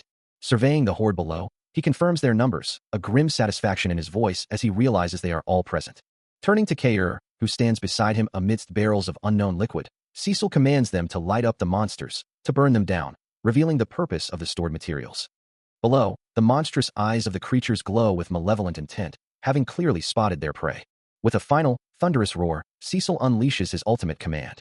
Mercenaries heave the barrels forward, and with a burst of fiery magic from Kair's hand, the incendiary projectiles ignite, raining down a flaming inferno upon the monsters. The incendiary barrels, hurled with force, arc through the air towards the monstrous horde. Their glowing forms illuminate the dark, writhing mass, promising a fiery demise. But with surprising speed and resilience, the creatures lash out, swatting the burning projectiles away as if they were mere insects. A mercenary watches in disbelief, realizing the futility of their efforts, muttering, "They just swatted them away? Then we can't burn them down." One of the monstrous entities, however, lets out a pained groan, the lingering heat still affecting its grotesque form. Before the monsters can fully recover, a brilliant blue energy blade flashes through the air, cleanly severing a limb from one of the creatures. Cecil Purdium, his hand crackling with electric blue energy, prepares for another devastating strike. He unleashes a powerful blast, the concentrated energy tearing through the monster's body with brutal force. With the immediate threat neutralized, Cecil issues a new command. "Billion and Belanoa, prepare to throw the lamps while guarding the Cerberus mercenaries." He moves with blinding speed, his blade already drawn and arcing towards a monstrous foe. The weapon, glowing faintly with his signature blue energy, flashes through the air. A monster's single, crimson eye widens in sudden, primal fear. Kair, observing the chaos, prepares to join the fray, declaring his intent to draw their attention. Cecil, his expression grim, issues a sharp command. His blade, now ablaze with vibrant blue, carves effortlessly through the monster's chitinous arm. Another creature recoils, its multiple red eyes reflecting the brutal impact.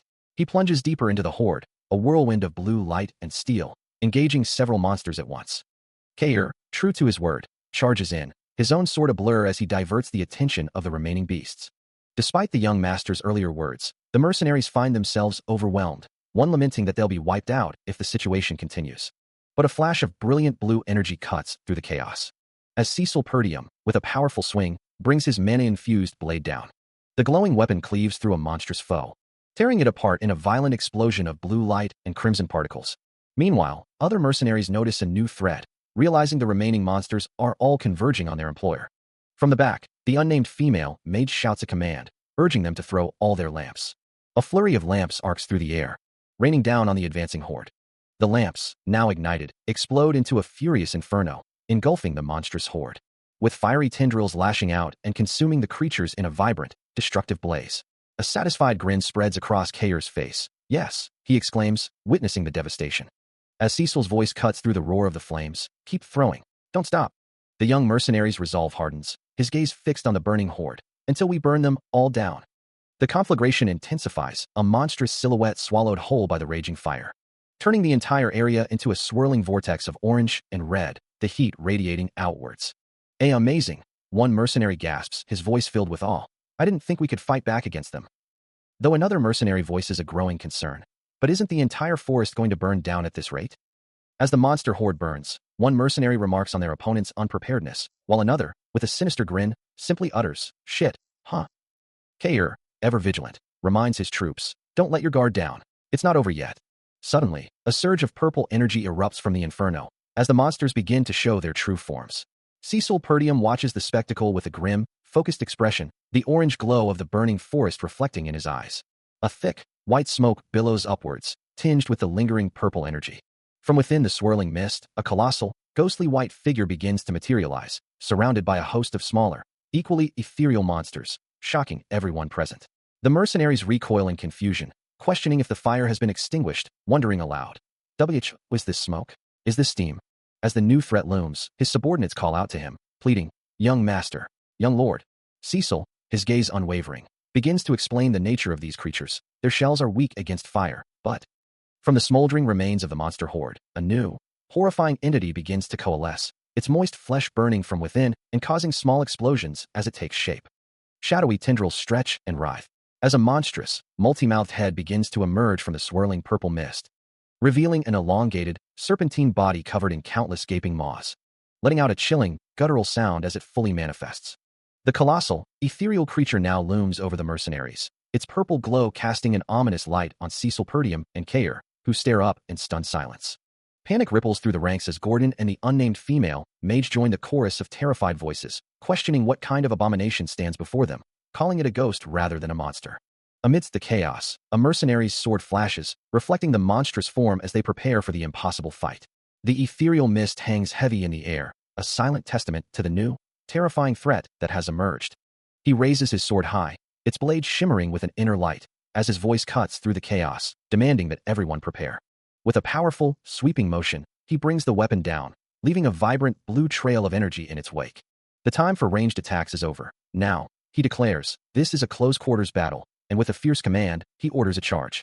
His eyes burning with resolve, Cecil Perdium surges forward, his glowing blue blade cutting deep into the ethereal foe, drawing a spray of crimson. Cecil Perdium raises his sword high, commanding his allies to prepare for battle. Raise your weapons, he shouts, as his own blade glows with a fierce purple energy, arcing through the air with impossible speed. From now on, this is a close-quarters battle, he declares, his voice ringing out, charge. With a powerful swing, he brings a heavy weapon down, the impact sending a spray of blood across the desolate ground. The close-quarters battle rages, a chaotic clash against massive, monstrous creatures. Armored defenders brace themselves. But a soldier cries out, easier said than done. They can just stomp us to death. Panic spreads through the ranks as another shouts, oh my god, they're getting closer. Carnage. Monsters char. As the chaos mounts, Cecil Perdium charges forward, a cloaked figure warning him, young master, be careful. Another soldier, frustrated, demands, what are you waiting for? But Cecil is already in motion, unleashing a devastating burst of purple energy that engulfs a monster, a voice echoing. This is an order from young Lord Oriflan. The assailant old man, observing with Kair and the mage, simply states, trust. A nearby soldier can only stare in stunned silence. Amidst the chaos of battle, Kair rallies the armored soldiers, urging them to trust Cecil and follow his lead, while Gordon stands ready beside him. From a distance, the assailant old man observes the unfolding events, confidently stating that Cecil is the one capable of resolving the crisis and turning the tide. Back on the front lines, Cecil, enveloped in a vibrant purple aura, reassures the hesitant soldiers, dismissing the monstrous threats as mere low-rank creatures. His crimson eyes burning with resolve, he issues a decisive command, annihilate them. With that, Cecil unleashes a torrent of explosive purple energy, engulfing and disintegrating multiple monsters in a blinding flash of light and particles. He presses his attack, a shimmering blade of pure purple energy extending from his hand, carving a path through the remaining horde. His face remains a mask of fierce determination, unwavering amidst the carnage he creates. The powerful purple energy continues to surge from him, his very presence eradicating all hesitation from those who follow him. Another monster is pierced by a glowing purple blade, its form dissolving into nothingness as Cecil's assault proves absolute. He unleashes a torrent of brilliant purple energy, tearing through the monstrous horde with devastating force. His blade, wreathed in the same vibrant aura, slashes through a massive creature, its form already beginning to dissolve. The monster's body erupts into dark particles, a voice echoing the sheer impossibility of the feat, proclaiming that such power is meant to instill the will for the impossible. Amidst the dissipating remains, he stands, his cloak billowing, the purple glow still clinging to his sword. He surveys the chaotic scene, surrounded by countless more monsters, his allies fighting valiantly in the distance. Kair and Gordon watch in disbelief, sweat beading on their brows, as the captain exclaims that he's killed them all, while Gordon adds a breathless, all of those monsters. Turning to face his stunned comrades, Cecil issues a crisp, unwavering command, line up. Another monster explodes into fragments, its body scattering in a shower of gore and debris. His hand, still crackling with purple energy, rests near the dissolving remains of yet another foe.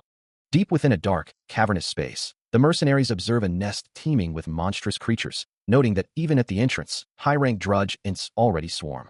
As some of their eyes glow with a faint red light, the group looks on, their expressions a mix of apprehension and readiness. But the young leader turns to them, his hand raised, assuring them there is no need to fret. He promises to always be at the forefront, leading the charge. With a determined gaze, Cecil commands them to simply trust and follow after him. The mercenaries, including Gordon, stand firm, their eyes fixed forward, ready to obey. A shadowy figure, eyes glowing, responds with a resounding, "Yes, sir." Nearby, other mercenaries gather around a glowing blue crystal, its light illuminating their armored forms. Without hesitation, Cecil Perdium charges into the horde, his sword flashing with a vibrant purple energy, cutting a path through the monstrous forms.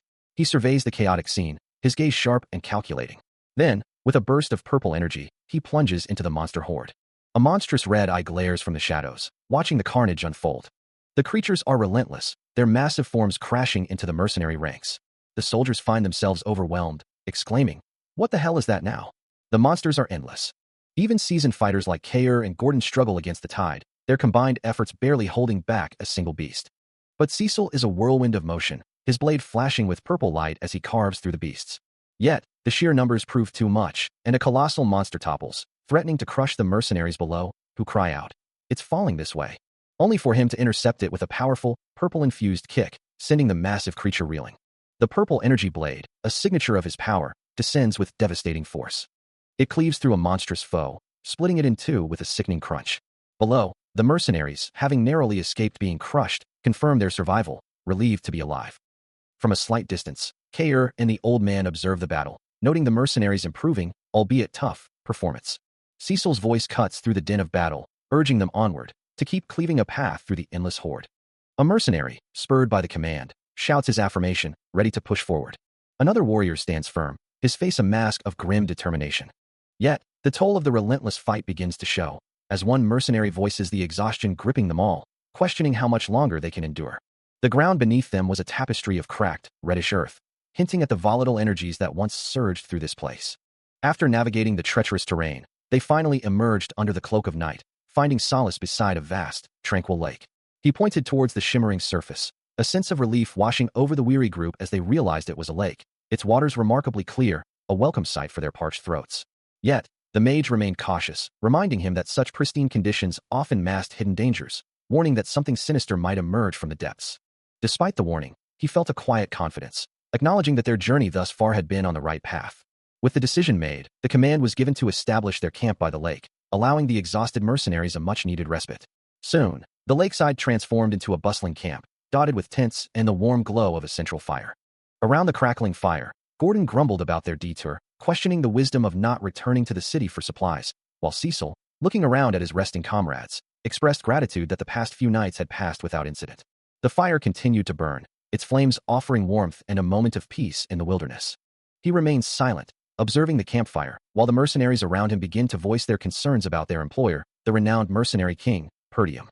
Kayer, his face etched with frustration, vehemently argues that their lives are too valuable to risk for the leader's ambitions. Gordon, however, tries to reason with him, reminding the captain how far they've come and that the mage's predictions suggest they're nearing their destination, dismissing his skepticism as gullibility. But Kayer is unconvinced, asserting that Perdium's true motive is to use them as mere shields to achieve his own goals in this uncharted forest. The bald mercenary counters, acknowledging the danger but insisting they've already come too far to turn back, and that their demands for fair treatment are not unreasonable. He concedes that their leader is a skilled fighter, but attributes their continued survival more to luck than to his prowess. Kayer, growing more agitated, warns that the mercenary king is only human, and a single mistake could cost them all their lives. His face contorted in disgust, the captain declares that all nobles are inherently the same, implying Perdium's aristocratic arrogance. Gordon, considering the point, begins to respond, acknowledging the validity of his concerns. A hooded figure, his voice laced with resentment, questions the wisdom of their current alliance, believing they are merely being used as expendable shields. Another mercenary, an eye patch covering one eye, counters, reminding him that without their employer, they might all be dead already. Meanwhile, a hand holds a small, softly glowing orb, its light illuminating a group of mercenaries gathered around a distant campfire, as a voice suggests observing them closely. Closer by, a mercenary's arm, bearing a fresh wound, receives a soothing application of glowing green healing paste. While Cecil Purdium and the unnamed female mage sit together, watching the mercenaries from a slight distance, the mage cautioning him to ensure they remain unseen, lest they risk infection from whatever lurks in the shadows. She then poses a rhetorical question to Cecil, wondering if the mercenaries are merely tools to be used. As the group prepares to move, a mercenary with a wide grin announces their next step, urging them forward. The eye-patch mercenary, his expression hardening, challenges the notion that their employer would treat them as mere meat shields, his loyalty unwavering. Around the campfire, the discussion continues, with some agreeing that their employer is different from others, while others express doubt that he would ever abandon them. The old man, his face etched with concern, acknowledges the current situation, believing it to be the best outcome for everyone, even if it means facing the difficult task of persuading the remaining mercenaries. Meanwhile, from a vantage point above the mercenary camp, Cecil and the mage observe the simmering tensions below, as one of the mercenaries confidently asserts his ability to handle the escalating conflict among their ranks. Cecil then approaches Kair and a mercenary with an eye patch, Gillian, indicating there's something important they need to discuss.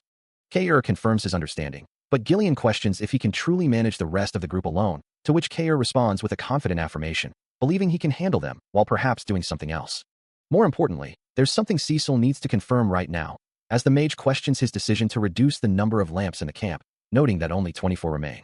As monsters have rampaged through the night ever since they entered the ruins, though they haven't been seen for the past 2 nights, Kair observes that, as expected, a few of their numbers are now missing. Cecil remains silent, his expression unreadable, as the mage watches him with a thoughtful gaze. The old man gravely declares their entry into the territory of a nocturnal monster. Kair confirms the creature's vast influence over the forest, his words echoing the gravity of the situation. Meanwhile, Cecil ventures deeper into a dark, cavernous path, the only light coming from the faint glow of magical particles scattered around him. His expression hardening as he acknowledges that the real danger is only just beginning. Under a vast, star-dusted sky, a desolate landscape stretches out, hinting at a world plunged into darkness. Amidst the rubble and fallen bodies, Gordon lies unconscious, bound and helpless, surrounded by the grim aftermath of a brutal encounter. Slowly, his eyes flutter open, his muscular frame stirring as consciousness returns. A low groan escapes him as he takes in his surroundings, a single thought echoing in his mind. His gaze falls upon a nearby lantern, which suddenly flickers to life with an eerie glow. Gordon pushes himself up, his eyes wide with disbelief, questioning the impossible sight before him. As the red light intensifies, a chilling realization dawns upon him, his face contorting in terror. From the depths of the glowing particles, a monstrous, shadowy face with piercing red eyes begins to materialize, its terrifying presence filling the air. Gordon, still bound and disoriented, stares up at a cloaked figure, his eyes wide with fear. He thrashes against his restraints, a desperate cry tearing from his throat. Monsters!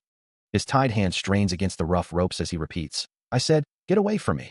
2 armored guards look down at the struggling man, one of them asking, what's going on, Gordon? Still reeling from the terrifying vision, he insists, Tejish, there was a monster beside me just now. The guards exchange glances, one of them questioning, what are you saying? Gordon remains tied, his expression a mix of fear and frustration. He looks away, muttering, nothing. One of the guards sighs, suggesting, did you have a nightmare? Your sleep talking sure is noisy. We've had to deal with a lot of monsters lately. As the guards discuss the strange events, one of them, wearing an eye patch, remarks on the unusual behavior of the mercenaries, noting that they're not just sleep-talking. Another guard, joining the conversation, expresses his surprise, wondering what could be happening. The eye patch-wearing guard, his expression grim, confirms that he heard it too, a creepy laugh echoing through the night. The camp buzzes with unease as the guards continue to discuss the strange occurrences, with one wondering aloud why the mercenaries are acting this way, and another questioning what could possibly be happening. Cecil Purdium, observing the growing anxiety among the guards, acknowledges that one thing is for sure, the situation is escalating.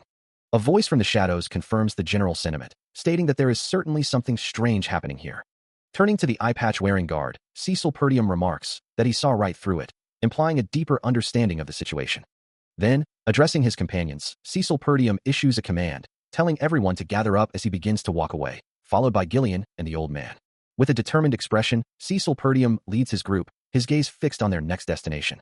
The mercenary camp remains a hive of activity, but an unsettling aura hangs heavy over the assembled soldiers. One of them voices his confusion, noting the lack of visible monsters, yet another insists on their presence within the camp itself, a chilling realization that the threat is already among them. Cecil Purdium, his expression grim, confirms their fears, explaining that such stealth is simply the nature of these creatures. His crimson eye glows with an ethereal blue light as he deduces their entry point, realizing the monsters have been tracking them since the lake. The true nature of the threat is revealed, dark, amorphous beings with piercing red eyes and razor-sharp claws, known as shadows, creatures that dominate the night. These are the failures, hunters born of darkness itself. As he engages the shadowy horde, his blade cutting through the ethereal forms, Cecil warns against relying on physical force, understanding the unique challenge these hundreds of creatures present. He explains that the shadows, non-physical beings, legend their prey into another dimension, making them impossible to fight with conventional weapons. As the mercenaries express their frustration, lamenting the loss of their lanterns, one of them questions if the creatures are merely toying with them before the kill. Another mercenary urges them to fight, believing it better than passively dying, but Cecil firmly states that attacking them now would be the worst possible move. The female mage, Belinda, points out their dire situation, having lost more than half their lanterns, and insists they cannot simply wait. Cecil knows that individual attacks would only provoke the shadows, making them stronger, and though they would retreat for a time, they would return even more ferociously, ensuring the complete loss of their lanterns in a cycle of attrition. As the mercenaries look up at the ominous, moonlit sky, one of them declares they must wipe them all out at once. Cecil confirms there is a way to fight hundreds of invisible monsters, his expression resolute. He then turns to Belinda, asking if she has memorized the magic scrolls he taught her, implying a magical solution. Kair, the captain, demands an explanation, eager to understand how they can possibly fight these elusive foes. He looks down at the kneeling mercenary captain, his voice firm as he demands the right to command.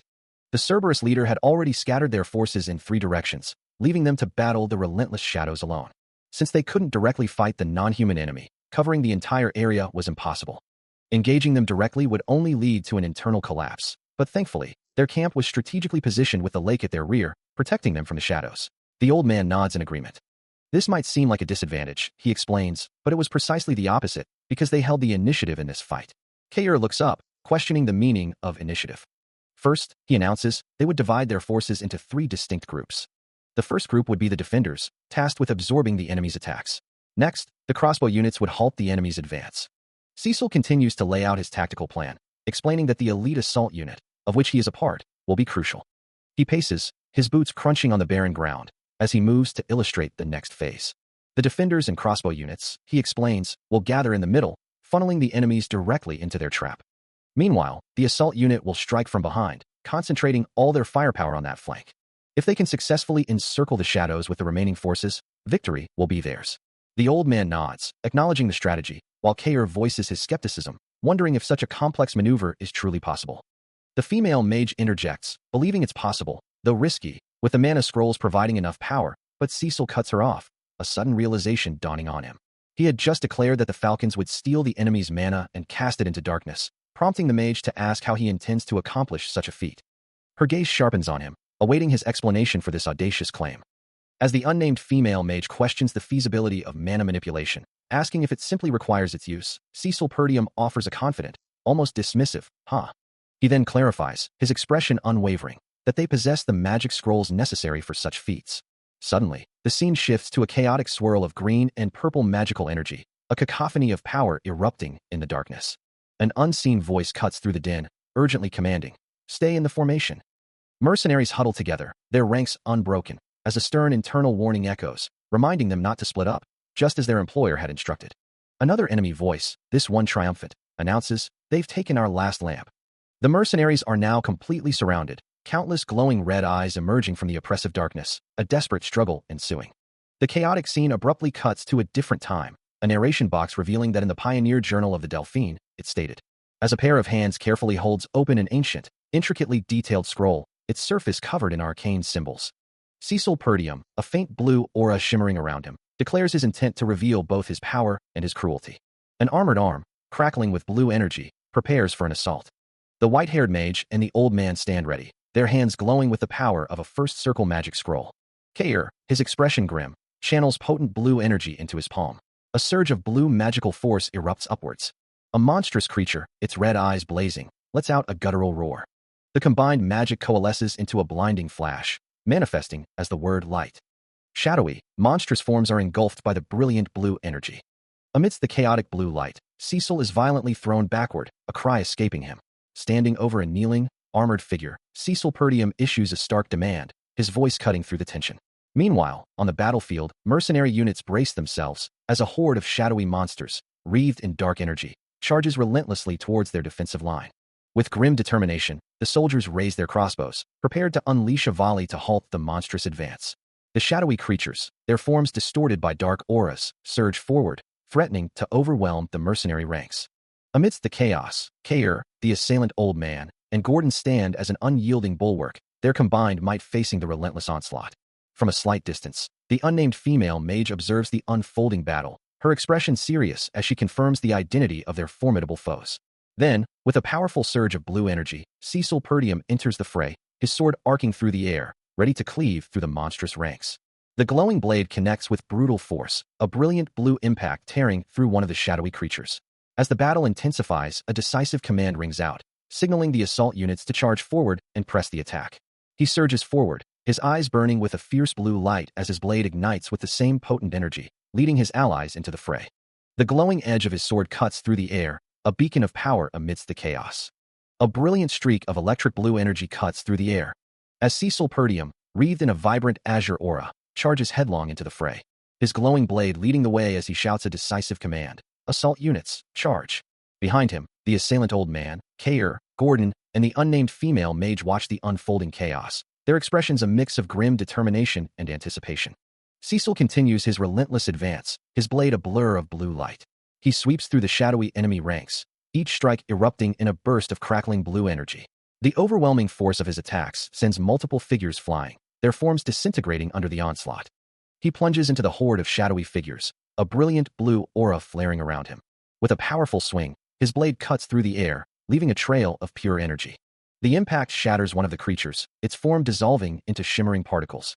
His crimson eyes glow with fierce determination as he calls out, "Followers." He knows that while the enemies possess immense strength, their defenses are weak, and with his party, they can easily be overpowered. His allies, including the old man, Kair, Gordon, and the female mage, surge forward, eager to assist, with the old man urging them to help as fast as possible, and the others affirming their readiness. Gillian, the old man, takes the lead, engaging the shadowy figures head-on to tank their attacks and draw their aggression. Meanwhile, Kair moves with brutal efficiency, disrupting the enemy formation with powerful strikes. His attacks tear through the shadowy forms, leaving them vulnerable. Kair stands ready, facing down the remaining monstrous figures. As the battle rages, Belinda prepares to unleash her magic, intending to create a crucial opening for her allies. Her blue energy flares, striking the shadowy figures, as she executes her plan to disrupt their formation. Observing the unfolding chaos, Cecil hears a voice call out, urging him forward. Responding to the call, he unleashes a devastating wave of brilliant blue energy, sweeping through the horde of shadowy enemies. The powerful surge of magic continues to expand, engulfing everything in its path. Shadowy forms dissolve into nothingness, unable to withstand the sheer force of his attack. With a determined expression, Cecil stands firm, showcasing the elite power of Perdium. The final remnants of the shadowy figures are obliterated, leaving only shimmering blue particles in their wake. The torrent of blue energy unleashed by Cecil Perdium continues its devastating sweep, tearing through the shadowy figures. Amidst the chaos, a mercenary plunges their blade into one of the grotesque forms. Yet the sheer number of enemies proves overwhelming, as another mercenary cries out in desperation, "Damn it, they are too many. We're going to get wiped out at this rate." His comrade, equally beleaguered, demands to know, when are the assault units coming? But the young master remains a beacon of destruction, his power obliterating another creature in a blinding flash of azure. His sword now glowing with the same intense blue, piercing through yet another monstrous form. The relentless assault continues, wave after wave of shadowy enemies dissolving under the concentrated magical force. An explosive surge of power radiates from him, a clear sign of his unwavering might. As the immediate threat subsides, Belinda approaches, her voice calm amidst the devastation, acknowledging his efforts. "You've done well." As the immediate threat dissipates, a wave of relief washes over the mercenaries, their voices echoing with shouts of salvation and recognition for their employer. Amidst the chaos, a leader's voice cuts through, urging them to maintain their formation and engage the remaining enemies from all directions. Yet, the shadowy figures, their forms coalescing with a sinister red glow, seem to rally, their clawed hands reaching out as if declaring their turn to overrun the living. A monstrous, horned creature emerges from the shadows, its eyes burning with a fierce red light, its very presence a chilling shock in the air. Despite their resurgence, Cecil stands amidst a field of defeated foes, observing as the remaining shadowy figures begin to flee. He notes their surprising speed, acknowledging that these vultures are quite fast. Turning to Belinda, he asks her to locate their leader, the one with a horn, identifying it as the strongest among them. Belinda questions his approach, wondering if it wouldn't be simpler to finish them all, but Cecil explains that these creatures can multiply rapidly, creating over 100 from just one, and would continue to harass them for days if allowed to retreat. With a resolute expression, he declares there's no need to give them a second chance, insisting they must eliminate the source at all costs, as their entire system will collapse once the leader is gone. Belinda's crimson eyes narrow, her expression resolute as she prepares for the task ahead. A soft crackle of magic emanates from her hands, and with a firm nod, she confirms her understanding. Her dark cloak billows around her, a stark contrast to her flowing white hair as she begins to move. Without hesitation, she plunges into the jagged depths of the chasm, a small figure against the overwhelming darkness. Purple energy flares around her as she accelerates, a streak of light descending rapidly. Her gaze remains fixed on the unseen target below, her resolve unwavering. She plummets towards a sea of shadowy figures, her cloak unfurling like wings as she prepares for impact. Amidst the horde, a colossal, multi-tentacled monster with glowing red eyes and massive horns emerges, its terrifying presence dominating the chasm. Belinda's glowing purple whip snaps into existence, her target now clear, the one with a horn. The monstrous vulture leader, its dark scales gleaming, lunges with a massive, clawed hand, ready to strike. But from above, a figure descends like a meteor. Cecil Perdium plunges into the chasm, surrounded by a horde of smaller vulture creatures. His sword, glowing with an ethereal light, is already drawn and poised for a strike as he continues his rapid descent. A brilliant blue aura flares around him, as he prepares a devastating attack midair. With a blinding flash, he lands, unleashing an explosive wave of energy that obliterates the surrounding vulture minions. The force of the impact smashes directly into the vulture leader, sending blood splattering. Reeling from the blow, the massive creature is thrown backward, its body contorting in agony. Before it can recover, Cecil closes the distance, delivering a final, decisive blow directly to its head. With a final, guttural cry, the vulture leader collapses. It's over. He continues his relentless assault, his blade a blur of crimson and purple energy, tearing through the monstrous vulture ranks. The ground is littered with the grotesque forms of his defeated enemies, a testament to his overwhelming power. His eyes burn with fierce resolve as he declares the leader dead, commanding his allies to spare none of the remaining creatures. Elsewhere, Kair, the captain of the Cerberus, watches the unfolding chaos, a troubled expression on his face as he laments the fate of his kingdom and people. He scoffs at the sight of the horrible mercenaries, while the assailant old man, standing calmly behind him, warns him to ensure he doesn't regret his words. A heavy impact shakes the very earth, sending dust and debris flying.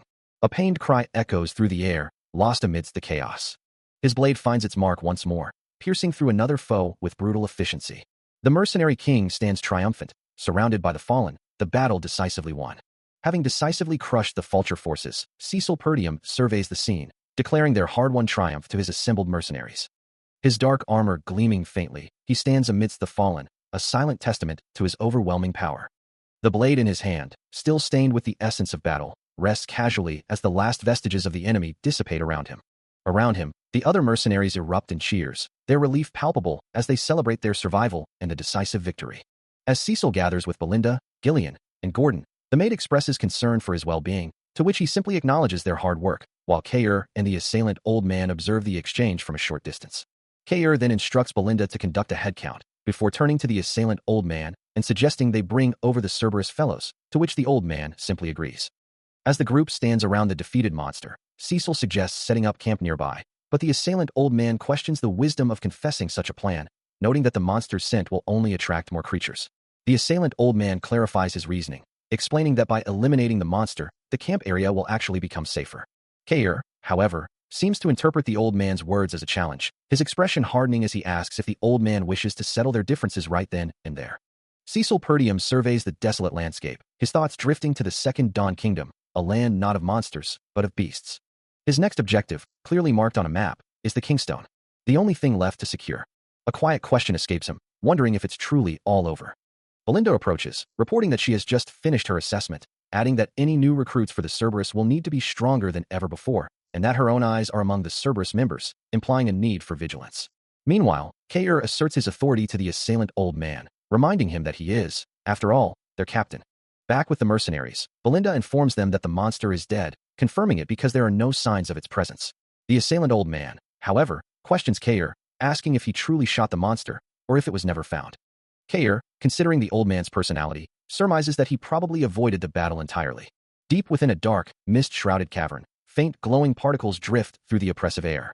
Through this eerie landscape, three armored figures move with purpose, their heavy footsteps echoing softly as they navigate the rocky terrain. One of them, a mercenary with a clean-shaven face, turns to his companion, asking, "Did you hear how fierce that battle sounded just now? We really would have died in the battle if it weren't for you, Manus." The captain, his face partially obscured by stubble, dismisses the thought, stating, "We're better off than those guys. They're probably all dead now." Manus, however, presses on, pointing out, "But you know, our captain's mana is above our rank. He could have easily dealt with it." The captain's eyes narrow, a warning in his voice. "Do you want to lose your head?" The three mercenaries pause their movement, the tension between Manus and their captain palpable in the still air. The captain grunts in annoyance, but Manus, undeterred, challenges him directly. "Why did you avoid the battle?" The captain begins to retort, "Closer." Before he can finish, Manus grabs his shoulder, his face contorted in anger, a single, accusatory word escaping his lips. "You." Suddenly, the cavern around them grows darker, the glowing particles intensifying, as if a new, unseen force is stirring. A brilliant, ominous red light erupts from the depths, forcing the three mercenaries to abandon their argument and flee, their figures scrambling away from the encroaching danger. His eyes, wide with terror, reflect the ominous glow of the approaching threat. As his jaw clenches tight, a silent scream trapped behind gritted teeth. A colossal, scaly limb, pulsing with an ominous purple hue, strains against the glowing blue ice shards that encase it. Red energy begins to flare across its surface, as the creature within fights to shatter its icy prison. With a guttural roar, a monstrous head, adorned with sharp teeth and eyes burning crimson, erupts from a mound of bones and debris. Amidst the chaos, Cecil Perdium plummets through the air, surrounded by splintering ice and falling rubble. The creature's single, malevolent red eye watches his descent, a silent promise of destruction. Below, a desperate battle rages, as armored mercenaries struggle against the colossal beast, shouting warnings about the falling debris and the overwhelming power of their foe, knowing they cannot retreat. Kair observes the mercenaries, noting their surprising coordination, remarking that they're working well together without someone ordering them around. A group of them moves with unusual efficiency, their leader remarking that they've never seen those lazy mercenaries do this much work before. Kair then turns to the old man, dismissing his presence with a curt, "Whatever, old man." He considers the mercenaries again, wondering if he should let them go, but decides, "Don't worry, I'll take him in as my private mercenary." Cecil listens intently, his expression unreadable. The mercenaries, having surpassed their previous units through sheer experience, now fight with renewed vigor, and they'll serve as an example. Prompting Kair to commend one of them. "Yeah, well done, Gazelle." He remarks to Cecil that the effect of their recent trials seems to be quite good, especially since they haven't seen a single monster since they left the camp until they got here. Not even a lone monster that had lost its way. He stands in quiet contemplation, his gaze distant. A voice echoes, filled with concern, hoping this isn't just needless worry, as another calls out, "Young master." From above, a figure descends with a soft rustle, glowing particles trailing in her wake. Belinda lands gracefully before him, announcing her return, and asks if he saw anything ahead. With a confident expression, she confirms that she did. His eyes narrow slightly, a silent acknowledgement of her report. Kair, leading the mounted mercenaries, issues a command, urging them to pave the path with all their might from now on. The group presses onward, their steps imbued with a faint blue glow, as the destination draws near. With a decisive thud, they arrive, the mercenaries pausing to survey their surroundings. A mercenary stares in disbelief, his eyes wide with shock. As he stands before a breathtaking sight, a mine of the highest quality pure stone, its crystalline structures glowing with an ethereal blue light. The cavern stretches out, revealing an immense forest of these luminous crystals, their facets catching and refracting the light. Kair, alongside the old man, marvels at the sheer value of their discovery, realizing the forest holds riches beyond their wildest dreams. Belinda, overwhelmed, embraces Cecil, questioning how he could have known about such a miraculous place. The other mercenaries, including Gordon, Manus, and Gillian, are equally astonished, recognizing the crystals as runestones, a treasure almost impossible to acquire. As one mercenary suggests they gather the crystals and return, Cecil firmly rejects the idea. Standing amidst the towering blue formations, his presence commanding the space. His eyes glow with an intense blue light as he declares that no one will be leaving. A profound shift has occurred, a realization etched onto a cracked, stone-like face, its single eye now burning with an intense blue light, because for Cecil, it is all over now. With a sudden, explosive surge of power, he unleashes a massive wave of blue energy, sending mercenaries and monsters alike recoiling from the sheer force, as Manus cries out his name in shock. Gordon stares in disbelief at the display of raw strength, while Manus, now injured and sprawled on the ground, can only question how Cecil managed to arrive with such overwhelming presence. Now clad in a flowing red cloak, Cecil stands resolute, his command echoing with an undeniable authority as he orders the others to step back, his gaze fixed on the remaining threats. Blue energy crackles around him as he raises his sword, preparing to unleash a devastating strike. He moves with blinding speed, his blade a blur of red and blue as it cuts through the air. The impact is immense, a thunderous crash of blue energy erupting outwards. Standing amidst the defeated monstrous forms, Cecil surveys his victory, the other mercenaries watching in stunned silence. His power manifests as a towering, ethereal blue figure, a spectral guardian looming over the vanquished foes, a testament to his overwhelming might. As the group ventured deeper into the mine, the old man's senses sharpened, realizing the grim truth that these weren't merely monster remains, but human corpses. The chaotic mana emanating from them, intertwined with the mine's own energy, made immediate analysis impossible. The other mercenaries, including Manus and Gordon, looked to Cecil, acknowledging his authority as the old man remarked on the cost of their mission, lamenting that they couldn't simply acquire runestones for free. The pervasive, foul odor confirmed their fears. This was likely the nest of a high-class monster, and the presence of undecomposed corpses indicated it was still very much active. The sight of the mangled human remains, their mana still swirling with the mines, made it impossible to immediately discern the full extent of the danger. A flicker of frustration crossed Cecil's face as he recalled the lack of any warnings, cursing the fact that no records had indicated any significant dangers within this particular mine. His crimson eyes narrowed, and with a decisive command, he ordered them to prepare for battle. From the depths of the mine, a colossal, reptilian head began to emerge, its scales a deep, menacing red. Its massive jaws gaped open, revealing rows of razor-sharp fangs. The cavern echoed with a guttural roar as the creature fully revealed its terrifying visage, its throat glowing with an ominous, internal light. He lunges forward, a brilliant blue aura flaring around him as his blade cuts through the air, intent on scattering the monstrous threat. With grim determination etched on his face, he presses his assault, even as the massive beast opens its maw, revealing rows of razor-sharp teeth. Wreathed in crackling purple energy, Cecil descends from above, his attack a blur of motion. His sword arcs down, unleashing a wave of blue force that slams into the monster's head, sending shockwaves across its scaled hide. The impact distorts the beast's face, but its scales hold firm, showing no sign of breaking. Before Cecil can react, the monster roars, a concussive blast of air, throwing him violently backward. He tumbles through the air, engulfed in crackling purple energy, as the monster's single, glowing eye fixes on him with predatory intent. Landing hard on the ground, his sword skittering away, Cecil lies stunned as the colossal beast looms over him, its shadow engulfing his form. From a distance, Manus stares in disbelief, noting that it was only a scratch despite all that going mana, while the assailant old man questions, what kind of scales does that thing have? Still reeling from the previous blow, Cecil is sent flying through the air as the vulture leader unleashes a torrent of corrosive purple energy. Before he can recover, a noxious green cloud erupts from the monster, its venomous nature clear as the creature hisses, poison. The toxic fumes envelop him, dragging him further down as he plummets towards the ground, where he lands with a painful thud, instinctively covering his head as the vulture leader's massive tail whips into view. The powerful appendage slams down, crushing the spot where he lies, and a pained grunt escapes him as the impact reverberates through his body. Ugh!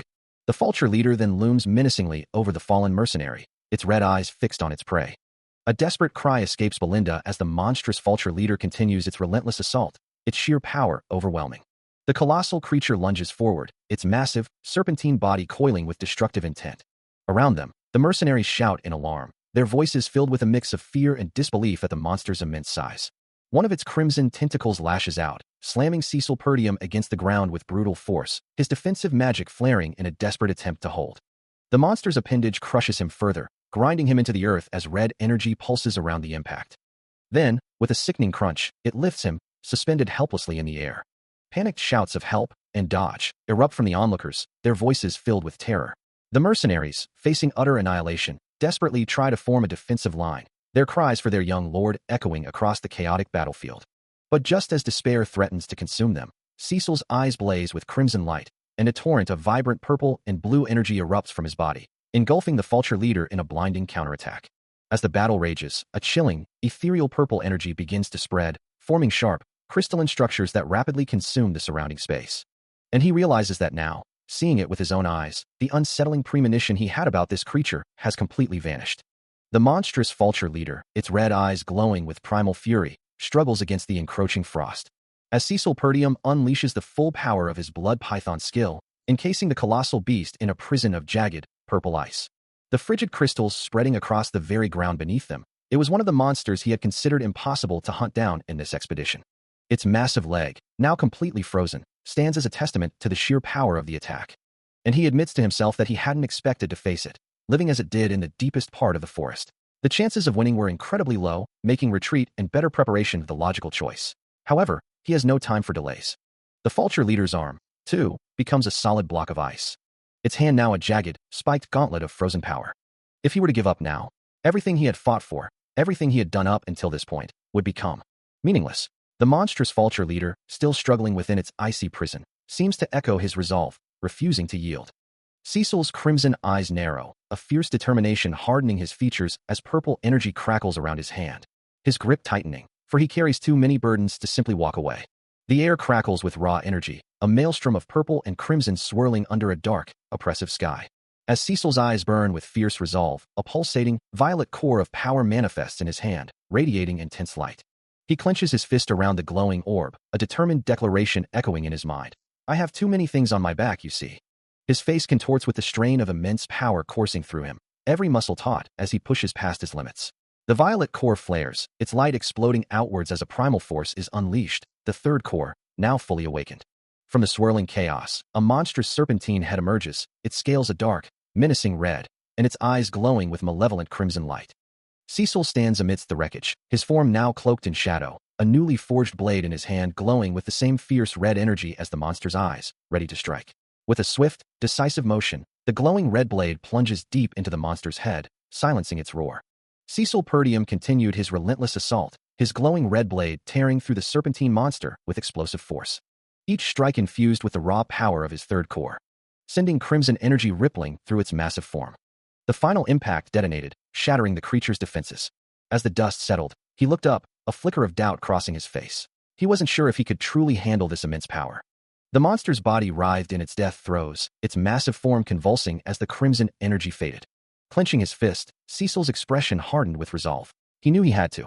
With a final, guttural shriek, the serpentine creature's glowing red eyes burned with agony. Its roar echoed across the desolate landscape, a testament to its demise.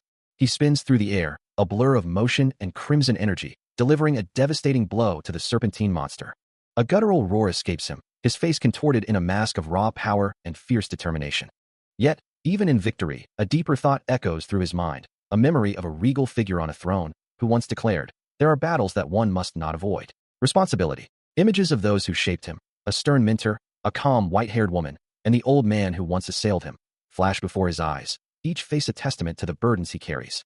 And with a final, resounding impact, he brings his weapon down, blood erupting from the beast as he thinks, now. The regal figure's words echo once more, surrounded by his loyal guards. Is the time to fulfill my responsibility.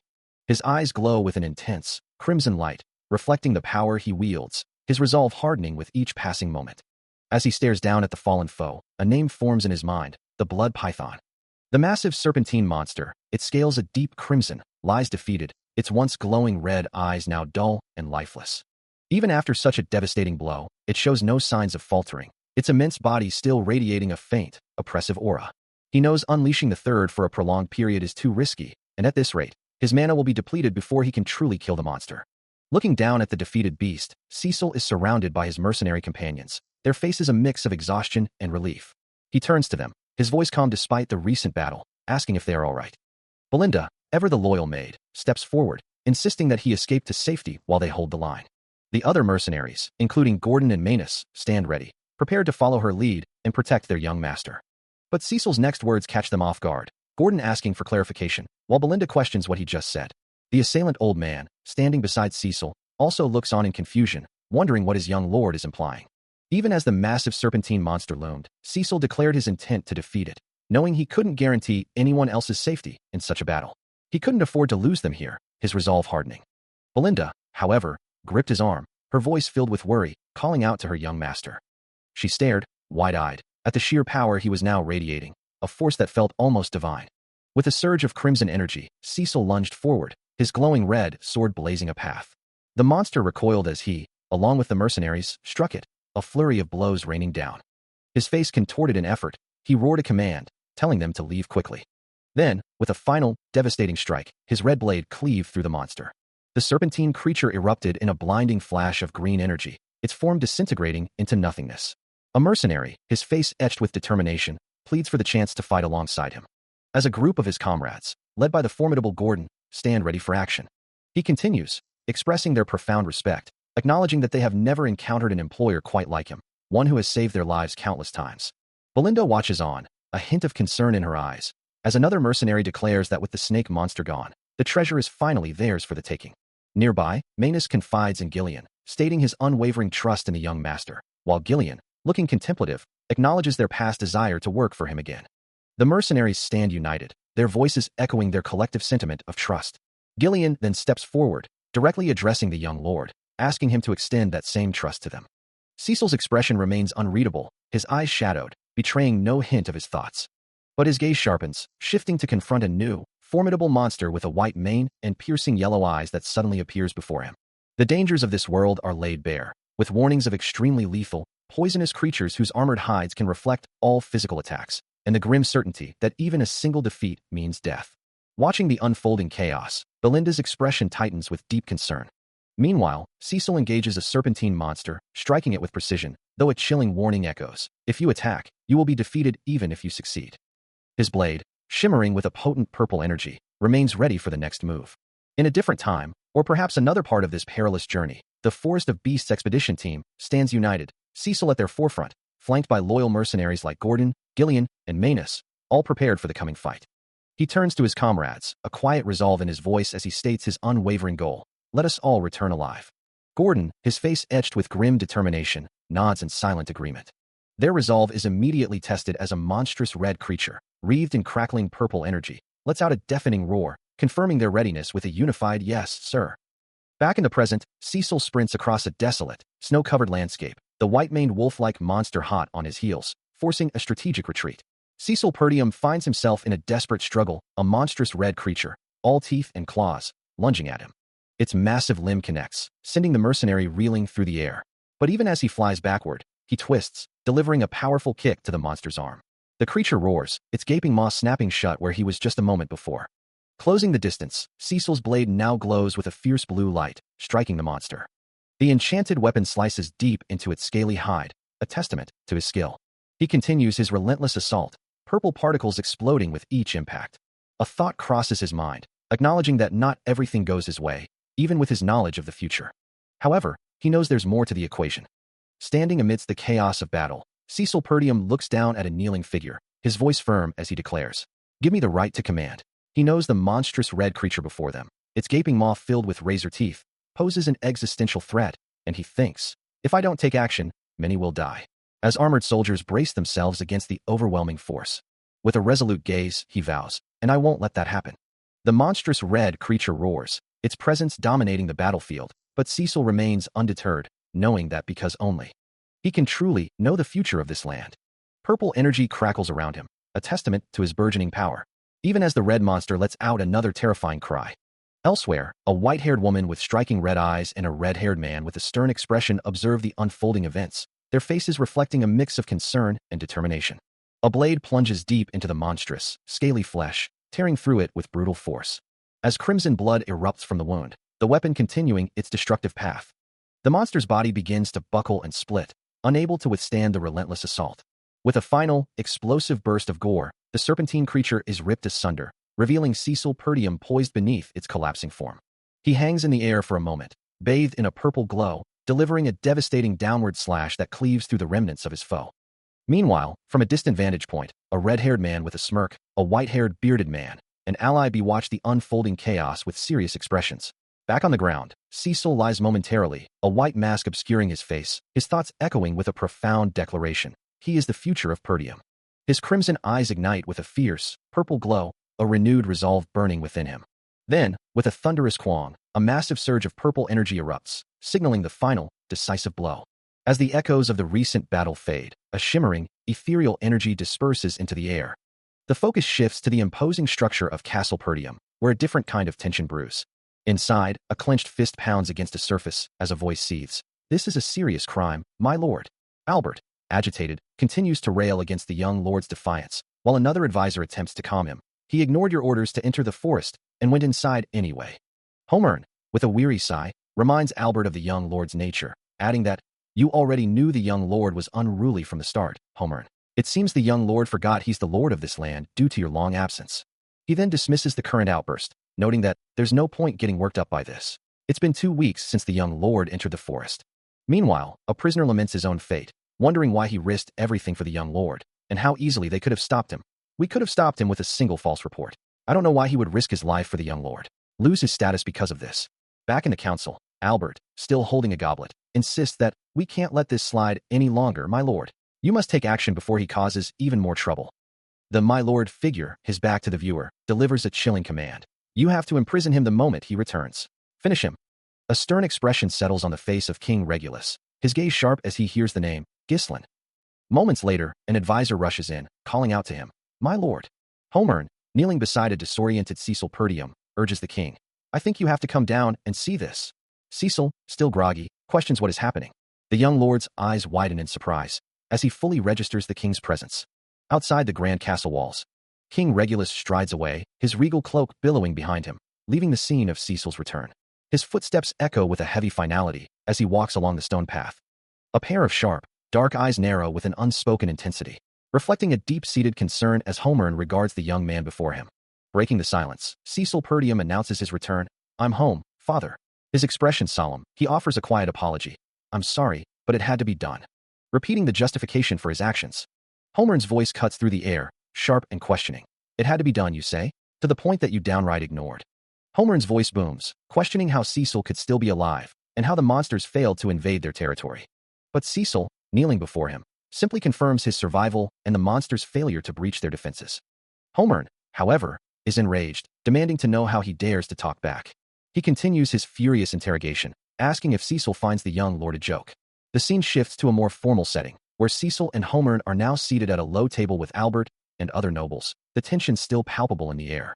Homern's stern gaze falls upon Cecil, demanding an explanation for his actions. Cecil calmly reviews a document, his expression unreadable. Homern continues, revealing the core of his displeasure. Cecil had sent 20,000 soldiers to Perdium, despite Homern's unease about the visit to the unfold territory. Such an action, Homern concludes, will negatively affect their entire land. Homern's words echo in the young man's mind, as he recalls a time when he held a crucial document, a letter written by the Count himself, which, if manipulated, would ensure his actions didn't seem to be premeditated. This was the leverage he needed, a way to secure the future of his land, even if it meant bending the rules. He knew that if he could just manipulate the counts, the leverage he had would be immense by the end of it all. The document itself, a seemingly innocuous piece of paper, held the key to his grand scheme, a secret deal that would allow him to move his forces without anyone knowing. Pulling off such a feat, manipulating the counts and their resources, was no easy task, requiring a level of cunning that few possessed. Homern's gaze is heavy with expectation, urging the young lord to speak, to explain his actions. He continues, his voice laced with concern, reminding Cecil of the immense cost of his ambition, for the amount of money he spent could have fed a small country for months. The memory shifts to a past humiliation, Cecil Perdium kneeling before a solemn council, a stark contrast to his current composure. He speaks, his voice firm despite his posture, revealing the true purpose of his costly endeavors. He used it all for the development of the forest of beasts. The council members listen, their expressions unreadable, as the weight of his confession settles in the chamber. Homern's voice booms, accusing Cecil of squandering vast sums on a futile expedition into a monster's den. Cecil, looking down in a moment of reflection, offers a quiet apology, explaining to Homern that he had little choice at the time. Before Homern can respond, a furious, long-haired elder seizes Cecil by the collar, denouncing him as a damned little brat who has soiled his noble standing by associating with mercenaries and filth. The elder's rage intensifies, declaring Cecil Perdium no longer the young lord of the land, but a filthy criminal deserving of imprisonment. Unfazed by the threats, Cecil calmly states that he will be thrown in jail, but reassures them not to worry, as they will now receive his support free of charge. A glowing orb appears in his hand, symbolizing the 20,000 gold he is offering. The furious elder, now taken aback, demands to know what he means by such a statement. Ignoring the elder's confusion, Cecil turns with a determined expression, calling out for Belinda. The scene shifts to Cecil kneeling before a solemn council, his fate seemingly in their hands. Homern and another elder lean forward, their faces illuminated by a soft, ethereal glow emanating from within a large, ornate chest. Inside, countless magical crystals shimmer with vibrant energy, as Cecil Perdium stands proudly behind it, Belinda at his side, observing the elder's reactions. The entire council, including several armored mercenaries, gathers around a low table, the glowing crystals now spread out for closer inspection. Homern, holding one of the smaller, intensely glowing crystals, questions its origin, wondering aloud where such a magnificent mana stone could have come from, and if its value truly matches the 20,000 gold Cecil had mentioned. With a calm demeanor, Cecil confirms their source, explaining that they were mined directly from the Forest of Beasts. Homern, still skeptical, acknowledges the potential fortune these runestones represent, but quickly dismisses them as insufficient to truly run their land. Cecil, however, simply smiles, assuring him that this is not the end of it. His words prove prophetic as a massive, red-skinned monster, its form rippling with raw power, emerges into a desolate, rocky expanse. The scene shifts abruptly to a chaotic battle, as Cecil, Belinda, Homer, the Elder, and their mercenaries engage the monstrous threat, blue magical energy erupting from their ranks to meet the onslaught. Having successfully concluded his expedition, Cecil stands before a wagon overflowing with spoils, commanding his mercenaries to gather all the newly acquired runestones and ensure nothing is overlooked. Back in the council chambers, Homer, still reeling from the sheer volume of the haul, expresses his astonishment that such a bounty was collected in a mere 2 weeks, while Albert questions if Homer intends to challenge the young master's authority. Homer, addressing Cecil with deference, confirms the success, stating that the young master himself led the entire expedition, and this impressive collection is the direct result. The expedition's success included the inner hide of a formidable blood python, and the sheer volume of gold and silver acquired alone matched the fortress's remaining reserves. Cecil, with a confident air, explains that the expedition's primary goal was to reclaim half the land, making it only natural for him to utilize the resources for that purpose. Albert, visibly impressed, exclaims that with such an immense amount, they would no longer have to struggle with a lack of support funds. Homer and Albert exchange a look, their expressions a mixture of awe and newfound respect for the young master's capabilities. Cecil maintains his composed demeanor, his gaze steady as he observes their reactions. As the meeting concludes, Homer approaches Cecil, expressing concern that the young lord must be tired from the arduous expedition. Homer, still processing the scale of Cecil's recent success, listens intently as the young master begins to lay out his terms. "If you need anything, please let us know," the elder noble offers, his expression betraying a hint of unease as Cecil gestures, ready to state his demands. First off, Cecil begins, holding up 2 fingers, "Release Scovin and Ricardo. They only followed my orders." The dense, ancient forest looms, a silent testament to the wild territories Cecil now seeks to control. Homer, exchanging a quick glance with Albert, questions the conditions. "Conditions," he murmurs, while Albert adds, "That seems reasonable enough." Cecil continues, his voice firm. "Secondly, we will completely prohibit civilian access to the forest, just as we have done so far. Having interference every time we send troops within the territory would cause too many troubles." Homer, his brow furrowed, challenges him. "Are you saying you intend to maintain a private army?" he asks, as the other council members look on with concern. Cecil's response is immediate and unequivocal. "Absolutely not." Homer, clearly agitated, presses further. "You aren't even trying to correct your misunderstanding. You are currently in a position to beg for forgiveness, and yet you are saying stay out of my way?" Albert, the treasurer, interjects, a thoughtful expression on his face. "That's a reasonable request, Treasurer Albert," he concedes, as Cecil explains. "I'm merely laying out the necessary conditions to protect my efforts in place of support." Cecil looks directly at them, his gaze unwavering. "If such a trivial issue were to cause problems, it would only impact your financial prospects as well. Are you sure you're okay with that?" Homer, still grappling with the mercenaries' demands, challenges him. As Cecil stands before the assembled nobles, including Homer and Albert, his gaze unwavering. Homer, surrounded by other officials and citizens, questions his intentions. The elder statesman's face etched with deep concern as he considers the implications of Cecil's actions. Meanwhile, Manus, one of Cecil's loyal mercenaries, stands ready, his thoughts focused on the task ahead. Homer and Albert, facing Cecil, reluctantly agree to his terms, their voices filled with a mix of resignation and apprehension. The 2 advisors exchange a worried glance, acknowledging the overwhelming presence of Cecil's mercenaries. Cecil, flanked by Manus and Gordon, issues his command, his crimson eyes burning with an unshakable resolve. He considers the situation, the weight of his recent victory settling around him, and it's just like he expected. Meanwhile, Homer expresses his weariness to Albert, noting that dealing with difficult mercenaries willingly is a sign of getting old, but Albert quickly counters, explaining that without Homer, this expedition wouldn't have happened at all. Back in the desolate landscape, Ghislain, kneeling before Cecil, reluctantly agrees, uttering a simple, "All right." Cecil stands over him, his presence commanding, as Manus and Gordon observe the exchange. Turning slightly away, Cecil declares, "I'll let this one slide, Ghislain." His voice firm, he adds a stark warning. "But if you defy me again, there will be serious consequences." A subtle smirk plays on Cecil's lips, his eyes holding a dangerous glint. As Cecil, Manus, and Gordon begin to walk away, he muses aloud. "It seems you possess the spirit of the northern wolf after all."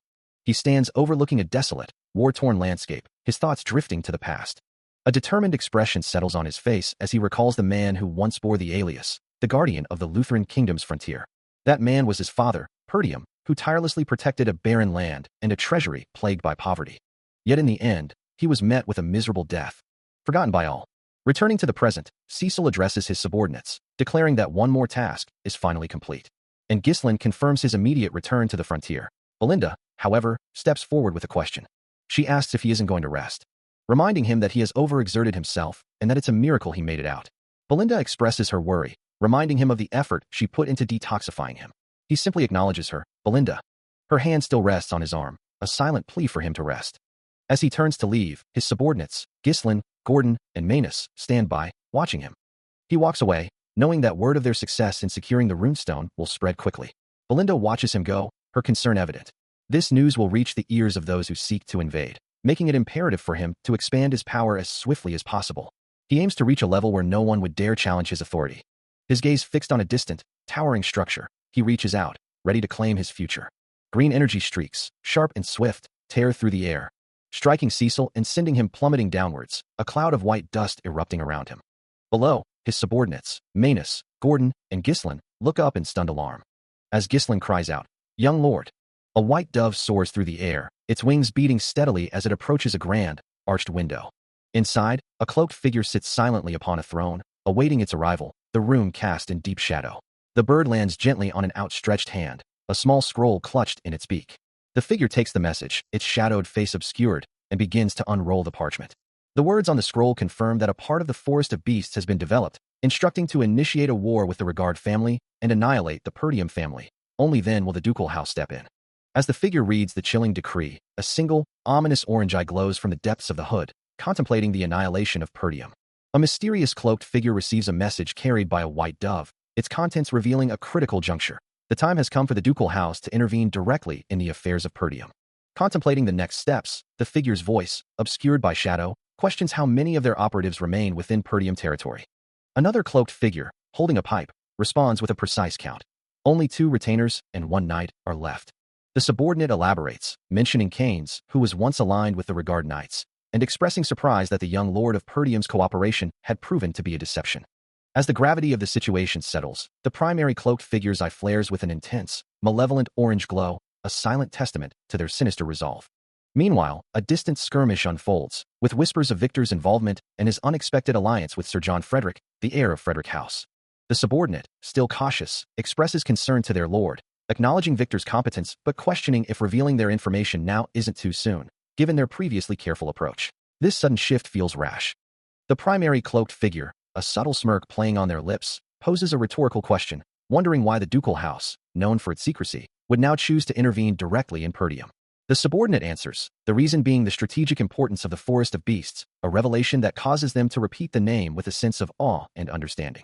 A gloved hand gestures imperiously, demanding absolute obedience. His voice rings out with authority, commanding all to prepare for war. This is Count Desmond, also known as Harold Desmond.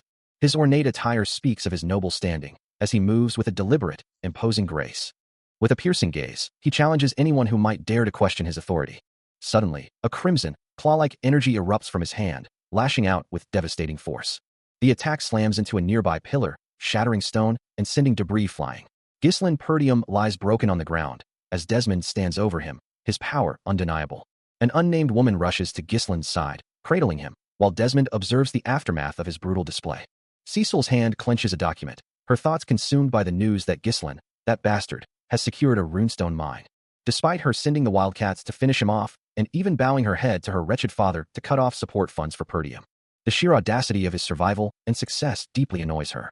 Her advisor, a stern man, observes her unusual agitation, remarking that such emotional displays are not like her, his lady. Cecil's expression tightens, a flicker of raw emotion crossing her face. She concedes, acknowledging that she had indeed gotten too emotional. Yet, her resolve hardens, the words leaving her lips with cold finality. What's done cannot be undone. Her advisor, ever loyal, stands ready, awaiting her next order. Cecil's gaze falls upon a map, her voice laced with a bitter edge as she notes Ghislaine's discovery of a runestone mine, his attempt to solve his financial difficulties, and the celebration that must surely be underway. Cecil, her expression sharp, dismisses any premature celebration, reminding Albert that securing the runestone is the true objective. Considering her words, Albert acknowledges the limited time Ghislaine has to establish a distribution network, identifying it as a crucial weakness they can exploit. Cecil's crimson eyes glow with fierce determination as she declares the obvious target for Ghislaine's sales.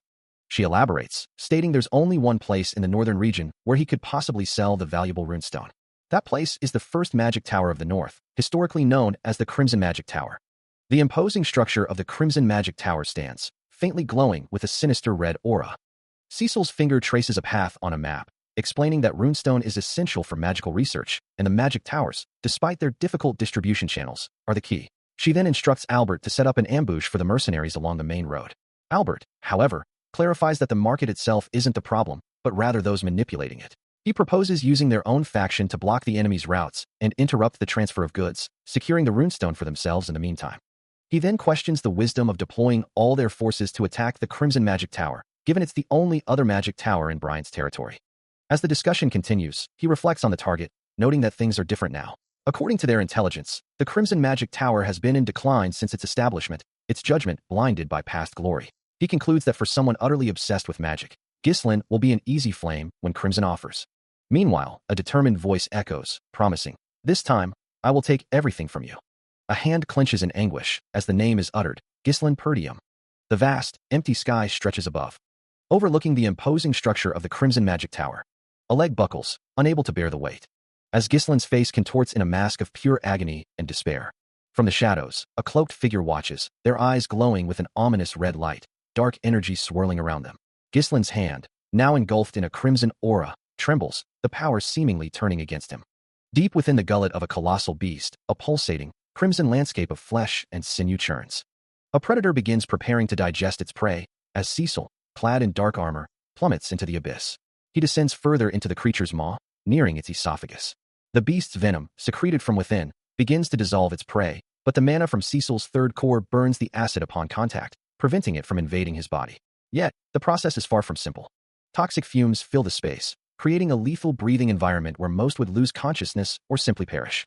He knows he has to endure it, for otherwise, it's all over. With everything he holds dear, this expedition, and his very future on the line, Cecil resolves that if escaping the poison isn't possible, he will make it his own. He channels every bit of the invading venom directly into his mana core. There, the dense mana within would confront and overcome the toxic energy, a technique known only to ancient mages. His eyes glow with an eerie purple light, as the absorbed poison becomes an alternative fuel, capable of withstanding even a mana explosion. A surge of raw power erupts around him. Moments later, he stirs, slowly opening his eyes. A profound sense of refreshment washes over him. He looks around, disoriented, trying to piece together what happened, fragments of his father and past events flashing through his mind. He stirs awake, his vision blurring as a small figure comes into focus beside his bed. A soft cry escapes her as she throws her arms around him, burying her face into his chest. Her voice, muffled against his shirt, whispers a simple greeting. His eyes widen slightly, a flicker of recognition crossing his features. A name forms on his lips, a memory resurfacing from the depths of his disorientation. From the doorway, a maid's relieved voice announces his awakening to someone unseen. He sits up, testing his strength, realizing 2 days have passed since the incident. Despite intense recovery efforts, he has only managed to regain the bare minimum of his mana, an insufficient amount for his immediate needs. The sheer power of the monster's condition, which had overwhelmed him, still impacts his recovery, making it impossible to fully recuperate in such a short time. A strange sensation washes over him, his legs and lower body enveloped in a shimmering, ethereal glow. He observes his clenched fist, now radiating a vibrant blue aura, realizing his mana capacity has inexplicably increased. The core of his being, his mana core, pulses with an intense purple and blue light, a clear sign of its newfound power. A thought strikes him, his eyes reflecting the magical glow. Could the blood python's energy have been absorbed by his mana core while neutralizing the venom? He examines his toned physique, a method of growth he never encountered in his past life. Standing shirtless in the room, he acknowledges that he still needs to verify a few things about this unexpected development. Flexing his muscles, he considers the implications. With this new method, he could grow dozens of times faster than before. As he begins to put on his shirt, his immediate focus shifts. Buttoning his shirt, he resolves that selling the runestone must come first, knowing that after 2 days, many people will already be aware of its existence. He considers his next move, knowing he needs to gather his forces. Approaching a closed door, he calls out, "Belinda, there's no need to knock." A foot steps forward, pushing the door open. Where Ghislaine and Belinda stand, their faces etched with worry. Their expressions remain fixed, a silent question hanging in the air. Belinda's gaze is particularly intense, her concern palpable. Cecil, however, seems annoyed by their overprotective demeanor, and he responds to Belinda's query. "Are you all right?" "Yes, as you can see." Ghislaine, seeing his brother's healthy appearance, lets out a sigh of relief. "Good. That's a relief." He finds himself gently held by Belinda, her touch soft against his cheek as she asks if he is truly all right. Before he can fully respond, Ghislaine steps forward, gripping his arm firmly, his voice a low, concerned rumble. Belinda, observing the scene, then comments on the timing of their sudden concern. Ghislain, however, remains focused, his expression unwavering in its seriousness. Turning to him, Cecil then makes a direct request, which Ghislain questions with a hint of surprise. His gaze is firm, his resolve clear. Within a grand, stone hall, a young man stands before another, who kneels respectfully. A rare one-on-one meeting with his older brother unfolding before him. The kneeling man apologizes for taking up his time, but the young master reassures him, declaring himself to be in excellent condition after a period of rest, before wondering what the regressed mercenary might ask of him. His older brother listens intently, his gaze fixed. A sharp, calculating glint shines in his eye. He recalls a memory from his childhood, a question lingering in his mind about what someone had meant by their words back then. His expression remains unreadable, lost in the depths of his thoughts. In that memory, a younger Cecil stands beside Elena, the world around them bathed in a soft, golden light. Back in the present, he thinks of his brother, unable to perceive the same truths he does, wondering if Ghislain truly cannot comprehend. A voice, perhaps a memory of Belinda, echoes in his mind, suggesting that some people are simply not good at expressing their emotions. Even Elena, in that distant memory, seemed to silently acknowledge this truth, accepting it as just part of someone's nature. He considers this, realizing the words apply perfectly to his brother, who struggles to convey his true feelings. Suddenly, the image of Ghislain appears, sword drawn, issuing a direct challenge. Raise your weapon. Cecil's gaze hardens, a silent resolve settling upon him as he prepares for whatever lies ahead. He stands ready in a vast, ornate training hall, facing his opponent. The air crackles as he launches into a blindingly fast assault, his blade a blur of motion, forcing Ghislain to parry defensively. Ghislain struggles to keep up, his own sword ringing against the relentless onslaught. Each strike drives him further back, his foot sliding across the polished floor. The rapid exchange of blows continues, a whirlwind of steel and focused intent. Still, Ghislain holds his ground, albeit barely, against the younger man's fierce attack. Then, with a sudden shift, he pulls back his sword, winding up a powerful, mana-infused punch. The blow connects squarely, sending Ghislain reeling from the impact. He then holds his sword casually, asking, "It's always like this, isn't it? So, you don't need a sword." His strikes are forged with the strength to subdue the northern barbarians, yet tempered with the gentleness to protect all. The older brother's powerful swing descends, only to be met by Cecil's swift parry, the clash of steel echoing through the training hall. With a sudden burst of speed, he pushes back, forcing Ghislain's blade away. A final, decisive move sends Ghislain's sword spinning away, leaving him disarmed and vulnerable. The duel ends abruptly, both brothers standing amidst the scattered weapons. Ghislain looks on, his expression a mix of frustration and grudging respect. He stands before his older brother, who acknowledges his significant improvement. Yet, a flicker of doubt crosses Cecil's mind, as he considers the implications of his brother's words. However, Ghislain continues, offering specific advice on loosening his shoulders during a duel, noting that while Cecil possesses the strength and reflexes for massive forest monsters, he might be overlooking fundamental techniques. Cecil's grip on his sword tightens slightly as he considers the warning. But if you're not careful, your talent might become too easy for your opponents to read. He ponders this new perspective, realizing he usually relies on instinct to gauge his opponent's movements as a duel progresses. A subtle glow emanates from his eyes as a profound realization dawns upon him. This is the first time anyone has ever offered him genuine guidance. His swordsmanship, honed through countless battles and raw experience, is purely instinctual. He understands now that without formal training, there must be crucial elements he has overlooked and never learned. He recalls his father's guidance, acknowledging the wisdom he once dismissed, having always believed he had to rely solely on himself, struggling through everything alone. But now, he realizes that receiving guidance isn't such a bad thing after all. Cecil looks up, a newfound respect in his eyes, and thanks his brother for teaching him. Ghislain regards him with a stern expression. Admitting he had intended to scold him today, Cecil, still on the ground, questions his words. Ghislain explains that no matter how great Cecil's recent combat skills are, the rules remain. If everyone starts disregarding rules under the pretense of self-reliance, the only thing that remains is greater chaos. An exclamation escapes Ghislain as he continues, referencing past incidents Cecil caused in his reckless pursuit. Looking towards a distant, grand castle, Ghislain concludes, seeing that Cecil is looking beyond what today has, towards something greater. He continues to walk away, speaking over his shoulder, reminding Cecil that he has already proven his strength, and now it is time to fulfill his responsibilities as a successor. His steps are firm, echoing in the desolate training ground. Cecil watches him, a slight smirk playing on his lips as he acknowledges, "Ah, right." He then reminds Ghislain, "By the way, didn't you say that you had a request to make? You haven't told me what it is yet." The two stand facing each other in the vast, circular arena, the air thick with unspoken expectations. Ghislain pauses, considering his words, before finally stating, well. His gaze sharpens as he then asks, "Do you require funds?" The scene shifts dramatically to a new location, the Forest of Beasts Post. There, Cecil stands at the forefront, leading a formidable group of armored knights, their forms radiating with faint blue auras, ready for whatever lies ahead. Clad in a deep red cloak, Cecil strides purposefully across the barren ground, approaching a gathering of cloaked figures who await his arrival. Among them, a grizzled man with a prominent beard watches intently, a subtle smirk playing on the lips of another nearby. He addresses the assembled group with a confident air, asking if they have all been well.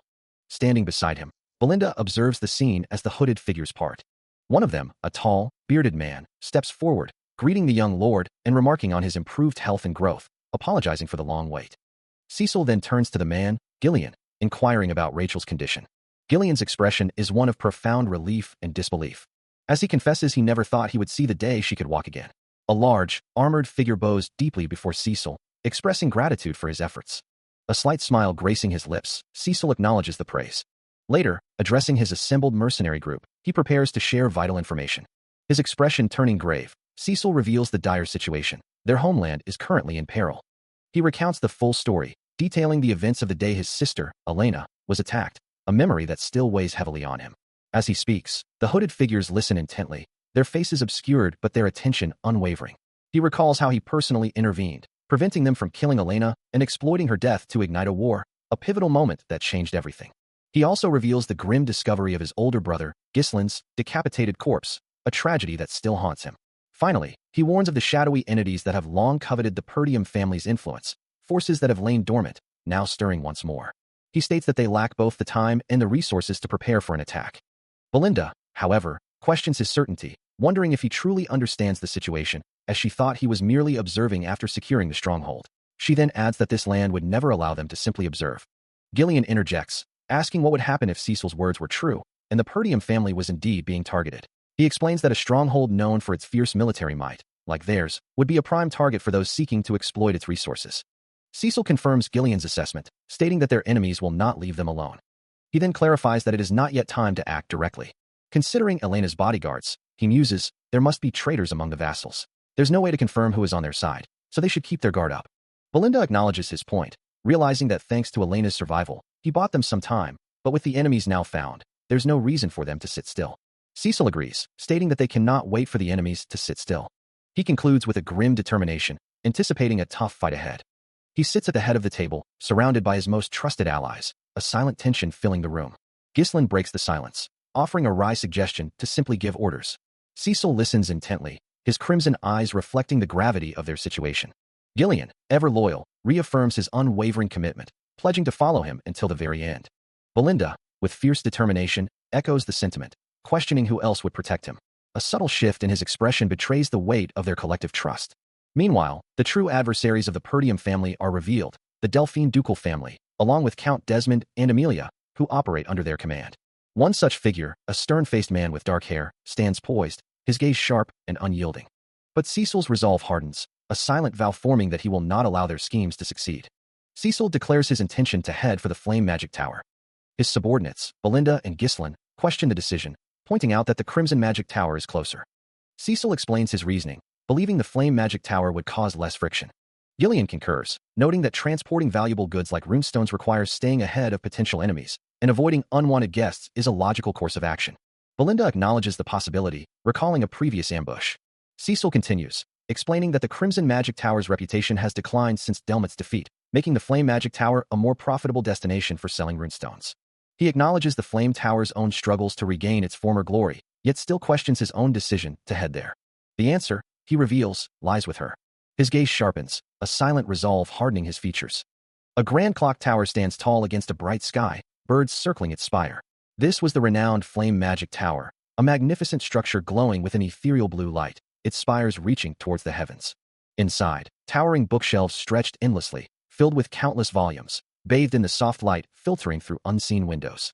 Amidst this vast repository of knowledge, Belinda sat on the floor, surrounded by open tomes, her dark hair cascading around her as she pored over the ancient texts.